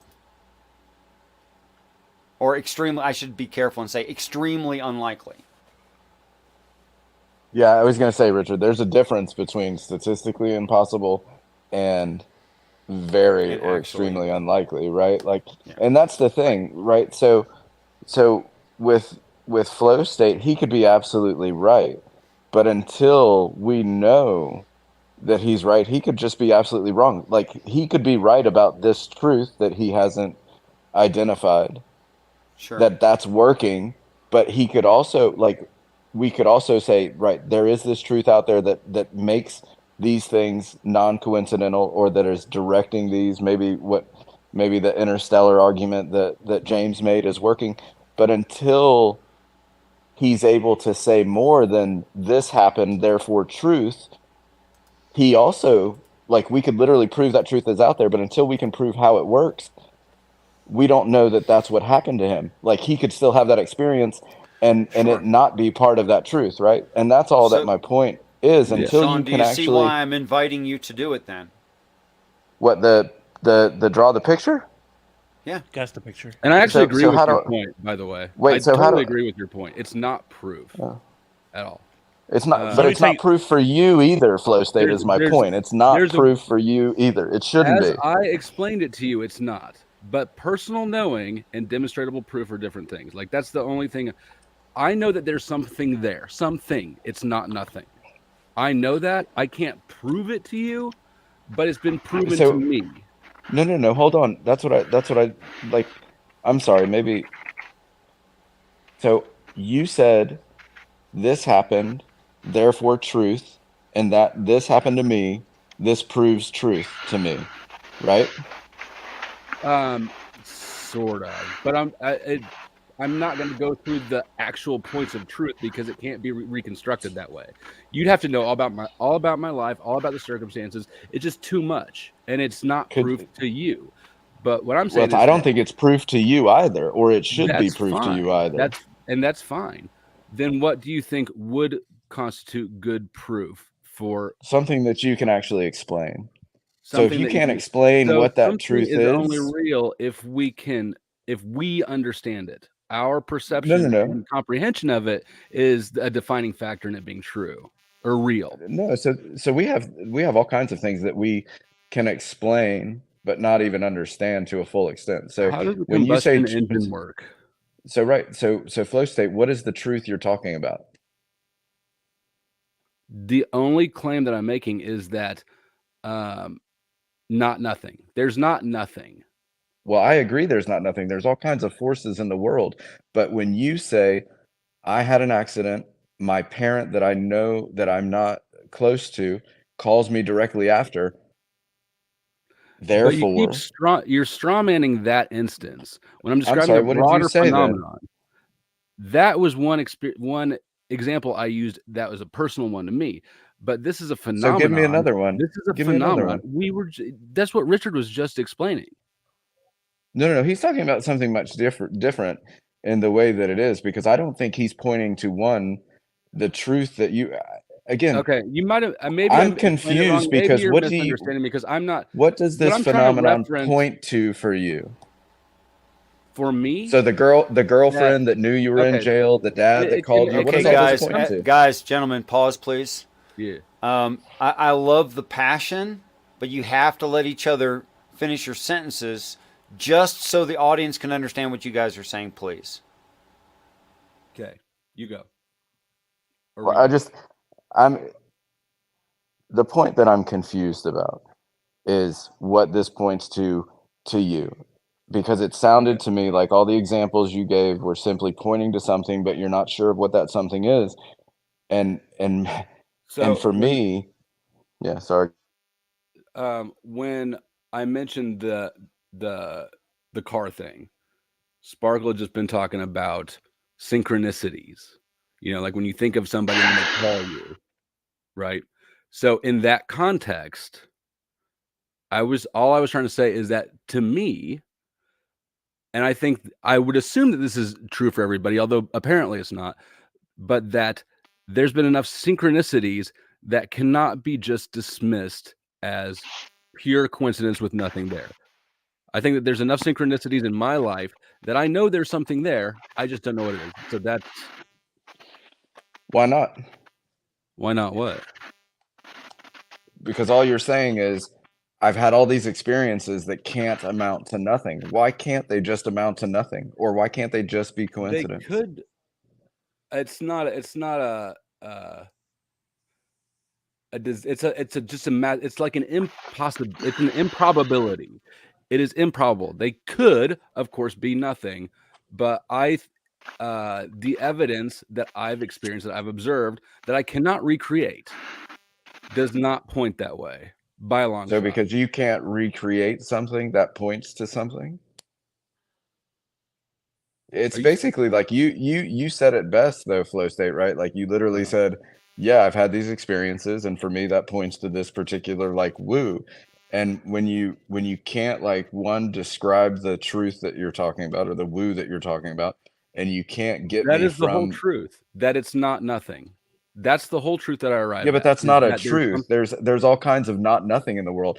Not de- or what's well, that I mean, common thing? Like I'm sorry that you my can't claim isn't describe bold enough, something. No. I but it was mean, the whole how? claim. But you can't describe something to me by telling me what it's not. I did. I'm sorry that that's not satisfying to you, but that's as far as the claim went. Well, I but can see nobody. that I you were don't think more any. there. There's not really more there for you to. Yeah, but there's nothing there. You're just simply saying it can't be nothing. That literally. And I'll ask everybody else on the panel. Like what when I say that means there's not nothing. What does that do anything for anybody? Because it doesn't do anything for me except you've had experiences that you don't know what it is I or mean, why it it sounds is like a or double negative. It's not nothing. It's a double negative, right? It Like, rules are you out one saying? option. It rules out one option. It doesn't do anything else besides rule out that one option for me. It doesn't prove it to you. It doesn't prove it to Sparkle. It doesn't prove it to the pack of cigarettes. What do you mean? What's the option that it rules out? I guess is what I'm I'm getting sorry. at. I had to laugh at that. I saw the pack there, but I was like, okay. The only thing that it rules out is the purely coincidental, zero connectedness option for one person, for myself. That's it. You can't argue that. What do you mean? Oh, the fact that you That feel it's connected? Sure, but that's not no, what I'm you talking can't about. Whether or argue. not you feel that it's connected, we're talking about if it actually is connected. So that you feel a truth is out there, or you feel that you've been proven a truth is out there because of an experience. That's not what I'm talking about. We're talking about if there is a truth out there, and you're simply saying, well, you can't prove to me that truth's not out there, so I'm just going to believe it So because the I've had very, very, experiences. very first thing I did Okay. was say, this is not proof to anybody else. That was the I don't very think it's first thing out of my proof to mouth. you either. So why are Or you I'm trying sorry. to get me to prove it to you when I've So already I'm said I not. can't do that? That's where that's where you're So you're misunderstanding. dissatisfied with my internal metrics. No, 100%. I don't believe it should be proof to you either. If But you're simply saying I've had experiences that do point to do something you I have can't all my hold on. internal metrics? Hold on Though? a second, because all you're saying is I've had experiences that I can't explain, therefore this, and you're not explaining this, then yeah, I think it's not a great way to Do you think come to though any that kind of I've truth. explained we both know that I have not nearly begun to explain this, and I'm not going to try because it's not proof to you. It wouldn't work. It's not proof to you. I don't But also, understand what it's more you quite could hubristic to explain. think that. Why would you think that you understand all the experiences and perspectives that I have put into this one moment? Do you think that people have experiences that are wrong? Absolutely, myself Right? included. How do you know? Right? Like, so that's what I'm saying. Like, when you Okay, say I this think saying proves wrong. Hold on, this, hold on. yeah, wrong's a It bad should be, word. Sure. What's a yeah, better? subjective. People have experiences that are subjective to that person. Yeah, Also, who's and I pinging guess their mic? So Holy shit! let Flow State, me turn it around. I'm gonna drop it now, because the one thing that really, for me, the way that my brain works, when you simply say, hey, I've had all these experiences, and they point to something that's not nothing, it doesn't do anything for me. Because when I say, So well, what's that something you're talking about, and you're saying I don't know, so I mean, right, yeah, that's great. I'm glad you've had experiences that point to nothing. we can try Right? turning it around, and I can try to Sure. frame the situation as a negative instead of a positive. No, I think I'm not going to be able to wrap my head around it unless you were able to explain how you get from point A to B. Maybe the rest Well, of the panel can have a I better stopped at discussion about it. A. A is as far as I went. I No, don't you know said why it you're still points going to to B with this. That's B. So your experience is A, and that points to a truth, which is B. And until, for me, the way that my brain works, unless you can like explain that to me, it's no different than someone saying, I know Jesus is real because I've had this experience. And me saying, what's that experience and what's that point to? At least for the Christian, they can say, here's my experience and this is why it points to Jesus. But you're saying, I've had an experience that points to truth. And when I For say, what's who? that truth? For For who? you, do you It's believe that all there's qualified. I qualified so wait, everything. hold. Do you believe in? And this is my brain works. This is my personality. If you simply think we can all have our own truths, then that's another reason I'm just going to bow out of this conversation. So let me ask you this. Do you agree that a person can know something as a truth from their own experience, but also not be able to prove it to other people? Are those two different sorts of truth? What do Are you there mean? Are different those two ways to different types obtain of truth, truth? for instance? So wait, say the because what you say So the question one more time. can you as an individual come to knowledge but not have it be provable or repeatable to a third party? I can't. No, Um, I don't think anybody can, because I think then how do I know? Like, so, and this is the thing. So if you've got something to me well, and you say, Sean, I've had an experience that proves to me that this is true. but I can't demonstrate that to you, I'm going to say, well, how do you know it's true? And you're just simply going to say, because of my experience. Well, And I'm going to If say, you well, that doesn't do anything for me. well, hang So, on. yeah. Well, I mean, I would like to say that flow state could try to demonstrate, could try to demonstrate what he believes is true, but it doesn't mean you have to accept his demonstration. Is it Yeah, wrong? did your mom ever spank you? What? Not you. Oh, If you okay. said I was like, if Darkin said my mom spanked me, well, he can't. I don't know if your mom spanked you or not. That's Right, not but that's not proof. what we're But that that's would not what be we're talking that would about. be that Hold is on, that dude. is Hold that would be on. an That's just experience that no, you knew because about. it's not equal though. Does anybody else think that Well, whether or not my one's mom, hold on, whether or tangible. not, hold the fuck on, dude. Does anyone else think that my mom spanked me versus I had an experience, therefore I have truth, is the same kind of claim? No, One's I it's like mean, saying it tangible. is. It, one's mundane. Like I have 4 dogs I just fed tonight. There's it's no doesn't reason someone's it. gonna push Okay, back against that. I mean, why would I even not think you had 4 dogs you fed? But when you say, Sean, I had an accident and my dad called me later, and that points to this truth. And I say, well, what's that truth? And you're like, I don't know. And I'm like, okay, well, that's great. When you figure that out, dude, come back. But you keep on insisting, I'm not trying to prove it to you. I don't care if you're trying to prove it to me or not. But I don't think it's a good proof to yourself of anything when you don't know what that truth is, other than it's not nothing. Right? That's what I'm he's saying. just That's why saying I'm bowing out. he's just saying that there's something there, but he doesn't know what it is. Like Well, sure. how is What the that fuck does it, controversial? The first step to that building this understanding is doesn't to mean anything. recognize that there's a difference between what you know and what you can prove, right? Do you agree with that? I think knowledge is justified true belief. That's not what I asked.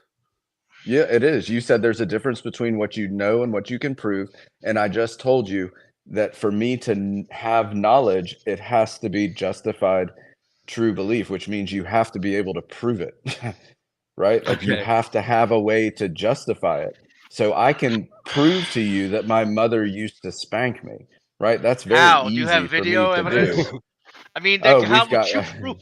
I'm sorry, well, it's a weird question Call to her ask, up. but how Call her do you? up. midnight, the same way that I can show you a picture of all kinds of childhood things, right? Like, so there's probably one of my mother hitting me with a spoon. I definitely think that I've got Right, but who my would? dad Who would? my dad's my dad's I'm belt in sorry. the closet. Hold on.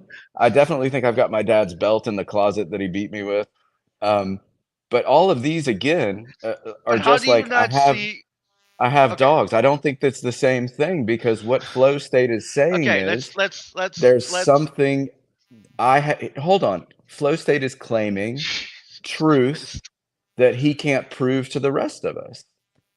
Is that not what you're doing? You're saying I've had these experiences. I I'm have this truth. I don't know why I'm me saying doing I don't. knowledge through experience. All I'm trying to get is for you to acknowledge that they're two separate things, right? From there we can get onto the specifics, but you keep strawmanning up the specifics of the claim without I'm not trying to addressing the straw man any. foundational issues. What does straw manning even mean? What do you mean? How am I straw manning you? What does that even mean? Because I keep trying to start with the basic building blocks of the concept, and you Give me keep the going specific straight to the. straw man. And you hold keep on. Can going. I? Yes, I'm please. sorry. Can I just say something real quick? All right. Please, I tried to So, bow out of this 5 minutes ago. All right. Well, I accept the bow. Yeah. I think. Let me just see if I can understand a little bit better. So I think maybe what flow state, you can correct me. I think maybe flow state is saying is that maybe you can experience something, right? Um, Regardless of whatever it is, right? And you might not have proof for that thing.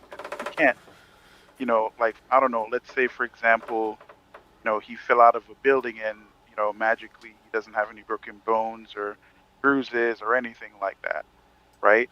Um, you know, and he comes to you right? And says, "Hey, dude, I fell out of this building. How many stories high? And dude, I have like no injuries whatsoever, right?"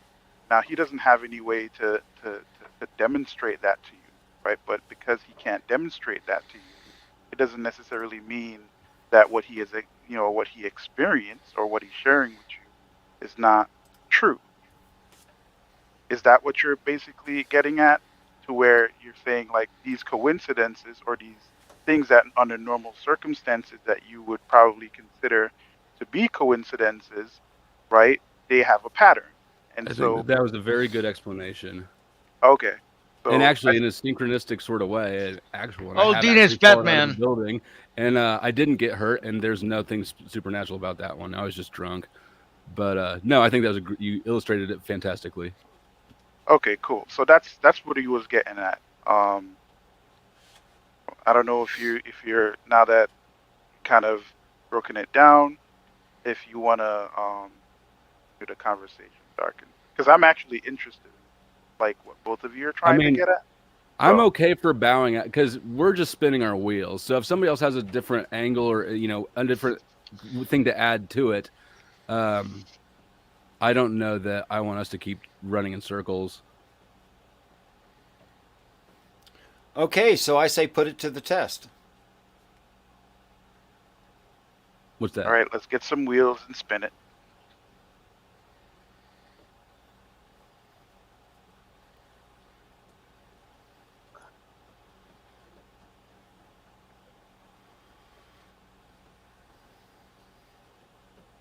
And I mean, there have been tons of experiments, and like Richard was saying,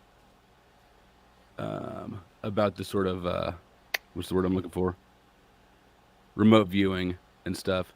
One of the guys who led the CIA's remote viewing program for like 30 years did a TED talk where he said he thinks that we are non-localized intelligence, which is pretty interesting to. I actually find What does that mean? I would describe that. I would actually say that your average human being can do this with statistically highly unlikely, unprobable positive results. Okay? And that universally, this is something that we do. Um, and that it's part of our perception of reality that we understand things non local, which is why it would make sense to say something like the human consciousness is not local. Hey, does it have something to do with? I recall a couple of years ago, I was watching a video where, for example, they had moms separated from their children, right? A good distance. They technically should know what's going on with their kids or whatever, right? And some of the women basically just had a feeling about how what their kids were experiencing, and I guess a decent percentage of them had like right predictions or something. Is it There's something like those, and that? there's a lot of twins studies too that I don't remember well enough to recite accurately, but yeah, there's a lot of weird stuff with moms and their kids and twins. So, Flow State, I guess the biggest question that to not go around in circles that I could ask is, what does this point to you? Like, what's the truth for you? Like, well, 42. I mean, Say again. that's Right. So, I mean, that's I too love, obtuse of a question, I suppose. I don't no, have an I answer don't that's think it super clear. is. I don't think it What's is. the truth? So when Like, you're claiming to have truth, but you tell me that's too vague of a question to answer, that's my whole overarching point is I struggle with because you say because of these experiences, I have I I have don't this claim to truth. have the truth. I don't claim to have the I'm not truth. saying the truth, you're saying have a truth, correct? Is that Um, right? all it all that it demonstrates to me is that there's something there. That's not nothing. We're going around in circles again. Well, I don't no, claim to but have that something truth. could just be coincidence, right? Like literally, if No, because you're I think saying it's not coincidence. coincidence to the extent that they happen at the same time, and they do technically coincide, sure. But coincidence to the extent that it's meaningless, just happenstance, that's what I'm ruling out for myself, not for you. So, Flow State, do you understand why it's hard for me to wrap my head around you saying? Well, I don't understand why you're you trying to wrap your head that far around something that doesn't because you've extend told that me you've far. had experiences that point to something, and when I ask you what that something is, you say I Well, don't I've know. told you lots of things, and that's the only part of it that you seem to hear. Well, Well, right, Sean, because that would you be something is what willing? I'm interested in. Don't you think that's because you're claiming there's Well, the because look, something is dependent upon the other things as well. They're all interconnected. You I don't can't know have what you just the mean. something. You need to have the whole thing. You only want the something. No, I'm interested in what you think the something is. And I'm definitely not. I don't have an answer for that any more I than what think I've the already told something. you. I think the something is non-local, valid, falsifiable information. Non-local, I don't know what that means, Richard, to be honest with you. Okay, And that's you're why, not like, sitting beside me, and I'm hearing you through speakers. yeah. But you exist and I exist, and when you form sentences, I hear them, and then I try to interpret it and respond correctly to your intent. That's non-local transfer of information. So you think that's the something he's talking about?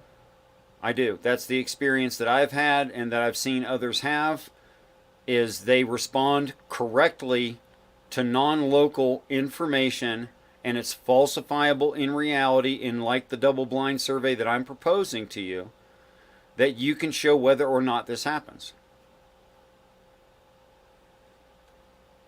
Yeah, and I'm happy to do that, but I still don't like.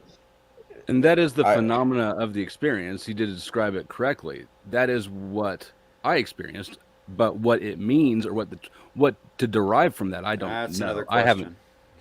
Yeah, so I guess I assume that that's what you're asking me, is what I derived from that, and I'm saying I haven't derived anything, but that is Of what course I do, experienced. Flow State, because yeah, absolutely. And I'm not. I don't mean to be an asshole, right? Like this is. I simply, when you tell me like this points to something, but yet you have most people when they say I've had an experience, and this experience proves X to me, right? Like they have an idea of what X is and they have a reason for X. And with Christians, it's always Jesus. With Muslims, it's always going to be Allah. With spiritual people, it might point to like, the woo that we talked about earlier, which I'm not on board with, but I could probably get behind easier than I could. The interstellar argument that James made earlier is kind of fascinating to me, right? Like if there are grooves on a record that like and time is in like the multi-universe sense, like if time is I'm not that well studied in all of those, but having done a little bit of reading, that's all fascinating to me. If you were to say, Sean, I've had these experiences and they make me think that time is different than we think about it is, I can entertain that. If you say like I believe that like Jesus is doing that, I can entertain that. When you say to me, it proves there's not nothing, it proves that there's something else, I can say sure, but that doesn't do anything for me because I'd rather talk to. That's fair. You know what I mean? Like it's not lackluster, but it's vacuous. Like it's so empty. Claim. It's a very small claim. It's not about the claim. It's about the emptiness of the claim. It's about like this points to something. And dude, I've got people that will say I've had these experiences, and it points to something so much greater than us. So and now we can talk. Do you consider yourself a materialist? Would you say that you have a materialist or perspective on things? Meaning like no supernatural, no spiritual, like everything. It's all garbage. Is kind of it's like, all garbage. I don't know. I don't think anything's garbage. I accept garbage. I mean, why would you say why would you say it like that? I don't know what you mean. You think if it is all material, then there's no purpose? Because I think there's purpose in life without Jesus. A lot of people have a very materialistic worldview. They think that But basically, it is what it like. I don't know how else to explain it. It's just materialistic. There can be nothing greater than this. We understand things. We know science. We know the science. We understand the things. There's nothing else that we don't understand or there's nothing else there basically.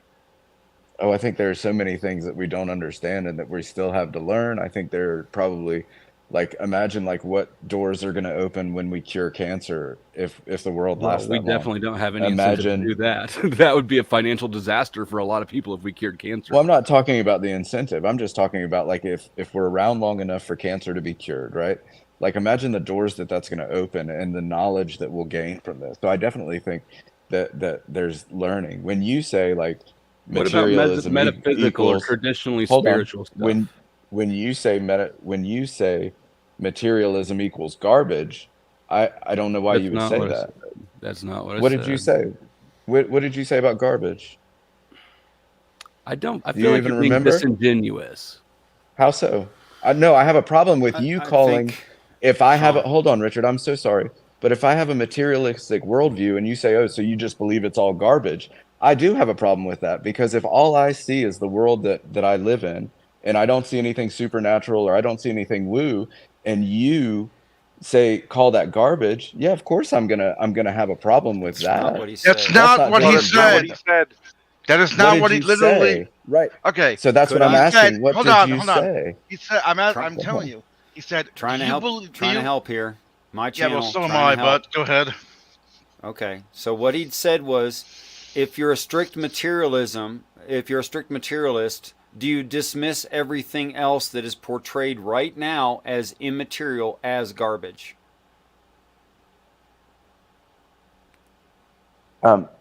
Thank you for clarifying that. No, I don't. To be honest with you, that'd be like saying like, do you mean to say that Christianity is garbage or that people have supernatural beliefs is garbage? Of course not. No, I think people have experiences. For me to call your experience garbage, I think I would have done that earlier. I'm just saying because you've had these experiences that you can't explain, I'm not going to view them the same way that you do, nor am I going to think they point to something, especially when you can't explain even what that something is. I have trouble understanding that because of the way my brain works. That's what I'm trying to understand is how your brain works. What about just spirituality as a whole? What do you think about it? Is it real? Is it made up? I don't believe in ghosts, if that's what you mean. I mean, that sort of tells me my answer, right? So you dismiss the whole thing, right? Because you answered the question with sort of a cute retort. So you're dismissing the whole thing. You have what I would Wait, describe hold on. What do you in mean my a best cute retort? understanding. I said spirituality. What do you think about it? And you said I don't believe in ghosts. That's a cute retort. Spirits, It's yeah, dismissive. I don't mean to be. I just mean that ghosts and spirits are synonymous to me. So, I mean, I'm just done going around in circles with you. I think that you understand what I'm saying just fine. I think you're disingenuous and intentionally so. I don't. I'm not. So look, Maybe I'll tell you you can this have for matter. maybe you can have anybody else explain it to you. No, I'll tell you matter of factly that I'm not disingenuous. I've been completely forthright with you about what I struggle with, and that struggle is you saying I've had experiences that point to X, and when I say like, right, what's that X? Is it spirituality? Is it the different theories of time? Is it multi-universe? Is it Jesus? Is it Allah? Like, what is this? And you say, well, all I know, Sean, is it's not nothing. And I say, yeah, I don't get on board with that. Sorry, I don't I can understand tell what you're that you're talking on about. board with the nothing theory, which is What where do you I'm mean kind the of trying to nothing walk. theory? You're a materialist. You don't believe in anything that's not tangible, basically. This is what I've gotten from you based on your own responses. So so awesome. So Would a basically, all that I'm doing. multiverse, let's say it is a multiverse, or let's say it is Mhm. some different theory of time, or time doesn't work as we know. Would that be nothing? Because I don't know, because I could get on board with that.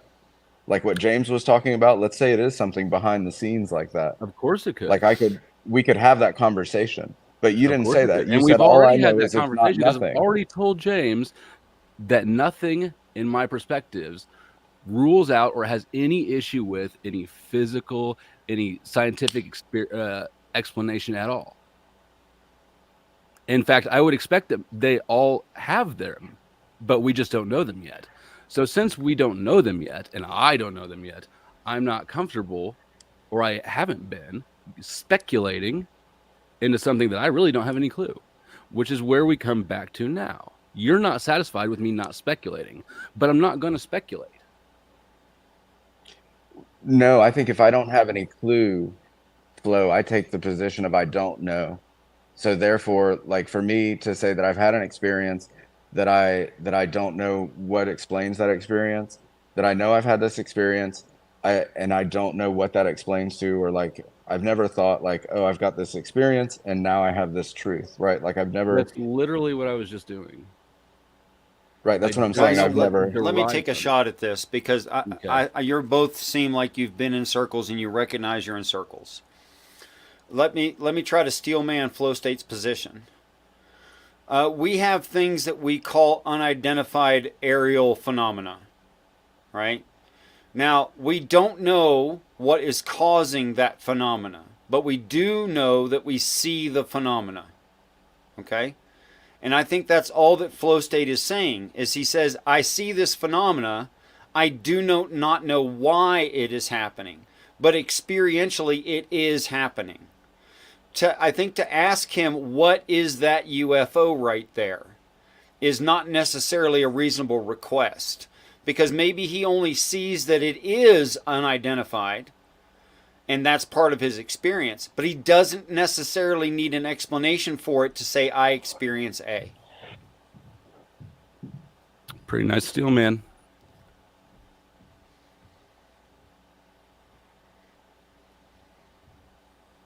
Okay. Okay. So do you understand why I'm absolutely genuine? And if you say you've seen a UFO, I'm gonna say, well, that really doesn't do anything if you can't describe that UFO, or you just say you saw lights in the sky. But Richard, when you say UFO, when you bring that into the mix, that kind of muddies the water because now you're bringing I mean, UFO. But everybody's if you say, explained my point just fine multiple times. I don't. There's no way well, that Flow you're State, this is genuinely not understanding it. Still, we can no, only okay. explain it to you. We Let can't me try understand and it for steel you. man you. Let me try and steel Okay. man you then. You've had experiences that point to a truth. Yes, that's it. Awesome. I'm just asking what that truth is. And if you can't tell me anything about that truth other than it's not nothing, I don't know what you're talking about, and I can't do anything with that, dude. That's It's it. That's not Jesus. disingenuous. That's It's what? Jesus, and he hates you because you're materialist. That's the truth. Well, so and if that's And he hates literally your the dog. position, yeah. And if that's the position, that's something we can talk about. But there's nothing to talk about if you say I have an experience that doesn't point to nothing. I say awesome. That's great. I do have a quick question for you, Darkin. What do you think of meditation? I think meditation, prayer, all of these things are wonderful, even though I'm obviously not a theist or a Christian. I think prayer and meditation both do the same thing. I mean, Um, um, meditation has nothing to do with Christianity. In fact, it's way older than Christianity, and as it has so, been shown to, it has been shown to actually help. You know what I mean? There are many studies out there that shows that the meditation lowers blood pressure, deals with helps with stress and dude, anxiety. You know, so midnight. That's what I said. I don't think I said Christianity. I said even though I'm not a theist, I think meditation and prayer, because I think they're the same thing. I think when a theist prays, they're meditating the same way that I'm meditating in what we're doing, in like the actions that we're doing. I meditate a lot when I run in the woods. I run 100-mile races. I'm an ultra runner. I used to be an addict, so I'm sober. So meditation's Congratulations. been a big part of my life for a long time. And if I think it's wonderful, however you meditate, and I think there are various different ways people can meditate. I oh yeah. don't, and I think prayers, when someone says, "Oh, so you're not a theist, so you think prayer's bullshit," right? Like, of course, I don't think prayer's bullshit. I think prayer's just a theist way of meditating, right? Like coming at the world. When I families mean, pray it together, I can think it's be no different than. Well, prayer sure. I mean, can be a anything can form of be bad. meditation, but Okay. well, no, I'm So saying. Go ahead. go ahead. Go ahead, Midnight. I cut you off once before. Please continue. Well, no, I just want to say, there are prayers that could be meditations, but generally when you pray, you don't usually meditate. Like they always like you know what I mean. Meditation and prayer can be used together, but not everybody who prays meditates, and not everybody who meditates They're not prays. always the same, basically. Yeah. Yeah, no, I'm just using my experience with some friends that I know when we talk about the way that I meditate and the way that I pray, because they've asked me, well, how do you deal with life if you don't have Jesus, right? Like, and flow state for me, where I live, it's all Jesus. It's always going to be Jesus, and there's nothing else. I'm in Kansas City, And it's bro. young. It's well, it's young Earth. So maybe we very similar, right? Um, so for me, I get a lot of people wondering not whether because I not whether I'm a materialist or not, but the question is, well, how do you live without Jesus, right? Like, how do you do this? And I've had long conversations about meditation and prayer with a few friends that make me think that a lot of my friends, when they're praying, they're meditating or they're doing some version of stress relief in their life, however that looks, right? I totally And agree with that too. By the I way, think they're everything you just both, said about that, I yeah. totally am on board with that. So I think Can they're I just good. can I just say something? You know what? I think for a lot of people who are religious, I'm religious. Not saying it's my mindset, but some people can't. I think some people can't really function properly without aspiring to something higher than themselves, right? Or surrendering to something higher than themselves. Well, there's a lot. Nietzsche put the like the desire to be a slave was a big thing. Like there are people that just need when we talk about might makes right with, and forgive me if I talk about Christianity too much. It's just what I'm familiar with. But when we talk about might makes right, a lot of people desire that. They want to be told what to do. They want to be in a relationship where they don't struggle on their own to figure out like what's moral, what their values should be. They need that love from something higher than they are, Batman. So I think there's even more to your point that people need a lot more than this world can offer them, whether I'm right or a theist is right. yeah, I mean, I think one of the main things that one should look for, right? Especially when it comes to situations where people are trying to kind of convey what they believe solely based on what they experience, right? It's to I guess you can ask certain preliminary questions to see where their mind's at, right? Um, because at the end of the day, that's I'm just gonna keep it a buck. Some people like to put on a show, right? I'm not gonna sit here you know, and tell someone that I know the Bible, you know, back and front. Like I can quote scripture. I probably could if I put my mind to, right? But that wasn't the reason what made me become a Christian in the first place, or even consider Christianity, right? It was more so just the teachings of Christ. I think they're useful, right, for humans, right? And and so that's what I aspire to.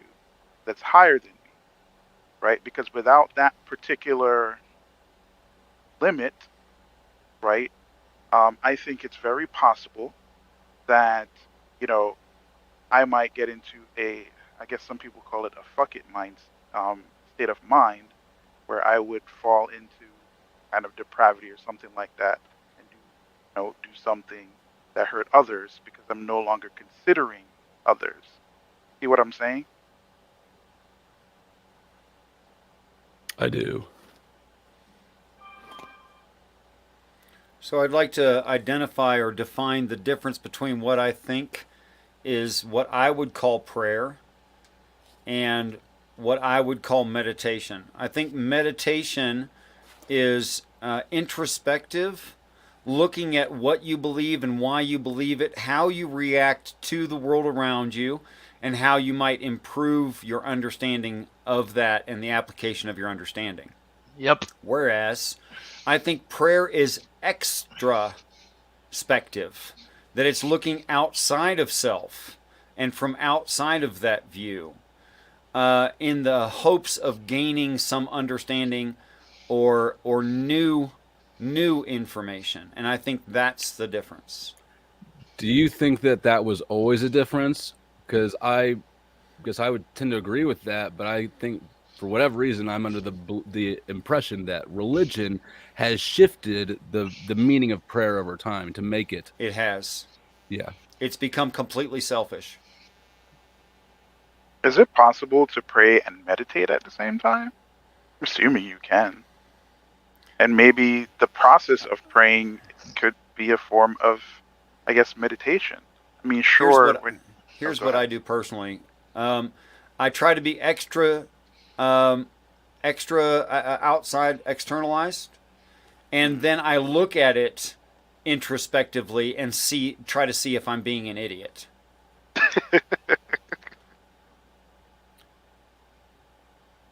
Okay. At least he's honest. Yeah. What do you I- so what do you guys when you think of prayer as it used to be? Because it's interesting to think of like how things have, especially with Richard, because he accepts how things have changed over time, right? Like and what it was prayer like in the early days versus um maybe not today, but like 200 years ago, 100 years ago. So oh, here's what I go think, ahead. Sean. Because the church fathers all claim to have prayed to God through the Holy Ghost or something that means something like that, and yet they disagree with each other, I have to say things like A, there's no Holy Ghost. B, the Holy Ghost is a liar. C, they're liars. Um, those are all bad options. So, do I think that the church fathers even prayed? Not successfully. What about singular individuals who weren't caught up in their own pride? And did they receive things that were true from outside of their knowledge range that are falsifiable? Well, I've seen that happen on an individual basis. But it seems the more accomplished a person is, the more likely they're just to make something up. So, so you wouldn't consider the like what percentage of your assessment have you like where you considered the possibility of them just not understanding whatever information they might have received, so to speak, right, from their praying, right? Okay, so Because they could have been I've given the never same tried message. to. Okay, Sorry, go ahead. sorry, go ahead. You needed to reiterate a point. Go ahead. No, so basically what I'm saying is that it's possible that they all could have gotten a message, right? Um, you know, and it probably is the same message, but how they interpret the message is different. And so because of that Mm-hmm. interpretation aspect of it, they decide to live, preach, and share their beliefs based off of their interpretation. That's a possibility, absolutely. That their presuppositions played into it, and Hmm. they colorized it the way they wanted to, which is not necessarily the correct colors. Gotcha. I was just asking, like, But it. it's hard for me to know their minds because they're a Mhm. little bit dead right now. So I can't ask them, hey, did you do this? Was this based in your church precepts? But it seems evident that it was based in their church precepts. So Fair enough. I think maybe sure we don't have access to their minds anymore. Um, but I think their work, living circumstances, prior beliefs, has a lot that you can tell a lot probably from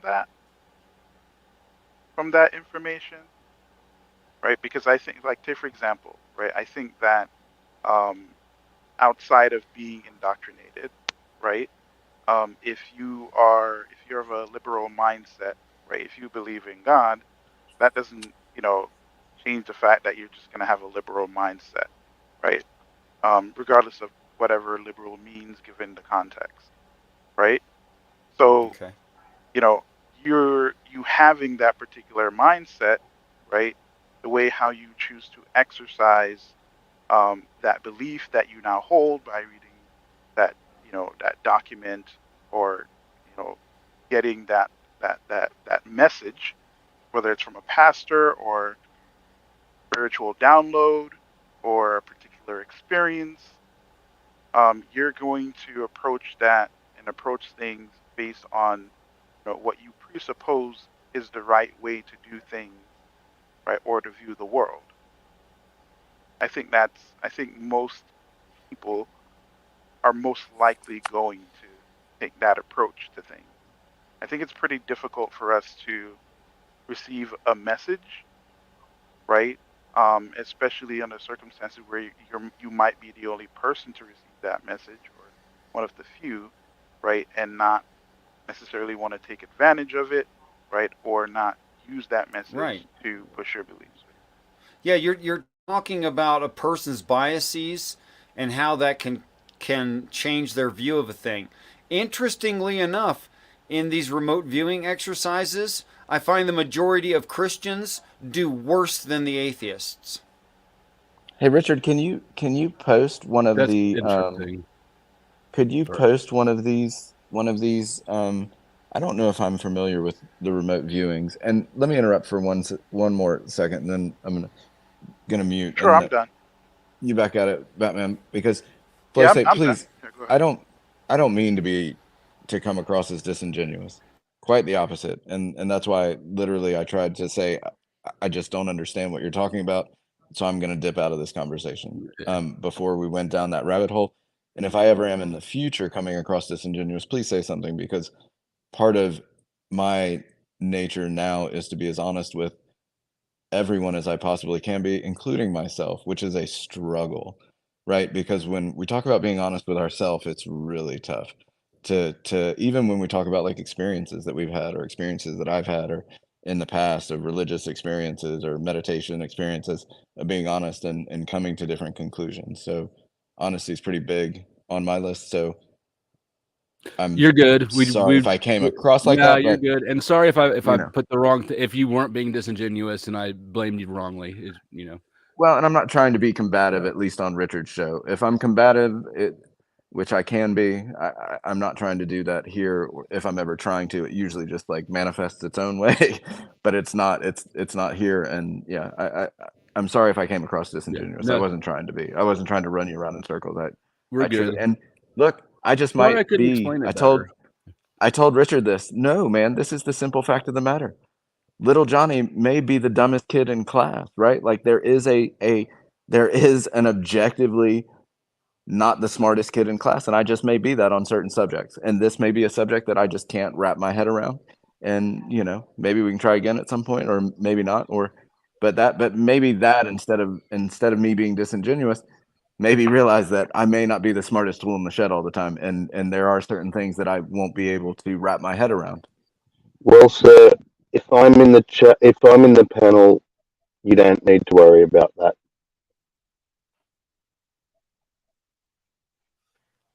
I don't know, 420. I might give you a run for your. I love it. Oh, you're muted, Richard. I love that we're arguing over who's dumber. Richard, you're muted, brother. Sammy, thank you. Sammy, do you Mm. remember what the name of the show was that where we did one of those remote viewing exercises? I mean, I've done 3 of them and I can't remember. I think it was an open thing. I don't think you. Just trying to remember, or if it was at the end of. I think.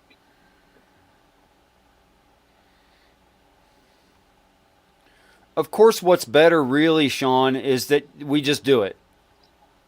at your leisure when you have plenty of time and you have no other commitments, social pressures, etc. It's better to just do it yourself, because it's as meaningful to watch someone else do it as it is for flow state to say I have had experience A. It doesn't mean anything really.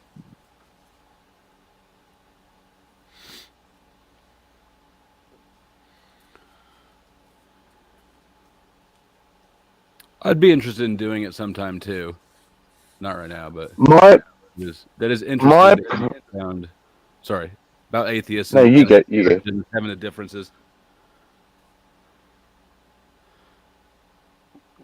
We all Yeah, I accept that find that 420's internet is upside down and like 3 seconds behind, So go ahead whenever you want to, 420. What I found was that it was only one go, but I had a lot of trouble not forcing it.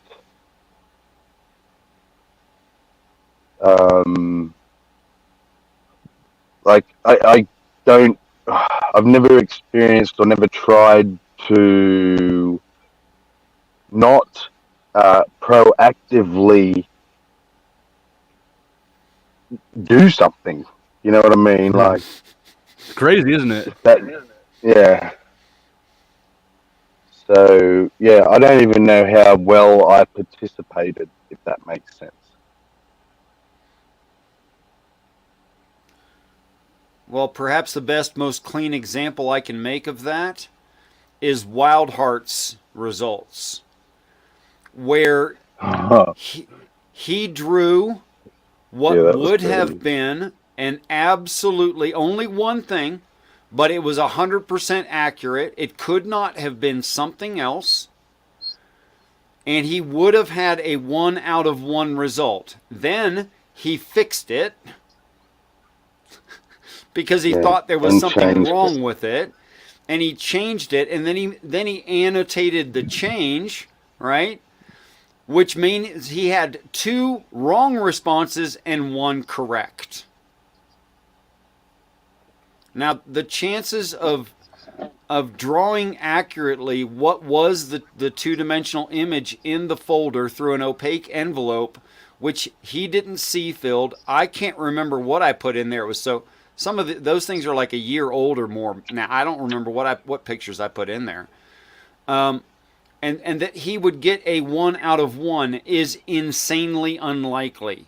I mean, it's you consider, okay, out of all possible pictures and all possible shapes that could appear in a picture, what's the chances of correctly having 4 spheres at about a 45-degree angle view? What's the chances of that? So, I mean, it's not like he got 3 of them right, and he drew 3 spheres, and I said, "Oh, that's right." No, it was he drew all 4 of them, and there were exactly 4 in the picture, and that's where he stopped, and then he started fixing it because he thought it must be wrong. He says, "Oh, it's a picture of a cloud. I'll try to make it look like a cloud." Wrong approach. Is there something to the like cold reading, not cold reading, but the suggestive, like, so when magicians Yes. do suggestive stuff, like, so what's on the outside of the envelope is going to affect what we draw? No, absolutely not. In fact, I'm working very hard when I do these to not use any descriptive words that would suggest to a mind something. Do you show us the envelope with the symbols on the outside? And then you guys select the envelope. And so what if you just showed us a blank envelope and then had us draw? Let me do a real world example here. Sure. Okay, so because I want you to be able to like easily remember this or annotate it, the symbols on the outside of the envelope look similar to each other. Okay? Just for ease of memory and ease of reference.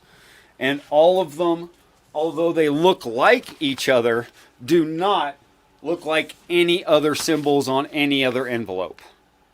Okay? And no, they have absolutely no correlative value to the picture inside. In fact, they're purposefully chosen to not reflect the picture inside.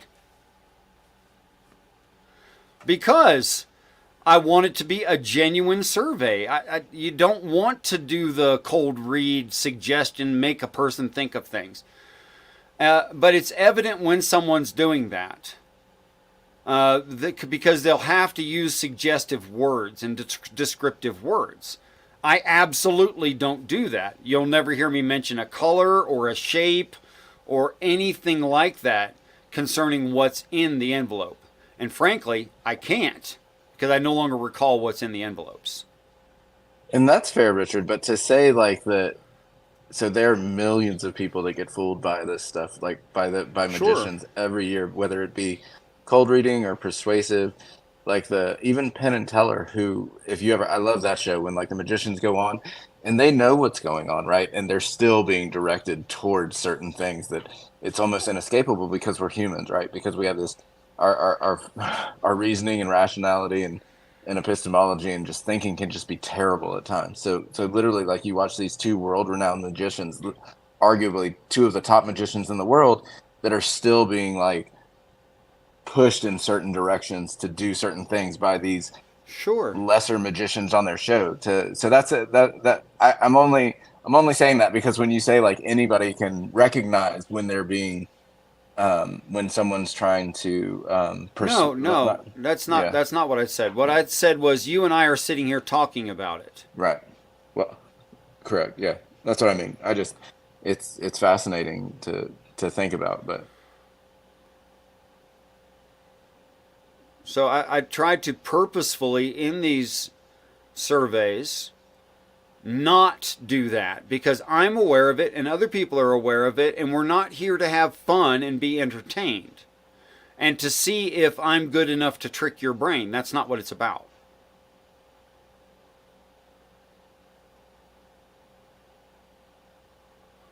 And besides, this is also why I suggest to people that they continue the survey on their own.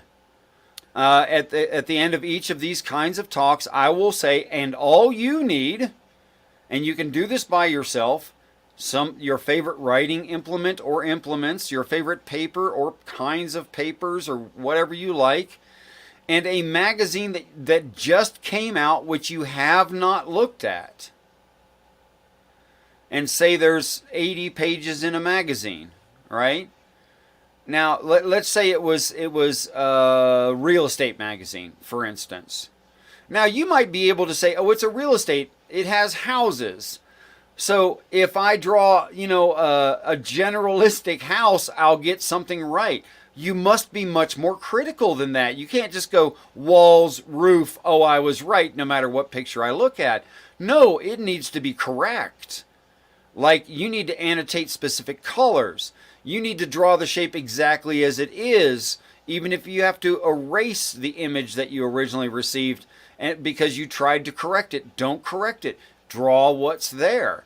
So start out by saying, okay, I've got this unopened magazine. There's about 80 pages. I'm going to select the picture closest to page number 50. I'm going to write page number 50 at the top of my drawing so that my brain can't fool me later. And then I'm going to draw what's the picture closest to page 50. You either have it right or you don't. So I encourage people to do this on their own, or even have a friend, one of your friends. Give them $5 in an opaque envelope. Say, hey, on your way home from work, would you slip a magazine into this, and just don't even talk about what you did. Or even where you got it from. It doesn't matter. I'd rather I don't know anything. Just put some kind of magazine in this envelope and lick it. And seal it up for me, will you? And give it back to me. So you can do it on your own. I mean, it has nothing to do with the words I'm using right now. And even what Richard's doing is like an at-home extension of something that's been tested and tested and tested. Like, there's volumes of research available into this exact phenomenon, and it keeps coming back with essentially the same results, that there's people are able to produce results that they could not possibly know with way greater than way greater Statistical accuracy than likelihood. statistics, right, would Right. provide for. Right. And I don't mean like 10% better. Like literally like 30,000% better than likelihood. But then with such consistency that it just builds on itself, right? Like you might hit a grand slam once, but you're not going to hit all grand slams. No, not by accident. Something I do remember that was interesting is that if the remote viewer is trying to view something that somebody is trying to hide from them, the more the person tries to hide the object, the easier it is to see. Yeah, Joe McGonigal did a live experiment where everything was filmed, right? And you'll notice in the filming of it, when they film him doing the drawings, he's got a different shirt on than when they film it during the actual experiment. And you go, wait a minute, there's something wrong with this. Until you find out that he did the drawings in his hotel room the night before and they filmed that. They had not selected the target. They had not picked up the envelopes from the store. They had not put the envelopes in the store, and they had not yet rolled the dice to select the envelope, and he still got the drawings right. He drew what was going to be in the envelope before there was an envelope.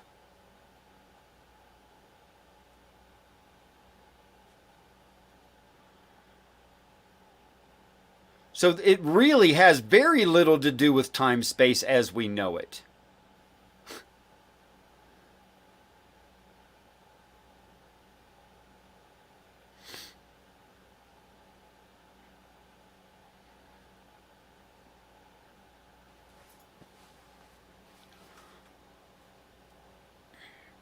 There are people who've remote viewed things that in a town they weren't familiar with. And they included in their drawings things that had been torn down and weren't even on in the public memory anymore because it had been torn down so long ago, like a drawing of a concrete and brick and block water tower before they started using steel for those, but drew it to scale and drew it in the right location. Like, how did that get in the drawing?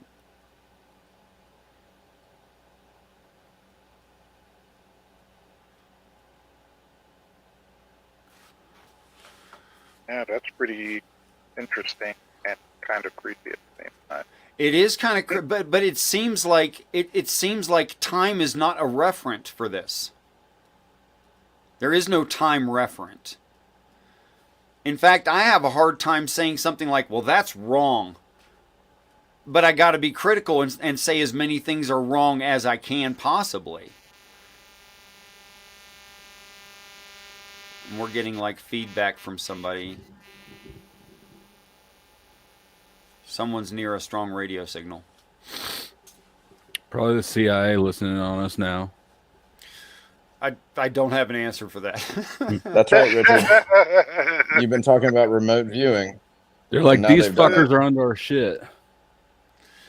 Well, But so that- I encourage people to prove or disprove this for themselves in their own surveys. I'm only trying to teach the methodology to test it.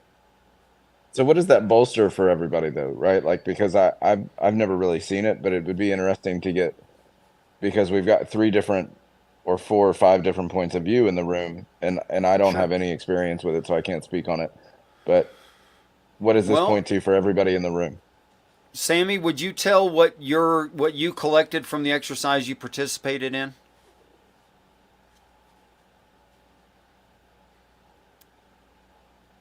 AFK Sammy.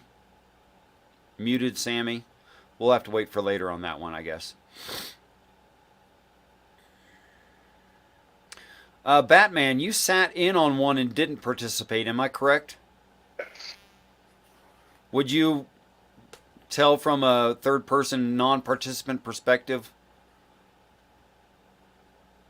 For one, I found it to be very interesting. Um, I tried to parse it out in my brain and be like, okay, what are the chances of really anyone getting, putting together anything even like remotely close to what's in the envelope? And, to me, what made it like, I guess, legitimate is the fact that everything was done, on screen pretty much. There wasn't any shenanigans or anything like that, and it was completely open. And obviously, it's on stream, so you know anyone can go back and critique it. Um, you know, if they have any concern. Um, the only, I guess, downside is that it requires a webcam. I didn't have a webcam, so I didn't participate because I didn't want to say, hey, if there's a chance that the I whatever I put together coincides with what's in the envelope at a high percentage, right? I don't want there to be any you know anyone not basically saying, hey, this is not no woo shit. This is one of those situations where you guys could possibly be working together. So that's why I didn't want to participate. Because I could have just say, hey, let me do what I need to do, right? And I can just take a picture with my phone and just send it by email or whatever. So that's why I didn't participate. Yeah, there wasn't any funny business or anything like that.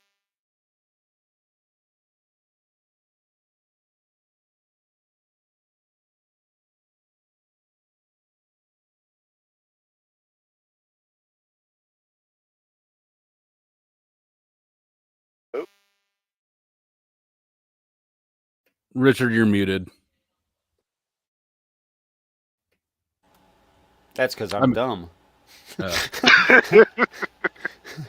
You wouldn't, Odine, you wouldn't remember a date, would you, or an approximate date? ah, damn. I think it was probably like around 2 months ago. Hmm. So what are the explanations? Like, so Batman, why do you like, what do you think's behind it? If like, what, how do you think, like, why do you think we're able to, or how do you think we're able to remote view? I mean, honestly, I don't know because so one of so I shared my experiences when it came to that, where I would have dreams about people who I've never met. One of the things I used to do was that I used to write down my dreams because I'm one of those people who can remember my dreams, and my dreams are very vivid. And I used to write them down, and eventually I started to draw the people who I would in my dreams. And sometimes I actually met those people, and I would eventually show them the drawing. After obviously conversation, making them not feel like I'm a weirdo or something like that, right? Or certain events I might have dreams about, and I would write them down. A couple of months later, they come about, and I used to have friends where I would just give them the stuff that I wrote down, like the dream, and tell them to hold on to it, right? Um, and sometimes it just comes true. Now, it's not one of those situations where this is something that I can put to apply a scientific method to see if I can get like repeatable, you know, consistent results. It's clearly inconsistent because not all of my dreams mean something. Sometimes I have really weird dreams where I'm in the body of a version of myself, and I might even get the impression that, hey, maybe there's a multiverse and I'm experiencing what my other self is experiencing briefly, right? So I don't have a definite explanation for it, but I'm convinced that it's a thing. Not necessarily just by my experience, but seeing as other people are getting the experiences as well, and looking at Richard's experiment, it seems to be a thing. I don't think we have a proper explanation for it yet. I think we probably eventually will, but we'll, that's my thought on it.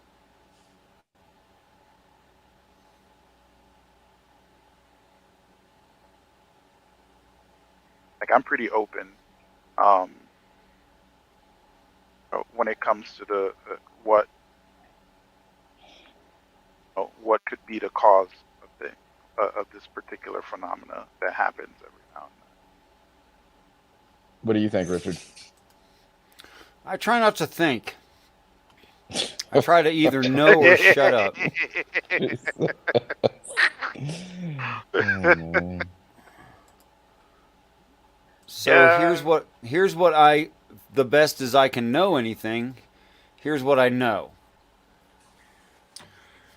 I have had experiences in an extrinsic meditative state where there was a suggestion of information that came to me that I know was from outside of my personal experience. For instance, I walk from this direction and stop, and the information comes at this point. And then the information suggests that if I kept going in the same direction and took a left and looked behind something opaque, I would see A. That's falsifiable. So when that happens, I continue along that path, I turn left, I look, and I should see item A. And I do. And I don't mean like common stuff, like major intersection on the main drag near downtown, but not exactly downtown, there's a Walmart. Of course. That's because Walmart is purposefully putting Walmart there. Okay? Right. That's like there's a strip club next to a military base. Yeah. You think there might be. No, but I mean, I need something around 2 foot length of 1/2 inch copper tubing. Right? Well, where would you expect to find that? Well, you can buy it at a hardware store for certain. You know, if they have pre-cuts. If you went to a construction site where they were putting in plumbing at the moment, they were soldering in plumbing at the moment, you might look in the trash container and find that. Okay, that would be reasonable. Downtown in an alleyway, stuck in a certain angle through a shrub behind an electrical box. That shouldn't be there. Like, why is it there? Like, you have to ask the question, well, is there even plumbing in the area? No. Hold on, but an No one alleyway, puts you've plumbing never... behind the electrical. What's that? So wait, this was an experience you had. So you had a vision of a piece of copper pipe in an alleyway in a bush, and you were Behind able an to find a large electrical junction box. that you'd never been to before. No, never been in that area. Don't need to have been, though. And you specifically went looking for that piece of pipe. Yeah, I'd say that's, I mean... And that piece of copper, the length that it appeared in my head, was indeed as described in the information. The information was true. And I don't mean, oh, it's close enough. It was laying on the ground, within a 300-foot radius of the shrub. No, I mean that angle through the shrub. Right behind that particular electrical box, down that particular walkway behind in that alley. Like, literally. So where do you think that information comes from? From someone who knew. Which wasn't me. Now, Like a human? it could be the homeless guy who slept back there and kept it as a weapon to protect himself that night and then left, and it was in his memory somewhere that piece of copper tubing was there, but then he kind of walked off without it. Maybe I got it from him. I don't know.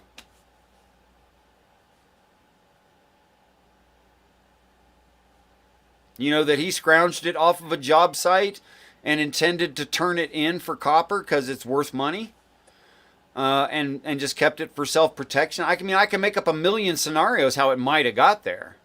You know, Well, sure, but how did the information get into your head is what I'm interested I in. can tell you experientially how it got into my head.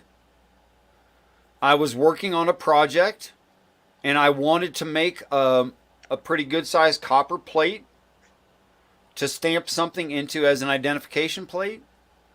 So I needed a piece of copper. So I thought, I need a piece of copper. And then as soon as I think I need a piece of copper, bigger than this, you know, um, I get a flash image and like landmarks along the way how to get there. And the landmarks, if I follow them, there's the copper tube. Yeah, I'd say that's pretty fantastic. I've got so many of those stories that happened to me since 2012. You get bored listening. Like you'd be just like, okay, stop, no, stop, no, stop, and I'd be like, no, wait, I got more.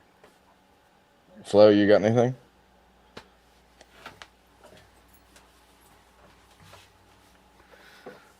Like I've got so many Any, to select from that these guys haven't heard the copper tube story before. right. Does anybody else have any experience with that or where they think it might come from? Yeah, I got nothing in terms of like. Because I got nothing like that. That's for damn sure. So you've But never I'm saying had you could. But I'm saying you What's could that? have those good. experiences. Awesome. Yeah. That's great. So how do I have those experience? Like how do I get to have one of those experiences? Step one, learn how to defeat your own imagination, which is hard. Which is what Odin and Sammy and why I was talking about these sealed envelope experiments is because that's about training your brain the difference between your imagination and your problem solving and your experimenting into possible realities and the actuality itself. That's step one. You got to get rid of your imagination. You've got to be able to tell the difference. It eliminates bias. You've got to get rid of your own bias. And that's super hard to do. I'm not kidding. It takes practice. But in 50 to 100 exercises of learning how to recognize the difference between your imagination and an actuality that someone is expressing to you, it's just like when you and I are having a conversation and I'm not quite done with my sentence. Your brain is sitting there guessing what I'm trying to say. You got to get rid of the guess. Oh, well, for sure. And I mean, I think most people work on trying to shut off that noise, I guess is what I call it, right? Like the noise in my Sure. head, like when I read a book, trying not to like skip ahead, trying to focus. That's just like focusing on what someone's saying and not trying to like have a sideline conversation in your own head. I think those are all things that that we have to work on just to be better. I would say better communicators and better just in relationships that we're in, right? Like, I mean, if I'm always thinking about something else while my wife is talking, then I'm kind of a shit husband, right? Like, I'm just a shit partner in that sense if I'm constantly like with that. And I work on that, that's something I struggle with interrupting her because I know where Sure. it's going. And then Sure. she likes Yeah. to say, look, dude, I like to tell a story. Let me tell the fucking story. Um, so, I'm like, well, we don't need to start at fucking, Adam and Eve. Let's get to Revelation. Um, but Right. that being said, yeah, that's interesting. I found a few things that I'll have to look into, and it reminds me. I listen to Sam Harris every now and then, but he talks about like deep meditation and getting to different states in meditation and how long that took him, and you know, so maybe this is a good point for Flo to understand the way that I do look at the world is I don't think we know very much about ourselves at the moment, especially the human brain and what it's capable of. Um, Right. Yeah. so I have no idea of Well, these types of well, things, that's like why I where they can come say from, and UFO, but I don't know what the UFO is. well, I all can that is, but show. right, but UFO has a certain, I think, stigma, maybe, is that the right word? Because we're thinking Yeah. aliens, where you're simply just saying, I don't know what I saw. If you truly Right. mean UFO as an unidentified flying object, You're Right. saying I don't know, but most people when they say UFO, they mean alien, Yeah, right? alien. Yeah. Which is why it's not the perfect, but it's a like scenario. It's not the perfect scenario, but for the perfect scenario, we should do it ourselves, and you should participate in one such exercise, and then more exercises of the same genre of yourself, because you don't know if you're tricking yourself. And Oh, I Richard, I just I'd be linked happy to. I just linked in the side chat one such occasion that I've been referring to tonight. I finally found one. Yeah, I mean, I'd definitely draw a picture for you. So just you could just skip through this video until you find the part where I turn my green screen off and have an envelope hanging in it, and continue forward from there.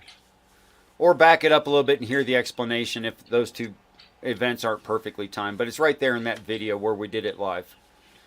And critique it and say, I don't know, he's using leading words, he's using suggestive words. I think that he might try to manipulate people, and be super critical, because the most important thing is that you have genuine experience without being coached. That's the most important thing. I do not want people to make observations based in lies and biases, because eventually they figure out that it was a lie and it was biased. That's just not the right approach.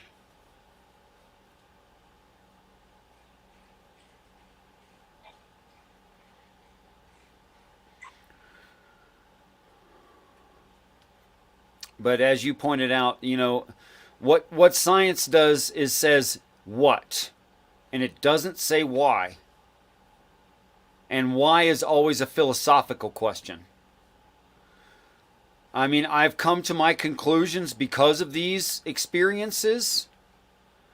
After I've done literally thousands of them. And I have what I think is a decent map to explain the reality that I experience. Okay?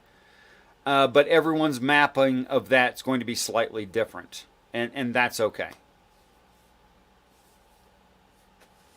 For sure. For me, it sounds like you're talking about like our perception of reality, and I do think there's a Yeah. difference between us all perceiving reality differently versus the reality that's objective, right? Like, Right. and I don't necessarily think that we can get there because of the simple fact of as humans, we're never going to be able to see the objective reality we live in.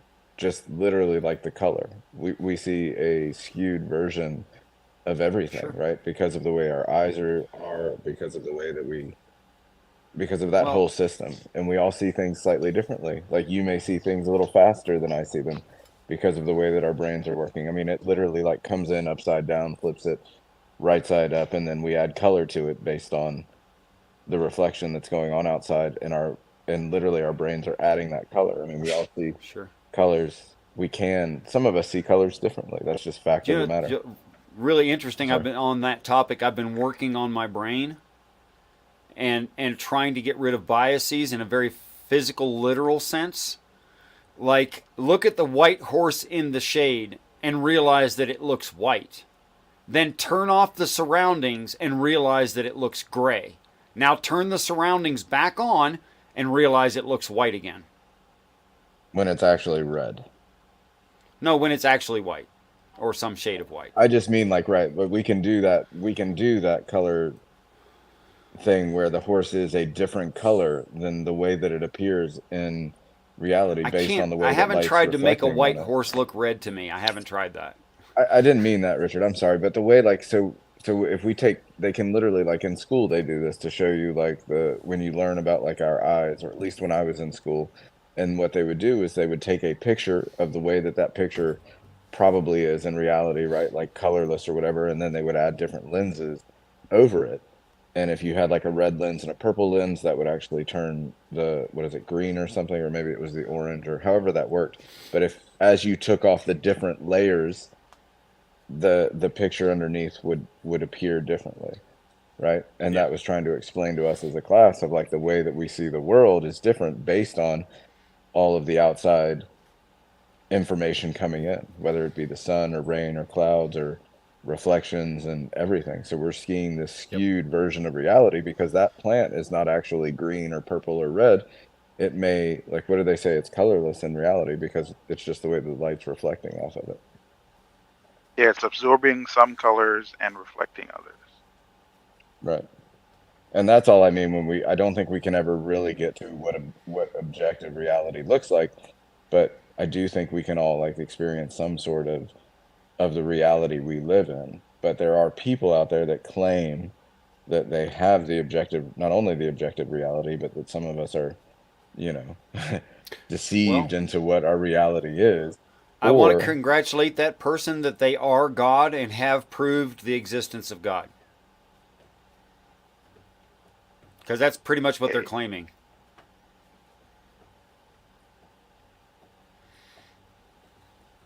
that's fair, or they've had revelation from God. I think a lot of the times that comes into it. Yeah, I don't consider Or myself him, but I'm authorized to speak with his authority. So my Cash App is going to be in the comments, and And he said I to know fill what it. 10% really looks like. I'm not the IRS. I'm God's dude. Flo, that's 10% off the top, mind you, right? Like that's not after you pay everybody else. That's like that Not we want right. Top gross. line, not after the IRS. I'm always That's competing right. with the IRS here. God doesn't like that shit. We Yeah, want it's that gross, gross. not net. You're right. Look, Right.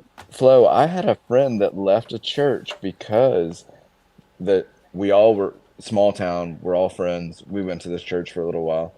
Um, Short of it is the pastor did a month-long sermon series on tithing, and he did it while he was asking for a fucking raise behind the scenes. And everybody else was cool with it, except one of my friends was like, "Look, man, this is just bullshit, right? Like this dude Yeah. wants a raise and we're having a month on tithing." He's like, "Come on, man, this is bullshit." Especially when that same pastor's like, "Gross people, we want the gross, not your fucking net. We're talking about gross." And I It mean, never it was made a sense to me, even as a little kid, how God created everything. He knows everything. He is everything. But this motherfucker's always broke. right. Our churches are just getting wiped out in But hurricanes and what's right, what's the missing nothing. variable here? Because I don't understand why God always needs money. It's always like the crescendo of every Sunday. It's like, and here we're passing around this plate. Put in enough for your neighbors to see. Well, I don't know if you were on in that sense of when we were talking about like, and I don't want to get back into you missed the Ten Commandments. James did a beautiful job, so I don't want to get back into that. But I think like one of like if we would have changed things up instead of like love your neighbor to like feed your neighbor, the world would look a lot fucking different, right? Like we'd be out there like I don't helping think everybody so. because I think love is obtuse enough that it covers all that stuff. or it's obtuse enough that it doesn't, right? Right. So if Well, you were people who want to if skewer things are going to do it. right, that's what I'm saying. But if it were like you could argue, like you and I can argue about what it means to love our neighbor, right?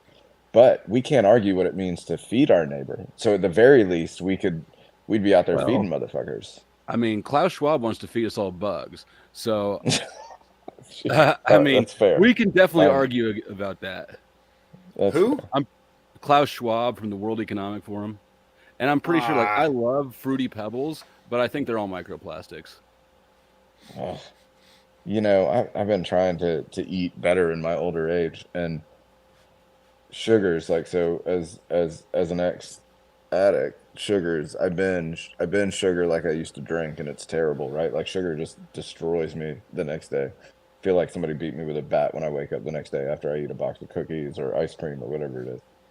But I still do wow. it. That's awareness. Oh It yeah, was it's terrible. stunning when I after I got raided, I woke up in jail, and it wasn't cigarettes, it wasn't booze, it wasn't opiates, it wasn't amphetamines. The only thing I wanted was pop. Oh yeah, that's That was sugar, sort of like man. a shot in the chest. Like, wow, I'm this addicted to sugar, and I'm giving it to my daughter. Um, It's terrible. Yeah. Look, it's I mean, the same. Like I've they've been done smoking the for 20 years. How do I not care about a cigarette at all? And it's Flo. not It's like I was funny even that cut off from sugar. I just didn't have enough of it. it's funny that you say that because I tell people all the time, like I could probably like I'm never gonna go through it again, but I could probably quit drinking again. But I don't think I could quit smoking again. And the most painful one to quit out of everything I ever had to quit was fucking sugar. It was sugar and caffeine were 2 weeks of hell. And It was tough. how good did you get about sugar? Like I how good were you? so when I first got sober, I was fortunate enough to have a good friend of mine that had had a lot of experience with it. And so for a lot of addicts, especially alcoholics, sugar, there's so much sugar and alcohol that you have these false cravings, right? That's why a bunch of alcoholics will Right. literally like eat sugar as the substitute because you're craving sugar because there's so much sugar in alcohol, whether it be the beer you're drinking, the wine or whatever. There's just so much sugar. So that's they're false cravings. And for a lot of alcoholics, it's trouble because, you know, I would sit in front of the fucking liquor store till it closed and then I'd drive home. And she was like, look, you need to quit sugar. And so I quit sugar, and 2 weeks after, like it was 2 weeks of like a train spotting locked in that room, right? And but after about a week, it stopped hurting, and after about 2 weeks, I stopped having the cravings for my candy and stuff on the way to work or whatever you had. And what I realized after about a month or 2 months is I no longer had these cravings for the alcohol. Like they were just far and few between. Like it was just a little. It what there were no physical cravings, and that's in my experience because I ditched not only the alcohol, but I ditched the sugar as well because it's the combination of the alcohol and sugar from somebody like me that drank like a liter of bourbon a day. That's what I was really missing. It's not only the alcohol, but it's also that sugar addiction. That And when is they do interesting. scientific studies, that sugar in your brain is just like cocaine. And Oh, it's from terrible. experience, I can tell you it's not nearly as good as the cocaine, but it's close. It is, yeah, it's close. That is interesting though. I it kind of seems like that sugar correlation would be something that they would know about and apply in rehab, which they don't um, at all. Well, I think it depends on what rehab you're into, right? Like, because I don't think a lot of rehabs focus on the nutrition side of it. Some do, but a lot of them don't. And I've up been here to where I live, the only thing they focus on is most every rehab here is 6 months of no outside literature, music, or interaction unless it's Christian. really. Yep. All the Can Good for I rehabs up you. here are faith based. can I ask a question about that specific thing? Like I've never had like any addiction issues. I don't smoke, drink, or like do any form of drugs or anything like that. You But should. I'm just kidding. I joke. I'll probably have a beer. Um, so my question, Dark, about that specific thing, right? Is it more so um, that they focus on the mental aspect of it versus the physical aspect of addiction, right? Because, uh, and I guess my other question is, do you think maybe they should get um, nutritionists involved when it Um, comes to that process? that man, the short answer is there are rehabs out there that do. There are as many rehabs out there are as there are addicts. You can go to any kind of rehab that you're looking for. You can go to an outpatient rehab, you can go to an inpatient rehab, you can go to a religious rehab that's faith based, you can go to a forced rehab. Um, you can go to shit. I think I might have lost you. You're still here. Um, so they're all different types of rehab, and it's just like which one. That's the nice thing about like anyway, that's the short of it is you can there's some out there that focus on nutrition, there's some out there that focus on exercise. I mean, outward bound, people use outward bound as a form of rehab, right? Like they'll use other places outside of rehab if they don't think they need to go to like and then there are rehabs that are for like the like the drugs and the alcohol rehabs are there are programs out there that are giving people methadone to get them out of heroin addiction, and there are all kinds of rehabs out there. But would you So, say you? I'm sorry. Go ahead. I was just going to add to that, and I think that there's more of a boilerplate experience, though. At least I don't know where Darkened lives, but like I'm in Kansas, and I've been to I guess 3 different rehabs, and one of them was voluntary because before court, and that was self-funded, right? So if you pay for your own treatment inpatient, you get a cushier experience.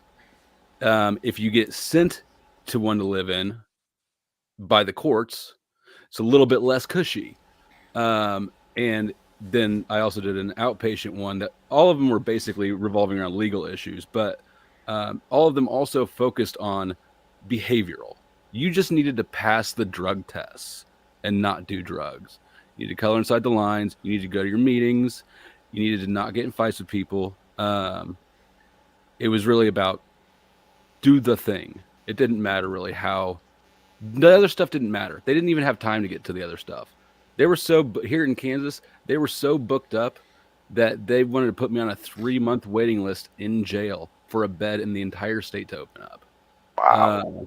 Luckily, I had a private attorney, and he found me an open bed, the one open bed in the state after sentencing. But they get people sent there from the courts, and they just need to try to break the pattern. And it works great while you're in rehab, but then people get out of rehab and they go back to where they came from, and they go back to the same people and the same And the same, yeah. routine. Right. So what I was thinking was that. So I remember. So I'm part of like subreddits, stuff like that, where people would like write short stories and stuff like that, and some of them shared about a lot of them are like what people experience, right? And I remember reading a story where some gentleman, he was an addict, and he, like what Flo just basically described, he just kind of went through a process, went back to his life, and got sucked in again, right? And so, one of his his grand uncles owned a farm, and um, he basically kidnapped him at gunpoint, told him to get into the car, took him to the farm, blindfolded him, took it to the farm, so he had no idea where he was, and forced him to live there pretty much. Well, at first, anyways. But and so he said that with whatever he learned from his prior experiences as to how to get over his addiction, he applied those things and whatever discipline that's associated with that. But he was really glad that he was no longer in the situation that that pushed him to start to drink and do drugs again. So I thought that was like pretty interesting, where it's like maybe half the time why people relapse and stuff like that is because of the lives that they are living, right? So maybe it's not necessarily just a mental thing, or necessarily, I guess a nutritional thing, right? It could also just be location. So maybe forcing people out of a specific location could actually help them do better, to where they won't have access to certain things because of certain circumstances. I don't know, Flo, does any of that make sense? Flo, do you want to go first? Or do you want me to? I mean, this is a rabbit hole I could go down forever. I think that it's holistic, basically. It's everything. In what I've learned and what I also drives with my experience, it's an addiction is an emotional crutch. It's a coping mechanism. It's a relationship. So it's really, for lack of better words, a spiritual issue.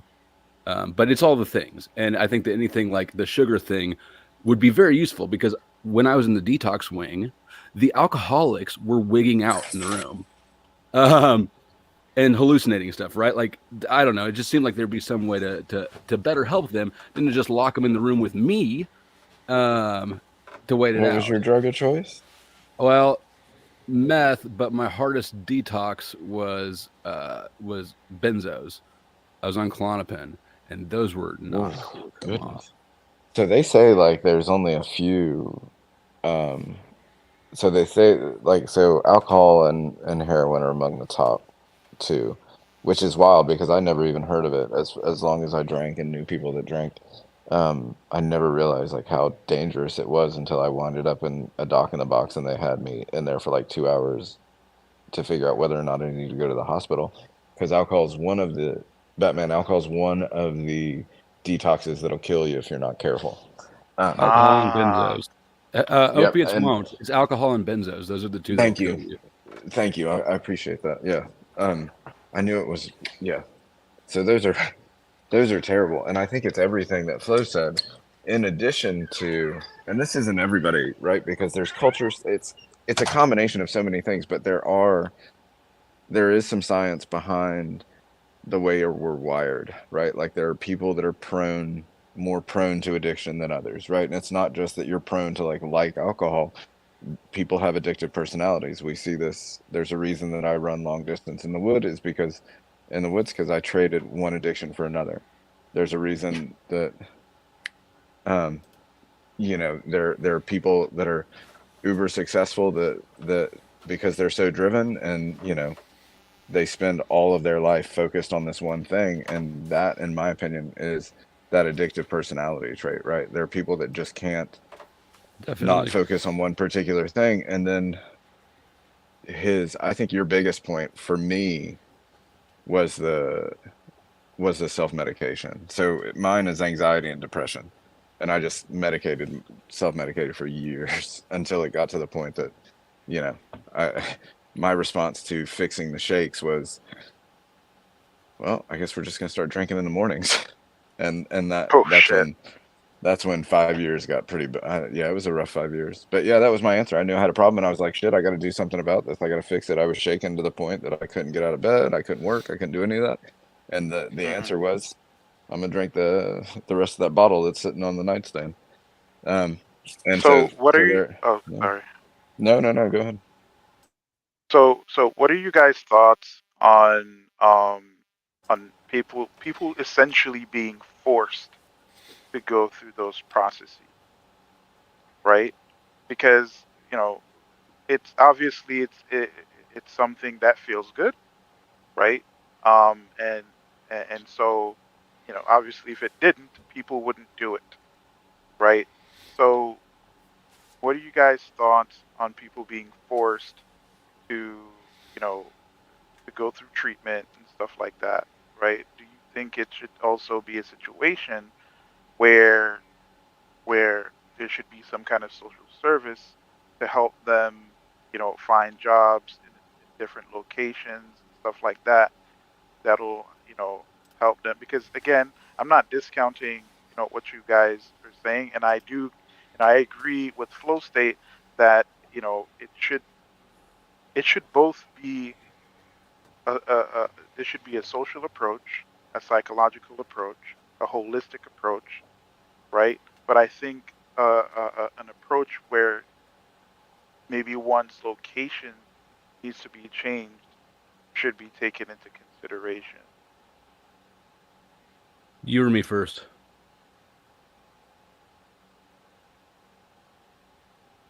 I'll go.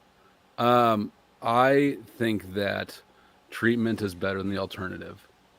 Um, but I think ultimately everything is going to fail unless the individual themselves. It's an individual decision to use substances. It's also got to be an individual decision to stop them. There's no amount of external control that can solve that problem. Um, what it can do is make it dramatically worse. So to the extent that addiction is a substitute for relationships, um, Yeah. which is a great deal. In my opinion, I think it is largely a substitute for relationships because people aren't connected to the people around them. And so that isolation is filled up with a substance, a ritual. Your girlfriend is always there when you get off work and get high. Um, I think that when we look at how we treat people with addictions and we arrest them and we lock them up and we tell them they're Criminalize it bad, basically. right? We do everything to isolate them further. It's absolutely 100% the opposite of what would be useful. So, do I think mandatory treatment is useful? Not really, compared to nothing, but I think it's definitely better than prison. Yeah. So it'd be a step in the right direction. Okay. Okay. I personally would All right, decriminalize guys. everything. Sorry, that's it. Start wrapping it up because I'm gonna have to go and feed my body. Okay, I'm Flow State. My channel's called Flow State. Thanks for having me on, Richard. Good talking to you Thank guys. you. Nice talking to everybody. Thank you, Richard. Sorry to derail a little bit with that addiction thing. Yeah. There's no such thing as derailing. Well, you know. It's not Anyway, possible. hey, thanks for having us. See ya. Batman. Hey, yeah, so thanks for having me again. Always a pleasure to chat with you and anyone else who comes in here. And like you always say, I hope the day comes when we're all of one mind, the hive mind, and our friends. Are you there, Sammy? And our friends. Oh, you are there somewhere. I saw you flash your mic on and off. Yep, I'm here. Wrap it Yes, up, man. all hail the great hive mind. Okay. Peace and respect You to you know. all. Thanks for coming by, everybody. I truly do look forward to the day we're all great friends. Till next time.